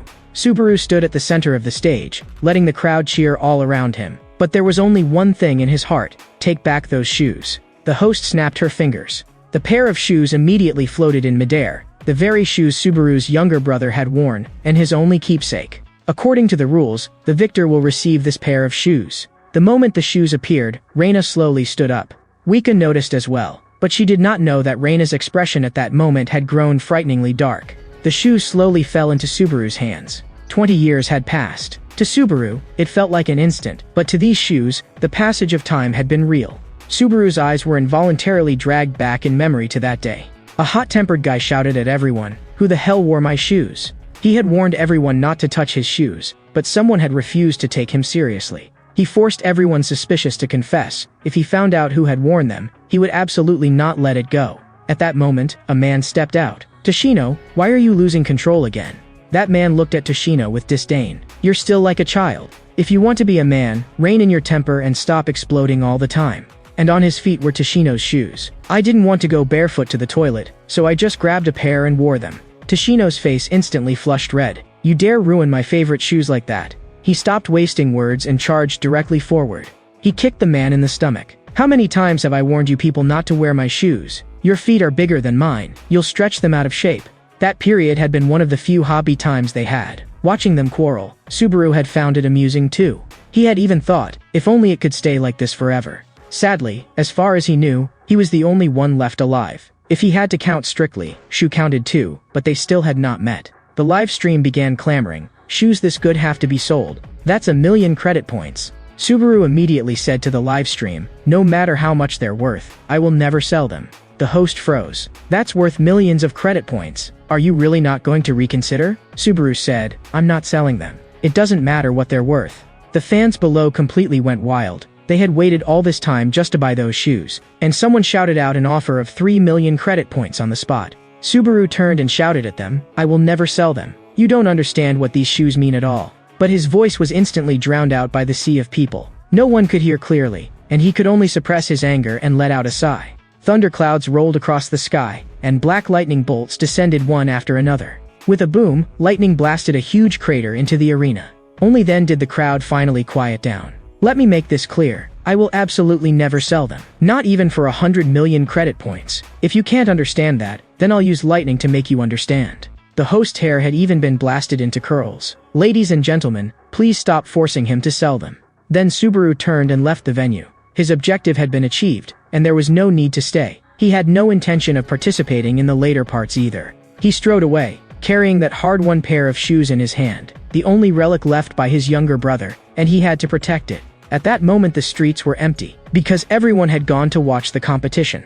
But there were always exceptions. 2 people were standing here. That man had just been watching Subaru's livestream, and he too had not expected Subaru to really win. It had completely exceeded expectations. The woman beside him did not know much about Subaru, and asked him on whether he was really that strong, and whether he might become a second Subaru. The one speaking was Hanamaki of Blue Zone.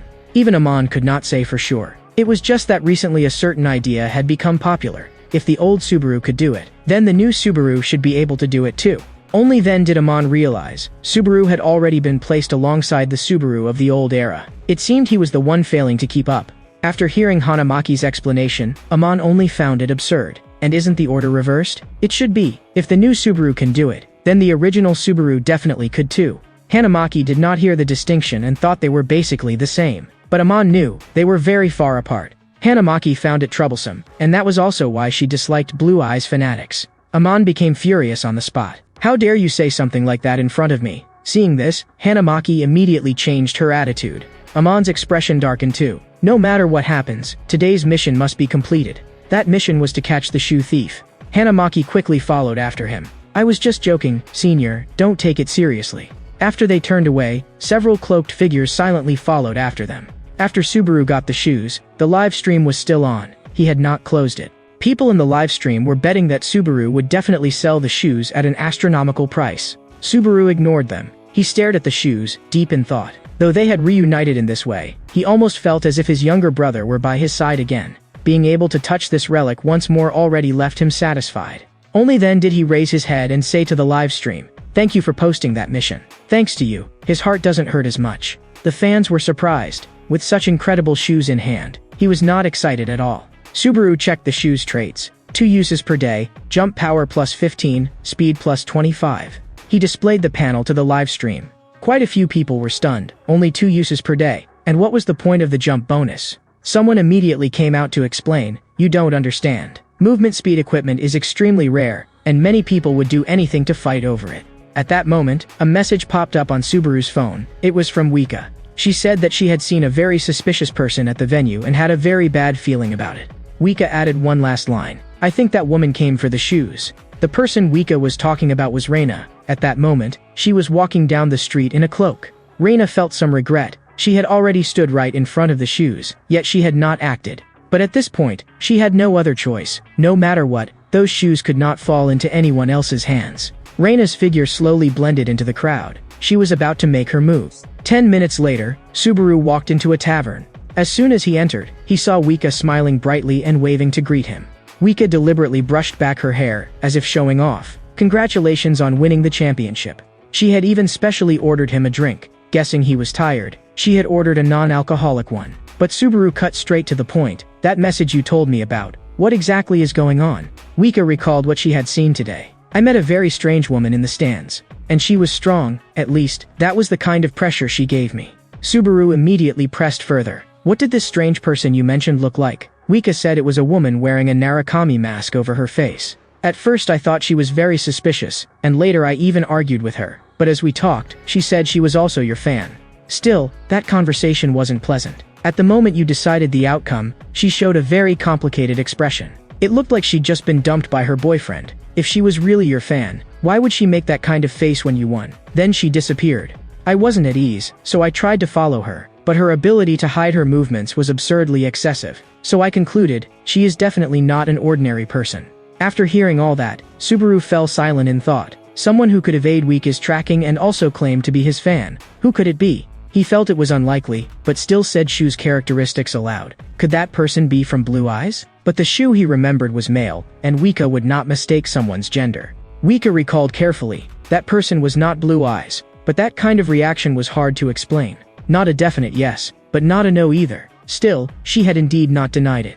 If she absolutely had to describe it, Wika could think of only one word. That complicated expression looked like nostalgia. Yes, nostalgia. The moment he heard nostalgia, Subaru's heart sank violently. The next second, he had already rushed out of the tavern and onto the street. He had to find that woman and ask everything clearly. Seeing him so flustered, Wika was stunned. Could it be another woman here? In the end, Subaru left without taking a single sip of the drink Wika had ordered for him. And at that moment, Reina was standing high above, looking down over the street. In truth, Reina had already been waiting here for a long time. She had simply been hesitating over whether to act. In the blink of an eye, another 15 minutes passed. Subaru ran through the streets for a long time, but still did not see the figure Wika had described. He realized that he had been careless. Itsuki was likely using the shoes as bait to force members of the Blue Eyes squad to show themselves. Since Reina excelled at infiltration, then she would definitely come back for his younger brother's shoes. And she had deliberately suppressed her presence, so thoroughly that no one could sense it, not even Subaru. It could only be said that her concealment was terrifying. From ice blossoms, Subaru caught Shu's magic power, and afterward a figure very much like Reina appeared. Could it be that the 4 people I saved back then are all still alive? That was not impossible, but he had to stay calm now. It was still too early to draw conclusions. With Reina's personality, with his younger brother's keepsake right before her eyes, there was no way she would just sit back and do nothing. Just then, Subaru heard Wika calling to him from behind. Unexpectedly, Wika had chased after him too, and asked, "Are you okay? Why are you so panicked?" Wika's expression was complicated, as if she could not grasp something. In her heart she was thinking, could that woman be Subaru's lover? Subaru could tell what she was thinking and immediately explained, "The person you're talking about, I might know her, but maybe not." That sentence made Wika's heart ache. Anyone could see that the kind of panic he was showing could only be because that person mattered a great deal to him. Thinking that, Wika knew she could not delay any longer. If she delayed any further, Subaru would become someone else's. So Wika raised her head, gathered her courage, and threw the words out, "Subaru, I like you. Is that woman you talked about my love rival?" Wika's eyes were full of tension and expectation. She wanted an answer. But Subaru could not accept her now. He did not want to drag her into danger. Moonlight passed over the eaves. After a long silence, he only said to her, "Let's go back first." After saying that, Subaru walked away without even turning his head. Meanwhile, Reina was still sitting high above, seeing everything below with perfect clarity. Every detail that happened below fell into Reina's eyes. This outcome was exactly what she had expected. Several figures appeared in her field of vision. They had all come to capture her. 2 figures stood by the corner of the wall, leading the effort to capture Reina. But with only 2 rookies, they could not even touch her. What Reina truly cared about was that Subaru had really entered the tournament and even won the championship. And she had also seen the way he had run wildly through the streets. She did not understand why he had been in such a hurry. Was it because victory had gone to his head, or because he was too excited? She simulated the battle to snatch the shoes back in her mind. At most 5 seconds, and she could reclaim the prize. Before coming to the 3rd floor, she had even patted her chest and promised Shu that she would definitely bring the shoes back.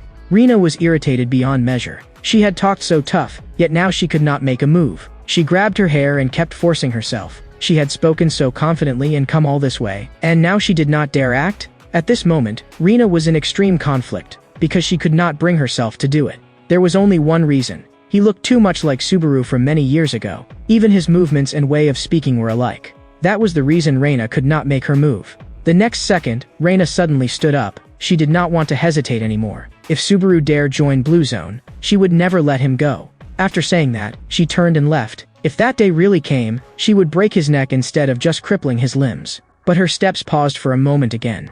She truly hoped that one day she could sit down with Subaru and talk everything through clearly. A thought rose in her heart. If she could see his face, maybe it would feel like seeing the old Subaru again.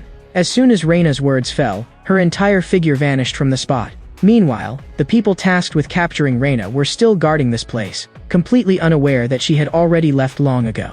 Hanamaki was so bored she was getting irritated. "How much longer are we going to stay here?" Amon stared at his phone, his voice cold. No need to stay anymore. Hanamaki saw the content on the phone and was startled too. The phone displayed, retreat. Hanamaki could not understand it at all. We spent the whole night on this and got nothing, and now we're retreating? Are you joking? Amon's tone held not a trace of humor. If the Blue Eyes Squad members from back then had really come here, there's no way they would have just stood by and watched the prize be taken away. Since no theft happened, there's only one possibility. Everyone in the Blue Eyes Squad is already dead. Hanamaki stammered, trying to argue, but Amon cut her off. Looks like they were overthinking it.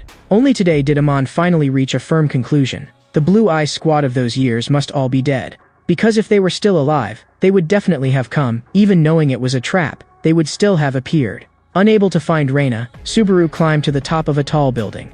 He had already removed the mask from his face. He took out his phone and glanced at today's hot news. The news said, Blue Eyes disbanded because Subaru died for his companions. Therefore they guessed the Blue Eyes Squad did not appear today either because of that, or because they had already been wiped out. More than 20 years had passed since then, and Itsuki was probably somewhere far beyond his reach. For a beginner player like Subaru, catching up to Itsuki was unrealistic. Most importantly, he needed something more special.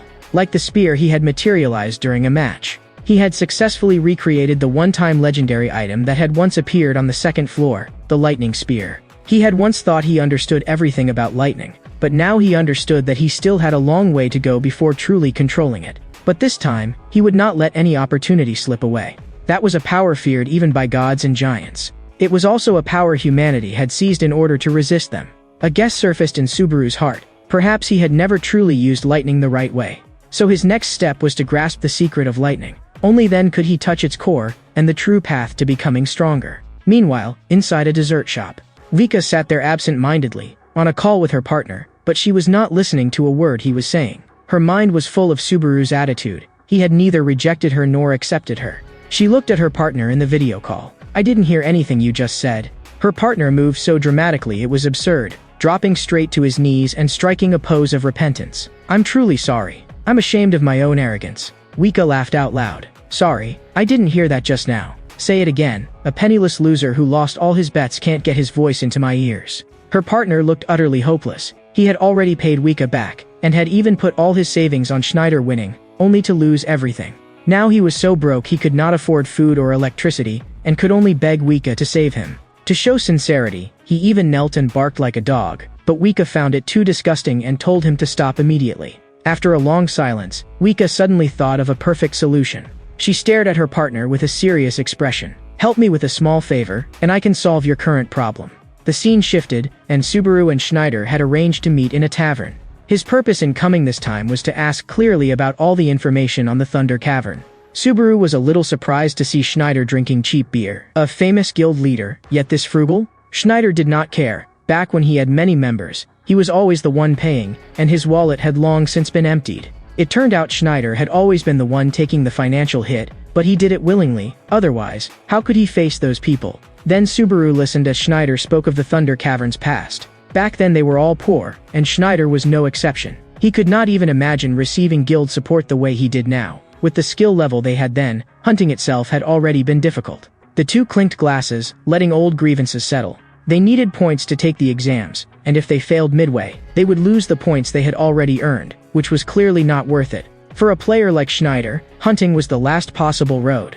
That day, they had gone out hunting as usual, just to scrape together exam points, or even gain a little bit of level. But they ran into a scurry giant python. 7 inexperienced players had no chance whatsoever against it. Everyone had been stunned by the python's massive size. In the end, only Schneider survived. Everyone else died. At the time, Schneider simply could not bear that blow, because he had been the one who led the team together, and everything had started because of him. Every time he thought of that, he hated himself to the point of madness. Subaru let out a low sigh. They were too alike, both having lost teammates. He asked one question. Did they hate you because of that? Schneider's state was obviously wrong. You're right. Of course they hated me down to the bone. I heard those words so often my ears nearly bled. Subaru was startled inside. Just how much pressure and self-blame had Schneider been carrying? Schneider was almost falling into madness, his mouth constantly repeating those words of hatred. What meaning did the Thunder Cavern ever have? It was all because of you. If not for your stubbornness, they wouldn't have died.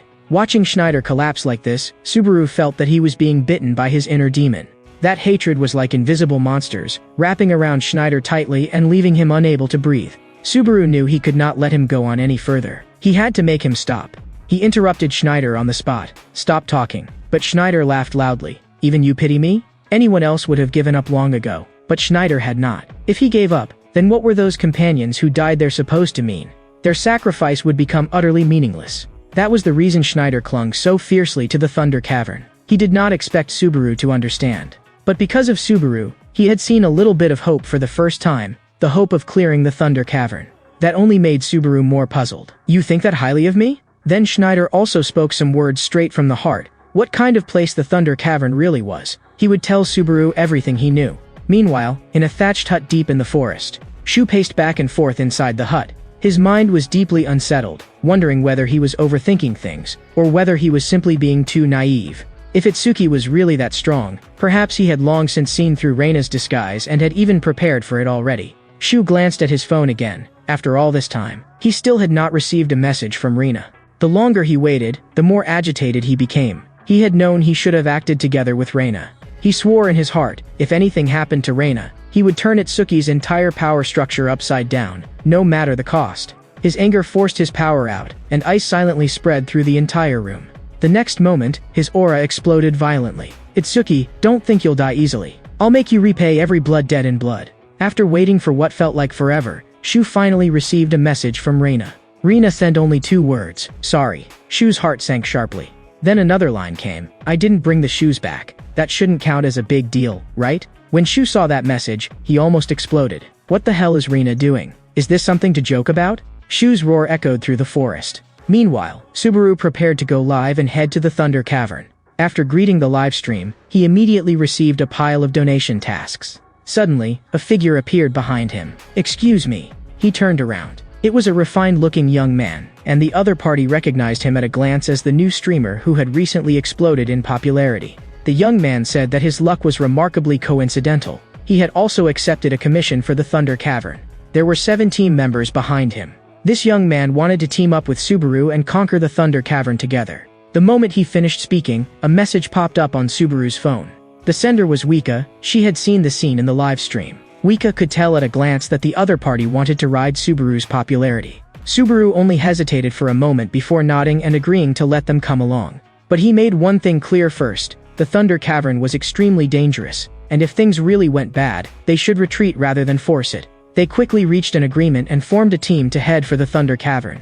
There was one more thing. They were only fellow travelers, not allies. That point absolutely could not be confused. Soon, they arrived at the gathering point. When they got there, they found that quite a few people had already gathered. A scar-faced man glanced at the party information and discovered that there was actually an E-rank player mixed in. He sneered disdainfully. "So you're one of those tower outsiders. People like you always treat your lives like something you can throw away casually."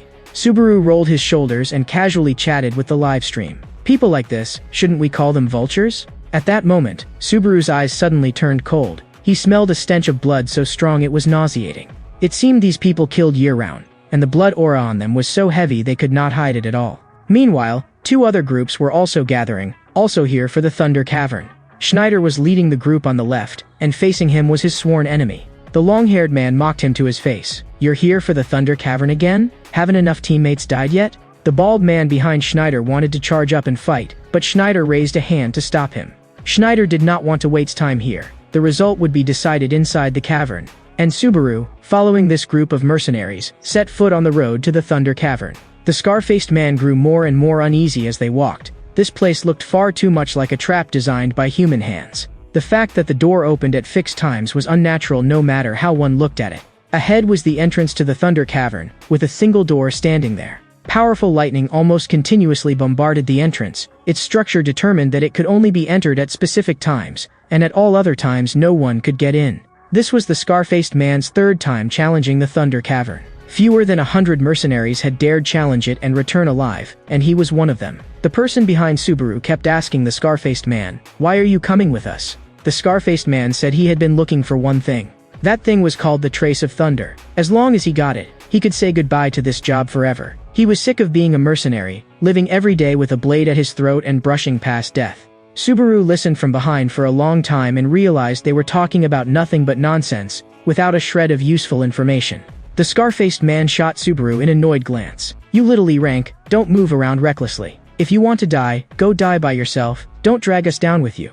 Soon, they arrived right in front of the great door. Some people even pulled out their phones and started recording. The sight before them was too shocking. The scar-faced man slowly said, "The lightning has stopped. The entrance should open in about an hour." He casually pulled out a rat. Then with a sudden motion of his hand, he threw it. He did not care at all about the life of a rat. A bolt of lightning fell, and the rat was instantly blasted into a mass of flesh. The scar-faced man told them to rest where they were. Anyone who dared step forward would end up just like that rat. But Subaru did not take the scar-faced man's warning seriously at all. Step by step, he kept moving forward.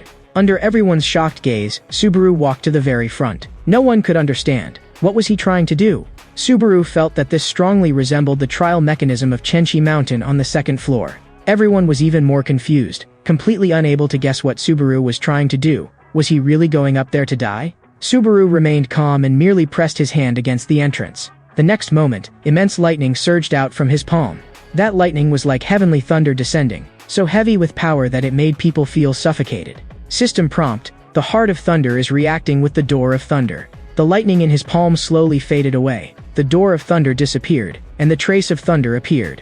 The instant the prompt appeared, something fell from above. Subaru was slightly stunned. This small? What exactly is this? It looked like a gemstone, but no gemstone could possibly be more precious than it. Everyone sucked in a cold breath. It was actually the trace of thunder. Almost at the same time, the scar-faced man suddenly pulled the long blade from his back, his voice hoarse with shock. What the hell was going on? Had this door been waiting all this time for someone qualified? Was that why the trace of thunder had never appeared? The next second, Subaru heard a whistling explosive sound from behind him. An axe was flying toward him at high speed. Subaru's expression instantly darkened. Fighting among themselves before they had even entered the cavern? These people were truly filthy. He immediately bent down to dodge the great axe, though his shoulder was still grazed and lightly wounded. Since the other side had attacked first, Subaru's counterattack would not trigger any additional system penalty. The scar-faced man's expression twisted hideously. Hand over that thing, or don't expect to leave here alive. There was no way Subaru would agree to a demand like that, but they did not care whether he agreed or not. If you're an outsider to the tower, then you obey the tower's rules. The bearded man directly raised his axe. If you don't hand it over, I won't be polite. Subaru sneered inwardly. With just the likes of you, you dare rob me? You think too highly of yourselves. Dying once in the tower was not the same as truly dying, but the extreme fear after waking up was enough to mentally break a person and even leave severe trauma. The bearded man licked the blade of his axe sickeningly. When death is right in your face, everyone gets scared. We're used to it already. We specialize in killing tower outsiders. This scene made the nearby players turn pale. So it's true that Conrad mercenaries kill players. We never should have come. Seeing this, the long-haired man immediately told Subaru to retreat. They had too many people, and if they really fought, they could all be wiped out. But before he could finish, he was frozen on the spot by a splash of blood. With a casual slash, Subaru directly beheaded one of the mercenaries. This suited Subaru perfectly. They had struck first, giving him reason to kill in return without system punishment. With a backhanded slash, Subaru killed another one. The man died without even realizing how he had been killed. Cold sweat instantly broke out down the bearded man's back. Wasn't he supposed to be only E rank? How could this be happening? Before the bearded man could even react, Subaru was already right in front of him. He did not waste a single word and simply raised his sword. He mocked him coldly. Not letting me kill you in one blow. Is that your S-rank pride? The bearded man roared in fury. You dared trick me. You bastard, who the hell are you? His voice cut off abruptly. Subaru severed his arm with one strike. The bearded man dropped heavily to his knees, clutching the stump desperately, his entire body trembling uncontrollably. In his eyes, the sword that had severed his arm felt wrong. Its aura was absolutely no ordinary thing. And Subaru, holding that sword, looked more like a god of slaughter who had walked out of hell. The next second, Subaru ended the bearded man with a single strike. The system interface prompted, Subaru has defeated the demon. The people who had teamed up with Subaru were all dumbstruck. In just a few seconds, total annihilation. Subaru swept an impatient gaze over everyone, still holding the trace of thunder in his hand. What, do you want it too? The long-haired man completely lost his nerve and quickly waved his hands. I don't want it. Just keep it yourself. The live stream audience was laughing itself to death. Subaru's intimidation even comes with mockery. After dealing with these people, the entrance gate opened to them as well. Subaru said to the group, the door's open. If you want to stay alive, get in now. Soon, their group ventured deep into the Thunder Cavern. A girl in the party trembled as she kept her voice low. Are they really going to keep following him? He looks not quite normal. The squad leader lowered his voice to comfort her. You just need to avoid acting like that group from before. The one person you absolutely must not provoke here is Subaru. The long-haired man secretly glanced at his phone and found that his live stream followers were skyrocketing. He was very satisfied. Traffic meant money, and with traffic, everything was negotiable. They walked farther into the depths, and pairs of eyes lit up in the darkness. The same glowing points appeared ahead as well. Looks like we're surrounded by beasts. Subaru had already been mentally prepared. Before coming, Schneider had warned him that after entering the Thunder Cavern, the first wave would be Thunder Wolves. Their bodies were a ghostly blue, their presence fierce, and lightning wrapped around their skin. Everyone was worrying about how to fight these Thunder Wolves. But Subaru was different. No obstacle could stop him from moving forward. In the blink of an eye, he had already rushed in front of the Thunder Wolves. There were too many wolves. Wearing them down one by one would drain all his stamina. But Subaru had a faster solution. His gaze locked onto the Wolf King in the center of the pack. Once the Wolf King was cut down, the pack would lose its leader and eventually collapse. The wolf with the scar across its face was their leader. With one slash, Subaru split apart several Thunder Wolves in front of him. Immediately after that, he activated Cloud Step to enhance his jumping. As he was now, he could walk in the air for 3 seconds. Those 3 seconds were the key. The footing of Cloud Step felt strange, yet smooth. A thought flashed through his mind. When his younger brother wore these shoes back then, had it felt like this too? Ahead of Subaru, there were still 2 Guardian Thunder Wolves beside the Wolf King. But at that moment, the Wolf King vanished from where it stood. When it appeared again, it had already circled behind Subaru, raising its claws as killing intent took form. With a loud boom, the Wolf King threw a heavy punch like a human and slammed it viciously into Subaru.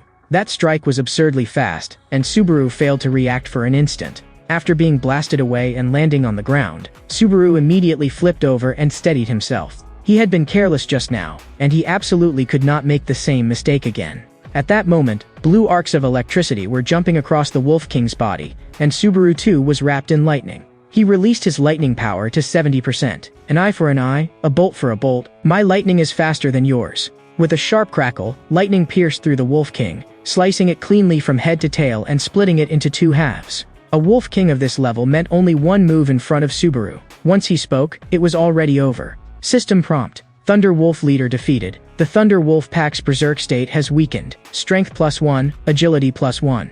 The Wolf Pack saw their leader cut into 2 pieces with their own eyes, and in that instant, fear of Subaru took root in them.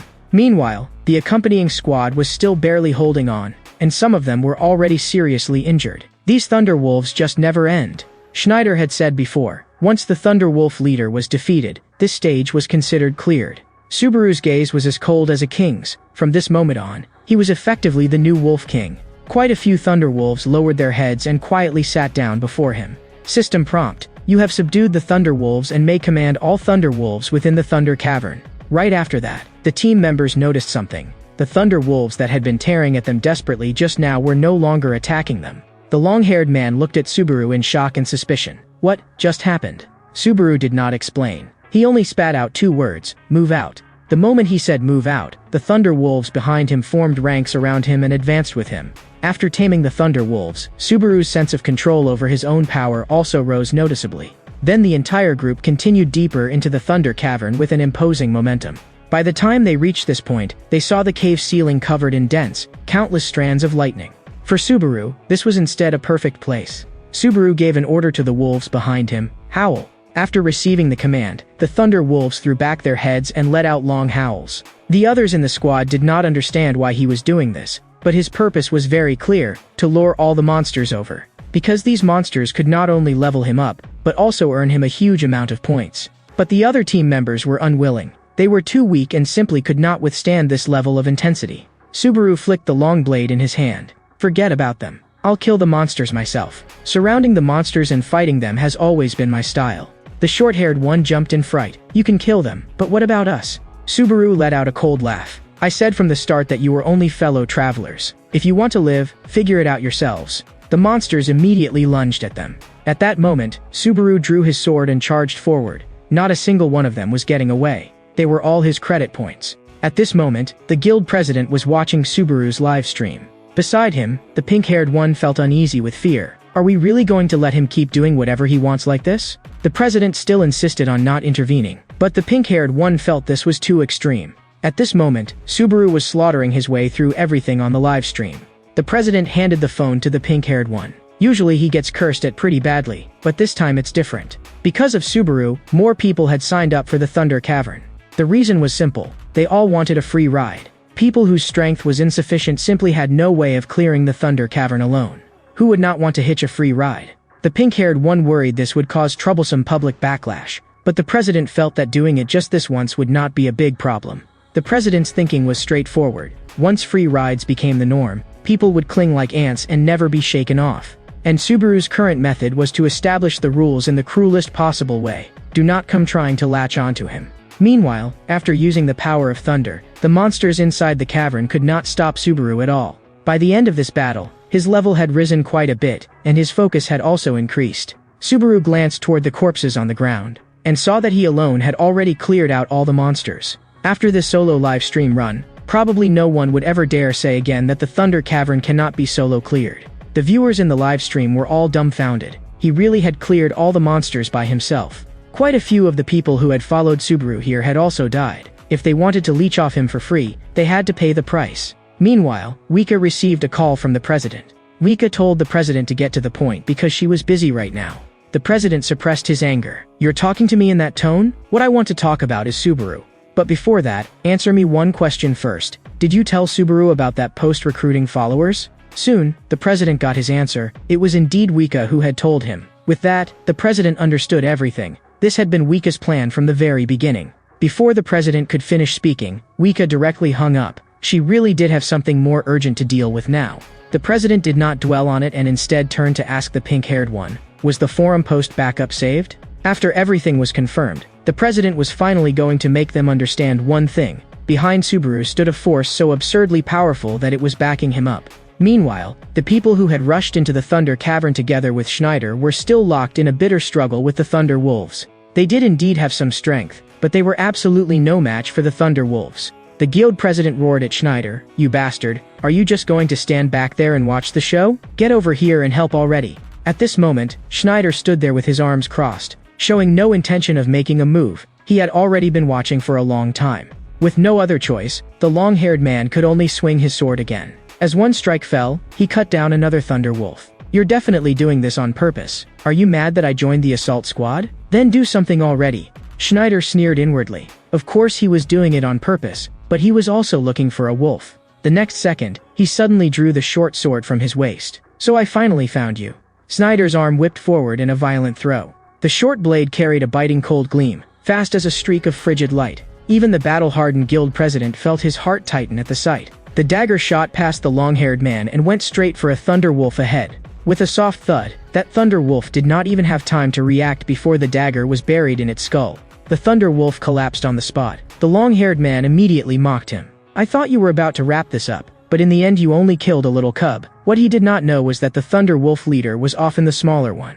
Schneider could not be bothered to respond, directly treating him as if he did not exist, and only tossed one indifferent sentence in his direction. "Sit." The long-haired man instantly exploded. "You really dare push your luck." His face darkened completely. "You've been targeting me this whole time. Let's settle this today and see who the true strongest on the third floor is." But what he never could have expected was this. The moment the words left his mouth, all the Thunder Wolves stopped attacking at the same time and obediently sat down.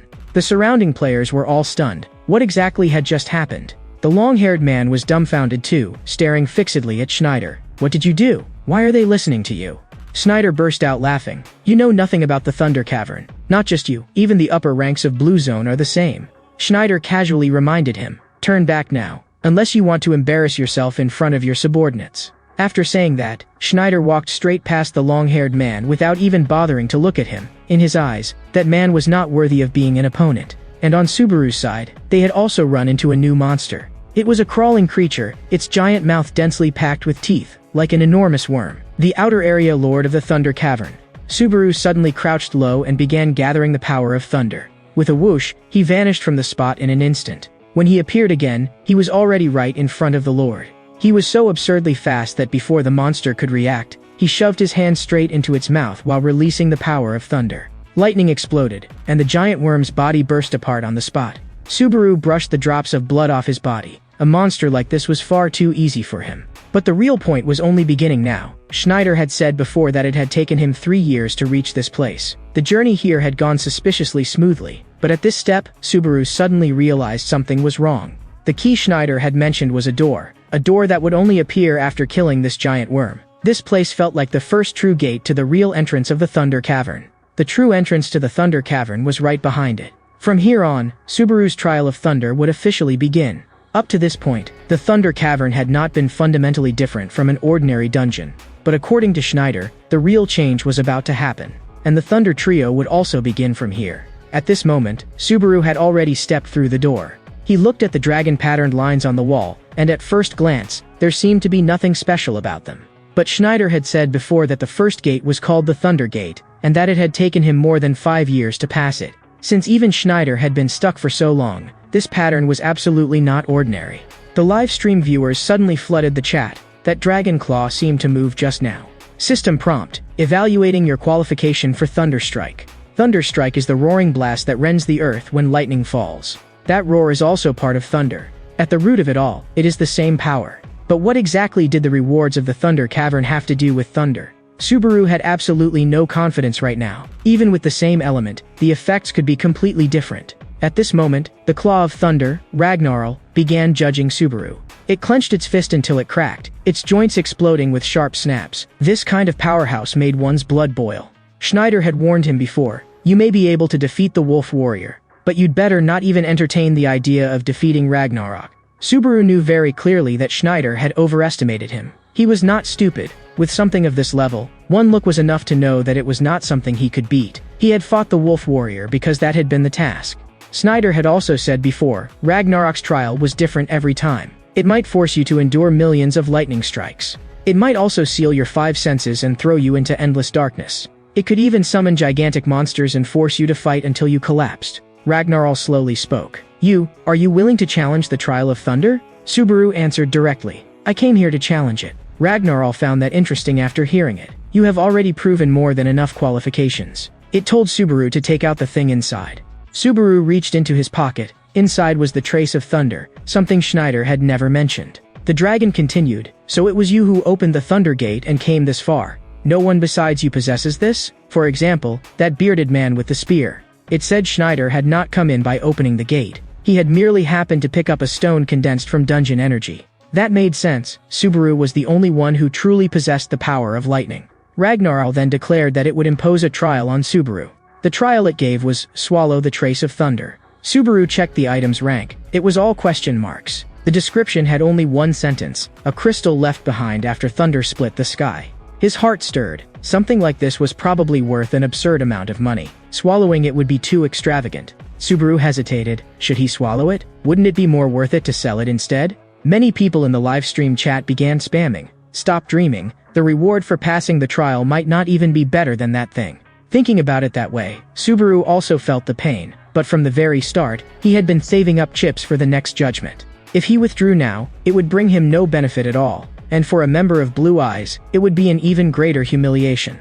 So Subaru stopped hesitating and directly swallowed the stone. System prompt: you have swallowed the trace of thunder. The gate trial will unfold within your body. Subaru's pupils suddenly contracted. The next second, he dropped straight to his knees as the surrounding lightning frantically converged toward the trace of thunder in his throat. When Wika saw this scene, she immediately cursed out loud. That damned bug actually tricked him into swallowing the stone. Subaru probably has no idea how much that thing is worth, and he happens to care a lot about money. I just hope he won't feel awful afterward. At that moment, her partner suddenly called. Vika answered at once. I've arrived at the place you mentioned. That fast? Though it is indeed close to you.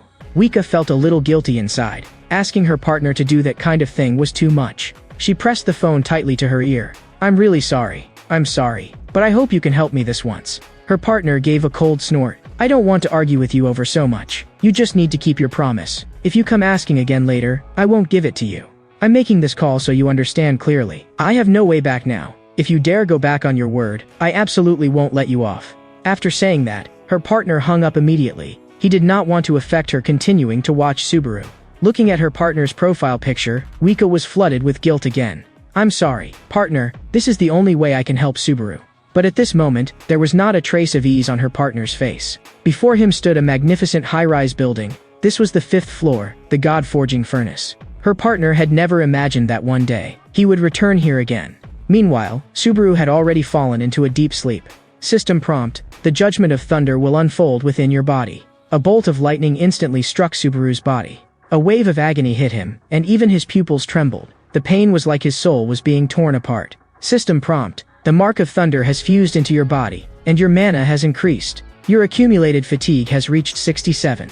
Your mana has increased by 1 point, and your fatigue has reached 73.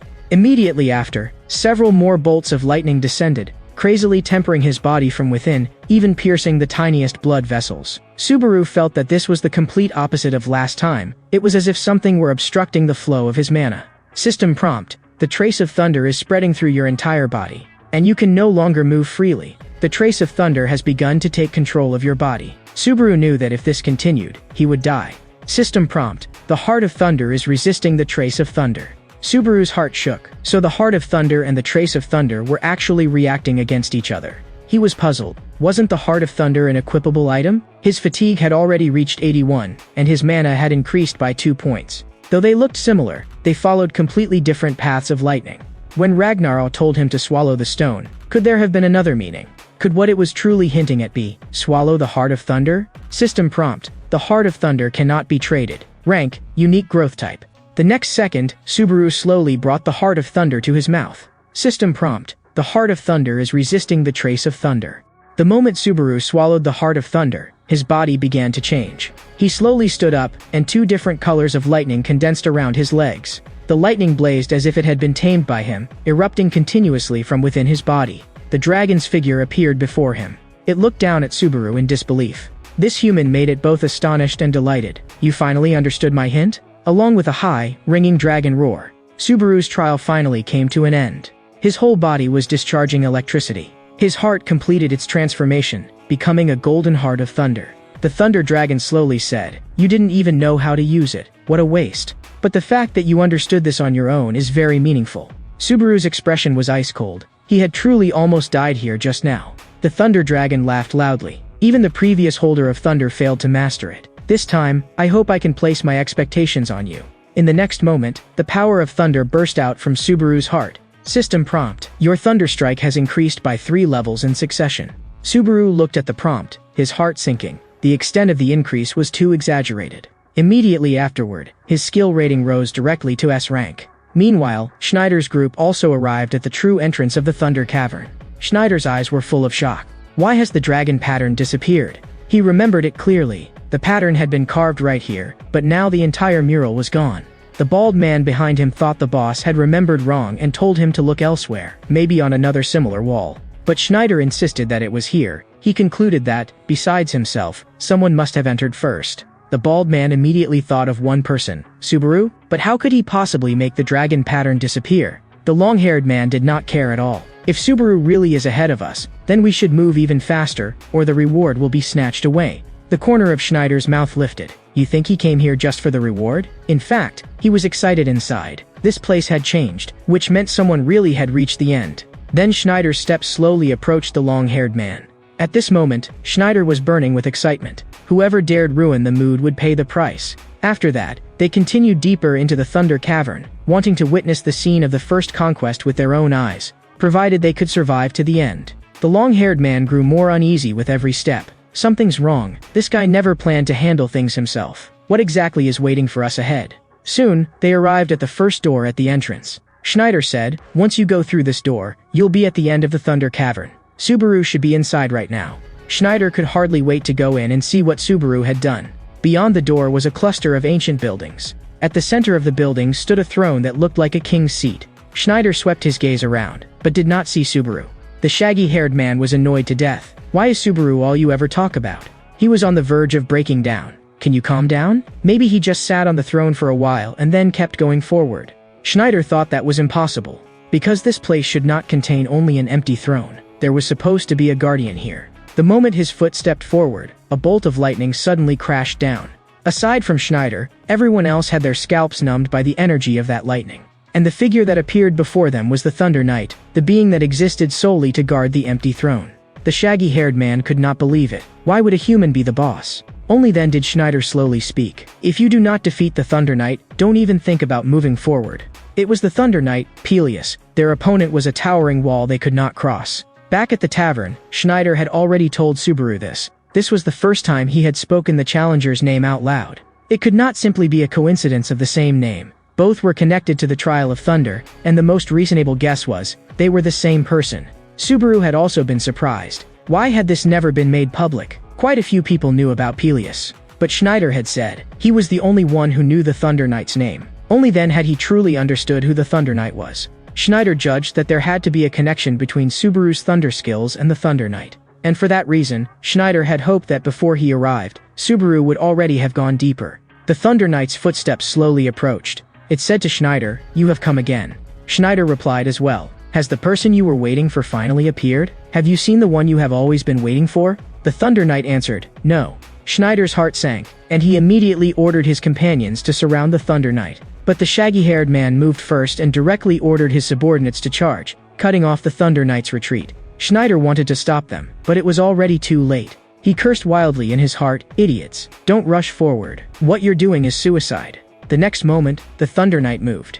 In only an instant, it killed all three of the people who had rushed up. Schneider collapsed on the spot. These lowly tricks are completely useless against the Thunder Knight. Watching his companions get killed, the long-haired man's anger surged to the top. "Enough talk. Charge with me." After saying that, whether Schneider followed or not, he directly slashed his sword at the Thunder Knight. But in the very next second, his sword shattered on the spot, while the Thunder Knight's weapon did not even gain a nick. The long-haired man's heart turned cold in an instant. This was bad. At that moment, the Thunder Knight had already stepped in front of him, weapon raised, and the next strike would pierce his throat. Meanwhile, just after Subaru finished absorbing the thunder, he briefly lost consciousness. But during that unconscious state, all of his attributes had already recovered to a battle-ready condition. Next, he had to prepare to leave this place. At the same time, the shaggy-haired man was just about to be killed by the Thunder Knight in a single strike. At the critical moment, a blade forcefully blocked the Thunder Knight's fatal thrust. The one who acted was Schneider. After blocking the strike, he immediately unleashed 4 or 5 more moves, forcibly pushing the Thunder Knight back. Only at this moment did the shaggy-haired man finally understand. The gap between himself and Schneider was not even on the same level. Suddenly, someone behind him stabbed a quiet sentence into his ear. "You don't really think the guild sent you here because they don't trust the captain, do you? You're just a tool." A chill ran through the shaggy-haired man's heart. Had he only been used as bait to provoke the captain's pride? On the battlefield, the Thunder Knight's spear technique was terrifyingly tricky. The slightest mistake from Schneider and he would be skewed through with one thrust. The shaggy-haired man felt his mind shake at the sight. Schneider could actually fight the Thunder Knight to this degree. But Subaru had defeated Schneider head-on. So just how strong was Subaru? With a loud clang, Schneider collided head-on with the Thunder Knight once again. But he had already begun to fall faintly into a disadvantage. The two separated the instant they clashed, yet Schneider's arm was directly cut off by the Thunder Knight. Schneider's heart sank. How many more minutes could he hold on? Just as Schneider was being defeated, several others in the team also charged toward the Thunder Knight. But the Thunder Knight did not take them seriously at all, turning around and sweeping out a single thrust that cut several of them cleanly in half at the waist. At the same time, Schneider moved as well. Since he could not win through attrition, then he would wager everything on this one strike. Using the same movement technique, he circled behind the Thunder Knight. But when his blow came down, the Thunder Knight blocked it steadily. His offensive force rebounded, and his whole body was blasted away. Nothing but shock remained in Schneider's eyes. He knew that today, he might die here. Because no matter what, he could not evade the Thunder Knight's next fatal blow. The next moment, the Thunder Knight suddenly sensed a wave of danger rushing straight toward him. He instantly raised his shield and blocked the incoming attack. Immediately after, the Thunder Knight's figure retreated violently. In front of him, thunderlight surged like a flood, and lightning raged so wildly it had gone out of control. The Thunder Knight was shaken inside. This lightning was far too abnormal. Subaru's figure slowly appeared, standing opposite the Thunder Knight. Terrifying thunder power pressed down around him as he advanced toward the Thunder Knight step by step. Schneider wanted to pick up his sword and fight side by side with Subaru, but Subaru told him to stand down. In Schneider's current state, going up would only drag him down.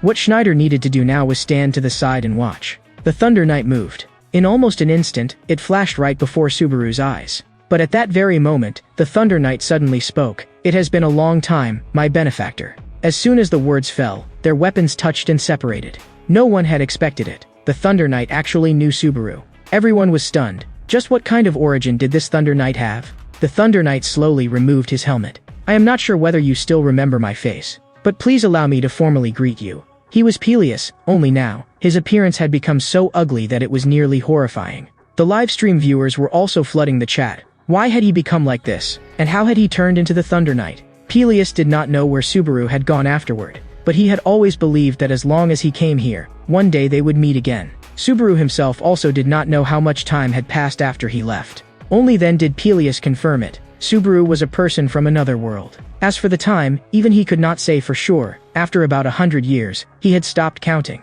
The Trial of Thunder is clearly a virtual test that can be repeated infinitely. So why can he still remember me? It turned out that after Peleus learned of the existence of people from another world, he began to suspect that Subaru perhaps did not belong to this world at all. Right now, Subaru cared about only two things: what happened to the villagers, and why had Peleus become like this? Peleus said that after Subaru left, the giants had continued invading, and in the end the village was destroyed, leaving him as the only survivor. He swore to become as strong as Subaru. So he went in search of the power that Subaru had once mastered. In the end, he really did find the road leading to the cavern. But for someone without the qualification yet foolish enough to try touching that kind of power, the price was far heavier than imagined. He ultimately lost both eyes and could never see the light again. After that, he was cursed and forever unable to take even half a step out of the cavern. His only obsession left was waiting for the day Subaru would return. Now he had finally waited for that day, and so he made one final request to Subaru. He asked Subaru to grant him rest. Although Subaru's attributes had recovered, his fatigue value was already approaching the limit. If he did not want to drag this out, he had to go all out. System prompt: Subaru's fatigue has reached 78. Since his former companion had spoken, Subaru would agree. At this moment, thunderous force surged around him like a rising tide. What came next was the final chapter of the Trial of Thunder, the peak showdown between Subaru and the Thunder Knight. Meanwhile, outside the Tower of Trials, Reina was walking back to the base at an extremely slow pace, not even knowing how she was supposed to face Shu.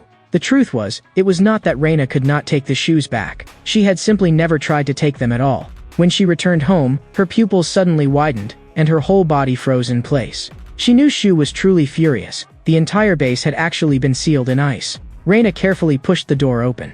An icicle had long been hanging over the door, as if it had been specially waiting for her. A chill ran down Reina's back in fright. That guy Shu isn't seriously trying to kill me, is he? This is way too much. Ahead of her, a figure slowly emerged. A terrifying pressure weighed down from Shu's body. My queen, let's spar. How could Reina still dare to spar? She was so frightened her soul was nearly scattered. She immediately lowered her posture and apologized repeatedly. Shu actually already knew that Reina had deliberately let Subaru take the shoes away. Reina could not hide it, so she could only admit it on the spot. Reina said, I didn't see his face, but everything he did was like the captain. So I thought, maybe it would be okay to give the shoes to Subaru. He didn't look like someone who would do bad things. Reina cautiously asked whether Shu could forgive her. Shu gave a faint smile. Sure, but first, restore the house to how it was. Just as things on Reina's side had barely settled down, the battle inside the Tower of Thunder had also reached a white-hot stage. The Thunder Knight was absurdly strong. The oppressive force erupting from Subaru and Peleus's clash made the people behind them not even dare look directly. But Schneider knew that the Thunder Knight had a fatal weakness: it could not see. With one move, Subaru landed a kick on the Thunder Knight. But in the very next second, Subaru was sent flying directly by the recoil of that kick. The Thunder Knight's 100 years of accumulation truly were no legend. What was even more troublesome was that Subaru's fatigue was about to reach 99, and once it hit 100, he would die. At the critical moment, a short sword flew toward the Thunder Knight. Caught off guard, the Thunder Knight's arm was pierced by the short sword. Subaru turned his head to look, and the one who had thrown it was Schneider. He had not expected Schneider to interfere in this battle. The next moment, Subaru stamped his foot and burst forward with force. Nice timing. I have to say, your observation skills are still as sharp as ever. But when he looked up, he discovered that the Subaru who had been in front of the Thunder Knight was no longer there. At this moment, Subaru had already used Cloud Step to ascend into midair and was standing directly above the Thunder Knight's head. Immediately after, he compressed all of his thunder into his palm. The next strike would be the final outcome for both sides. At that very instant, Subaru suddenly accelerated, and the Thunder Knight did not even have time to counterattack. Subaru poured 90% of his thunder power into this slash, more than enough to end it directly. Peleus's final words before death were, I've caused you trouble, my benefactor. To see you again after crossing more than 100 years, he was truly happy. As his words fell, his figure burst apart with a boom. The Great Hall returned to dead silence. Subaru looked toward the empty throne ahead. Next came the ascent to the summit. Suddenly, a weapon flew toward Subaru's head, grazing his cheek and cutting a gash. And the one who struck was the shaggy-haired man. The bald man behind him cursed coldly, "You coward, using such despicable tricks." The shaggy-haired man did not want to hear any nonsense and directly ordered his subordinates to kill Subaru with him. But what he never expected was that no one at the scene listened to him anymore. The shaggy-haired man grew anxious. "Are you all deaf? This is the person the captain is hunting. We should just kill him and settle the score." But no matter how he shouted, no one moved. The shaggy-haired man calculated inwardly. Subaru was no longer showing thunder, so he must already be at his limit. Then he stared at Schneider. "Your chance for revenge is right in front of you, and you're still not moving?" But what the shaggy-haired man did not know was that Schneider had already begun treating Subaru as a friend. So how could he possibly make a move against him? "What exactly are you expecting me to do with these hands? Don't drag me into this. If you want to kill Subaru, do it yourself. The reward obviously belongs to Subaru. I joined Blue Zone to conquer the Thunder Cavern. I have no interest at all in that guild nonsense." Hearing this, the shaggy-haired man froze on the spot. So from beginning to end, he had been the only one working himself to death for the guild. The shaggy-haired man gave two dry laughs and looked at Subaru. "Sorry, Subaru, my hand just slipped earlier. I'll compensate you now. How about joining Blue Zone? As long as you nod, every reward from the Thunder Cavern will be yours. On top of that, I guarantee you treatment at half the ranker level." That's not empty talk, it's a promise from an official guild. The shaggy-haired man thought, with terms like these, no one would refuse. Step by step, he approached Subaru. "With this, there's no reason for us to stay enemies anymore, right?" Subaru tilted his head and looked at him as if looking at a corpse. With one hand blade motion, he slit the shaggy-haired man's throat directly. "Trash keeps talking so much in front of me and still dares to sneak attack me. You didn't die unfairly." Afterward, Subaru asked Schneider whether he wanted to leave together with him. But Schneider refused and ordered all the members to retreat. "This is my final order as your captain, and also my last request to my comrades." The moment he heard that sentence, the bald man's tears crashed down instantly. This meant that Schneider would continue forward with Subaru, while the others had to retreat the way they came. After everything was confirmed, Subaru walked toward the throne. The Throne of Thunder had stood empty for hundreds of years, and now it was finally about to welcome its true master. In the next moment, Subaru sat upon the empty throne, with a bearing like a ruler over the world. Schneider stared in a daze. He could not tell whether the Subaru before his eyes and the one from 20 years ago were the same existence. But at that moment, a sudden change erupted. In the next second, an intense wave of dizziness struck, and his vision rapidly blurred. System prompt: "You have sat upon the Throne of Thunder." Subaru instinctively thought there was still another trial on the throne. But when he came back to his senses, the scene had already changed. The empty throne had become a golden throne. He had no idea what had happened. The layout before him seemed unchanged, but there were no traces of battle here, and Schneider had also disappeared.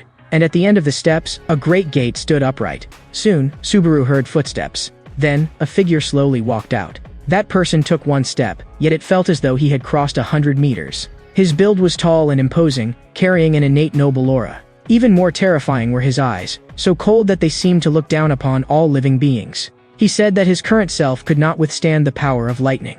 That was why he could not sit upon the throne. But one day, he would return as a vessel worthy of that power. He had come here only to tell his father that. After saying this, he turned and left. The next second, Subaru's consciousness returned to his body. In everyone else's eyes, Subaru had simply sat on the empty throne and then collapsed directly. What Schneider saw was the exact same scene. The live stream viewers began joking. "Looks like he's heavier than me. He sat on it and it collapsed." Only then did Subaru understand. They had not seen that illusion at all. Right after that, a blue bead appeared in front of Subaru. As the bead slowly fell, Subaru grabbed it in one hand. System prompt: "You have cleared the Thunder Cavern and obtained the Hollow Heart of Thunder." Subaru's level increased by 3 levels in succession. Strength, agility, endurance, and focus all increased by 3 points. You may now collect AP from the Central Guild. Hollow Heart of Thunder, non-tradable, level unknown, category unknown. For the time being, Subaru could not understand what this blue bead was actually used for. Such a difficult trial, yet the reward was like a mystery. Could it be the same kind of growth type item as the Heart of Thunder? Schneider walked over. "What exactly just happened?" Subaru said, "I'm not sure either. This bead flew out from the dust." Schneider was stunned to hear that. Then the corner of his mouth lifted. "Who would have thought? Even you don't know." Schneider still could not believe it. "I wanted to see the result of my 10 years of effort, and in the end I had to watch your live stream to do it." Subaru gave no particular reaction. "We've only just begun, so what result is there to speak of?" Schneider, you're about to leave this floor too, aren't you? At that point, Subaru almost forgot. He still had not claimed his quest rewards. Schneider found that absurd. The first thing after clearing it was actually to collect the quest rewards first. Then Subaru opened the quest interface, claimed all the rewards in one go, and thanked the viewers in the live stream. Finally, he announced that today's stream would end here and he would see everyone next time. At this moment, Shu and Reina were also watching Subaru's live stream. Shu asked Reina what it had felt like to see Subaru in person. Reina said he did resemble him, but she still did not think in the direction of the real person.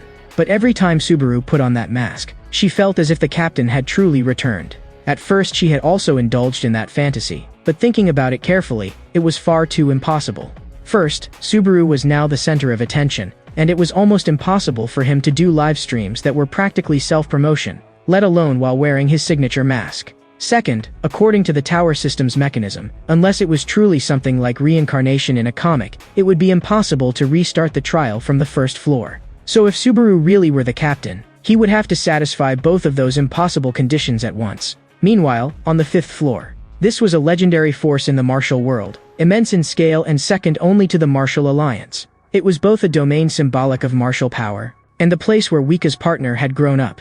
The person beside him reminded the partner, once you get there, don't talk carelessly, otherwise even the gods won't be able to save you. That warning made the partner more and more nervous. If Wika, the kind of person who never asked anyone for help, had not unprecedentedly spoken up, he would never have stepped into this place. Soon, he arrived before a great hall. His heart had long since been pounding wildly, and he even wondered whether he would be able to keep his legs steady when standing before that person.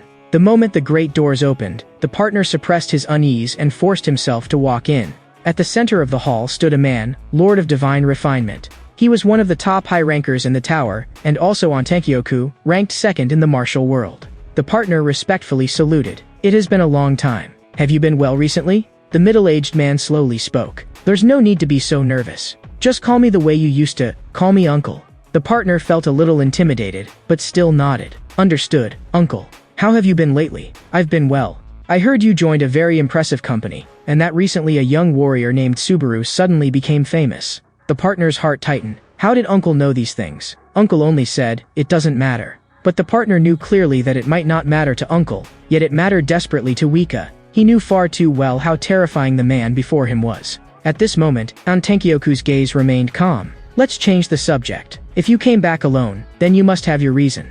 Was it my precious daughter who told you to bring me a message? In truth, the partner did not understand the exact matter either, but he had only brought one sentence. She refused. Tenkyoku narrowed his eyes slightly and only gave a faint "oh." In the next second, an overwhelming pressure rose from his body. Interesting, she refused? You don't even know what the question was. So whose answer is it that you brought? Are you speaking for her, or did she say it herself? The partner indeed did not know what the question was. He was only responsible for passing on the message. Tenkyoku suddenly let out a laugh. You don't even know the question, and you still dared to come? The partner said, Wika is my best friend. No one can replace her. This is the first time in all these years that she has asked me for help, and there's no way I could refuse. And she only asked me to pass on one thing, she refuses. Tenkyoku did not withdraw his pressure in the slightest. So, you are her messenger? I'm not a messenger. I just lost a bet. But the moment those words left his mouth, an even more terrifying pressure came crashing down on him. The Tenkyoku before him seemed like a different person. At this moment he was the Lord of Divine Refinement, the existence ranked second on the martial list. Listen carefully and carry my words back without changing a single one. If she continues being willful, she will definitely pay the price. That pressure bent the partner so hard he could not straighten his back, pressing him directly to the floor face down. Just as he had thought, the seriousness of the matter far exceeded his imagination. Tenkyoku's eyes shifted from calm to cold. I will say this only once. Tell her to come back for the arranged marriage meeting. If she does not return, then the place where she is, and every single person connected to her, I will kill them all. Especially that one called Subaru. I will kill him first. The scene shifted, and half a month passed. On this day, Wika was downstairs talking with the president. Regarding Subaru, enormous public controversy had erupted online. Some people said Subaru had stolen everyone's rewards, others continued supporting him. Wika let out a sigh of relief. At least public opinion had not completely tilted to one side. She knew the guild president had been operating behind the scenes, but she did not know what method he had used. In fact, the president had spent a long time investigating the backgrounds of those troublemaking players, and it turned out they were all scummy players. Then he organized all of their past misdeeds and exposed them directly. Wika thanked him. If you had not stepped in, Subaru probably would already have been torn apart by public opinion. The president smiled faintly. If you really want to thank me, then keep up that spirit forever and continue being Subaru's manager properly. Subaru's appearance really had dragged Wika out of the mud. Back then, she had been a lifeless drunken wreck. The president rubbed Wika's hair and smilingly asked when she planned to strongly pursue Subaru. You two seem pretty compatible. Wika's face grew a little warm from hearing that. Afterward, Wika went to Subaru's residence in the pouring rain. At this moment, Subaru was staring blankly at that blue bead. Even now, he still could not figure out what exactly it was for. Ever since seeing that giant's figure in the trial ground, he had dreamed of that guy almost every night. If he met him again, would he be able to piece together the truth? Just then, Wika arrived at Subaru's door. The moment she entered, embarrassment immediately colored her face. We haven't seen each other for a month. Have you been doing well lately? Seeing her like that, Subaru let out a low laugh. You shouldn't have come over in the rain. You could have called me, and I would have had someone pick you up. At that moment, Wika glanced at Subaru's bedsheet. Her mind suddenly became a mess, and in her eyes Subaru instantly turned into that kind of mature and dangerous handsome man. Just imagining it made her nervous, and her face flushed even redder. She quickly shook her head. Now's not the time to think about that. I finally got my tower ranking this time. Then Wika explained the ranking system to Subaru. But in this area, Subaru understood it in even greater detail than Wika. He had researched it back at the guild. Once a player reached the 5th floor, the system would begin calculating a ranking for each person. The exact algorithm had never been made public, but there were generally accepted criteria. First, the power displayed during judgment was the most important. Second was the player's influence on the world they belonged to. There were also evaluations from other players, as well as battle results involving other rankers. In short, it was a comprehensive conclusion woven from multiple factors. Wika really wanted to know what rank Subaru would place, especially with how wildly his popularity had surged recently. Audience feedback was also one of the scoring criteria. No streamer had ever grown explosively the way he had. In her agency, only Subaru had reached this level. So Wika probed, about that collaboration with viewers you previously promised, could you consider it one more time? In fact, Subaru had another name, and that title was King of Destruction. But Subaru's intuition told him that person did not seem like someone who could carry a title of that level. It turned out that in other respects, that person was absurdly strong as well. Up to now, he had already collaborated with more than 20 streamers. And every single streamer who had collaborated with him eventually vanished without a trace. All of those collaborations had been very successful, so in theory there should have been no reason for them to disappear so suddenly. No one knew where the problem lay, but this matter had already spread like a curse. It was said that any streamer who collaborated with him would fall straight into hell. Subaru, however, felt that it was more likely that there was something wrong with that person himself. He did not continue the topic. Let's keep working together for now. After that, they arrived at the Central Guild on the 3rd floor. The moment they got there, Subaru started his live stream. He walked into the hall and came to the counter. I'm here to settle my reward. The staff member asked Subaru to present his mercenary tag and proof of mission completion. Subaru handed them over as requested. The moment the person saw Subaru's information, his expression froze instantly. He kept looking up and down, comparing Subaru with the file. Why, you conquered the Thunder Cavern? The live stream instantly exploded, and the viewers laughed uncontrollably. The guy's reaction was too real. The man said, everything is confirmed. I truly never thought I'd live to see someone conquer the Thunder Cavern with my own eyes. Then he stamped it. System prompt. The Thunder Cavern conquest mission has been completed. You have obtained 300,000 achievement points. Someone in the live stream protested. Clearing one Thunder Cavern gives 300,000? That's more than 30 times a normal mission. The system prompted again. Conditions have been met. Do you wish to end the trial? Subaru smiled. End it? Impossible. Otherwise I wouldn't have started a live stream. After that, he headed to the 4th floor. The 4th floor was a world where dreams stagnated. The vast majority of players would eventually be trapped here until death, so it was also called the Paradise World. It was as beautiful as a fairy tale, said to be so beautiful that people became obsessed and eventually forgot their original dreams. That's it for today's stream. See you next time. But the place where Subaru was standing at this moment was the entrance of a towering building. Wika walked up from behind him. You've come this far, so why are you still not going in? Subaru said, I just feel like something is wrong here. Then Wika brought Subaru into a room and told him to rest first. From now on, this will be your residence. Wika would sort out the schedule soon and let him know, but for now she had to go out for something. After that, she walked into a back alley. By the time she arrived, her partner had already been waiting there for a long time. Her partner spoke. Do you still remember that little stream in the forest behind Divine Refinement Mountain? Standing here makes me think of when we were kids. We used to play until we forgot the time, and when it got close to dark, your guards would suddenly appear and urge us to go home immediately. I thought things would be different when we grew up, but reality hasn't changed at all. But the next sentence directly made Wika freeze on the spot. In fact, your dad knows everything we've done. He knows exactly which floor you're on and what you're doing. Maybe we should resign and go back. He even arranged a blind date for you. Meanwhile, at the Blue Zone Guild Hall on the 8th floor, a man stared at his phone, sneering continuously. Blue Zone's plan to recruit Subaru had failed.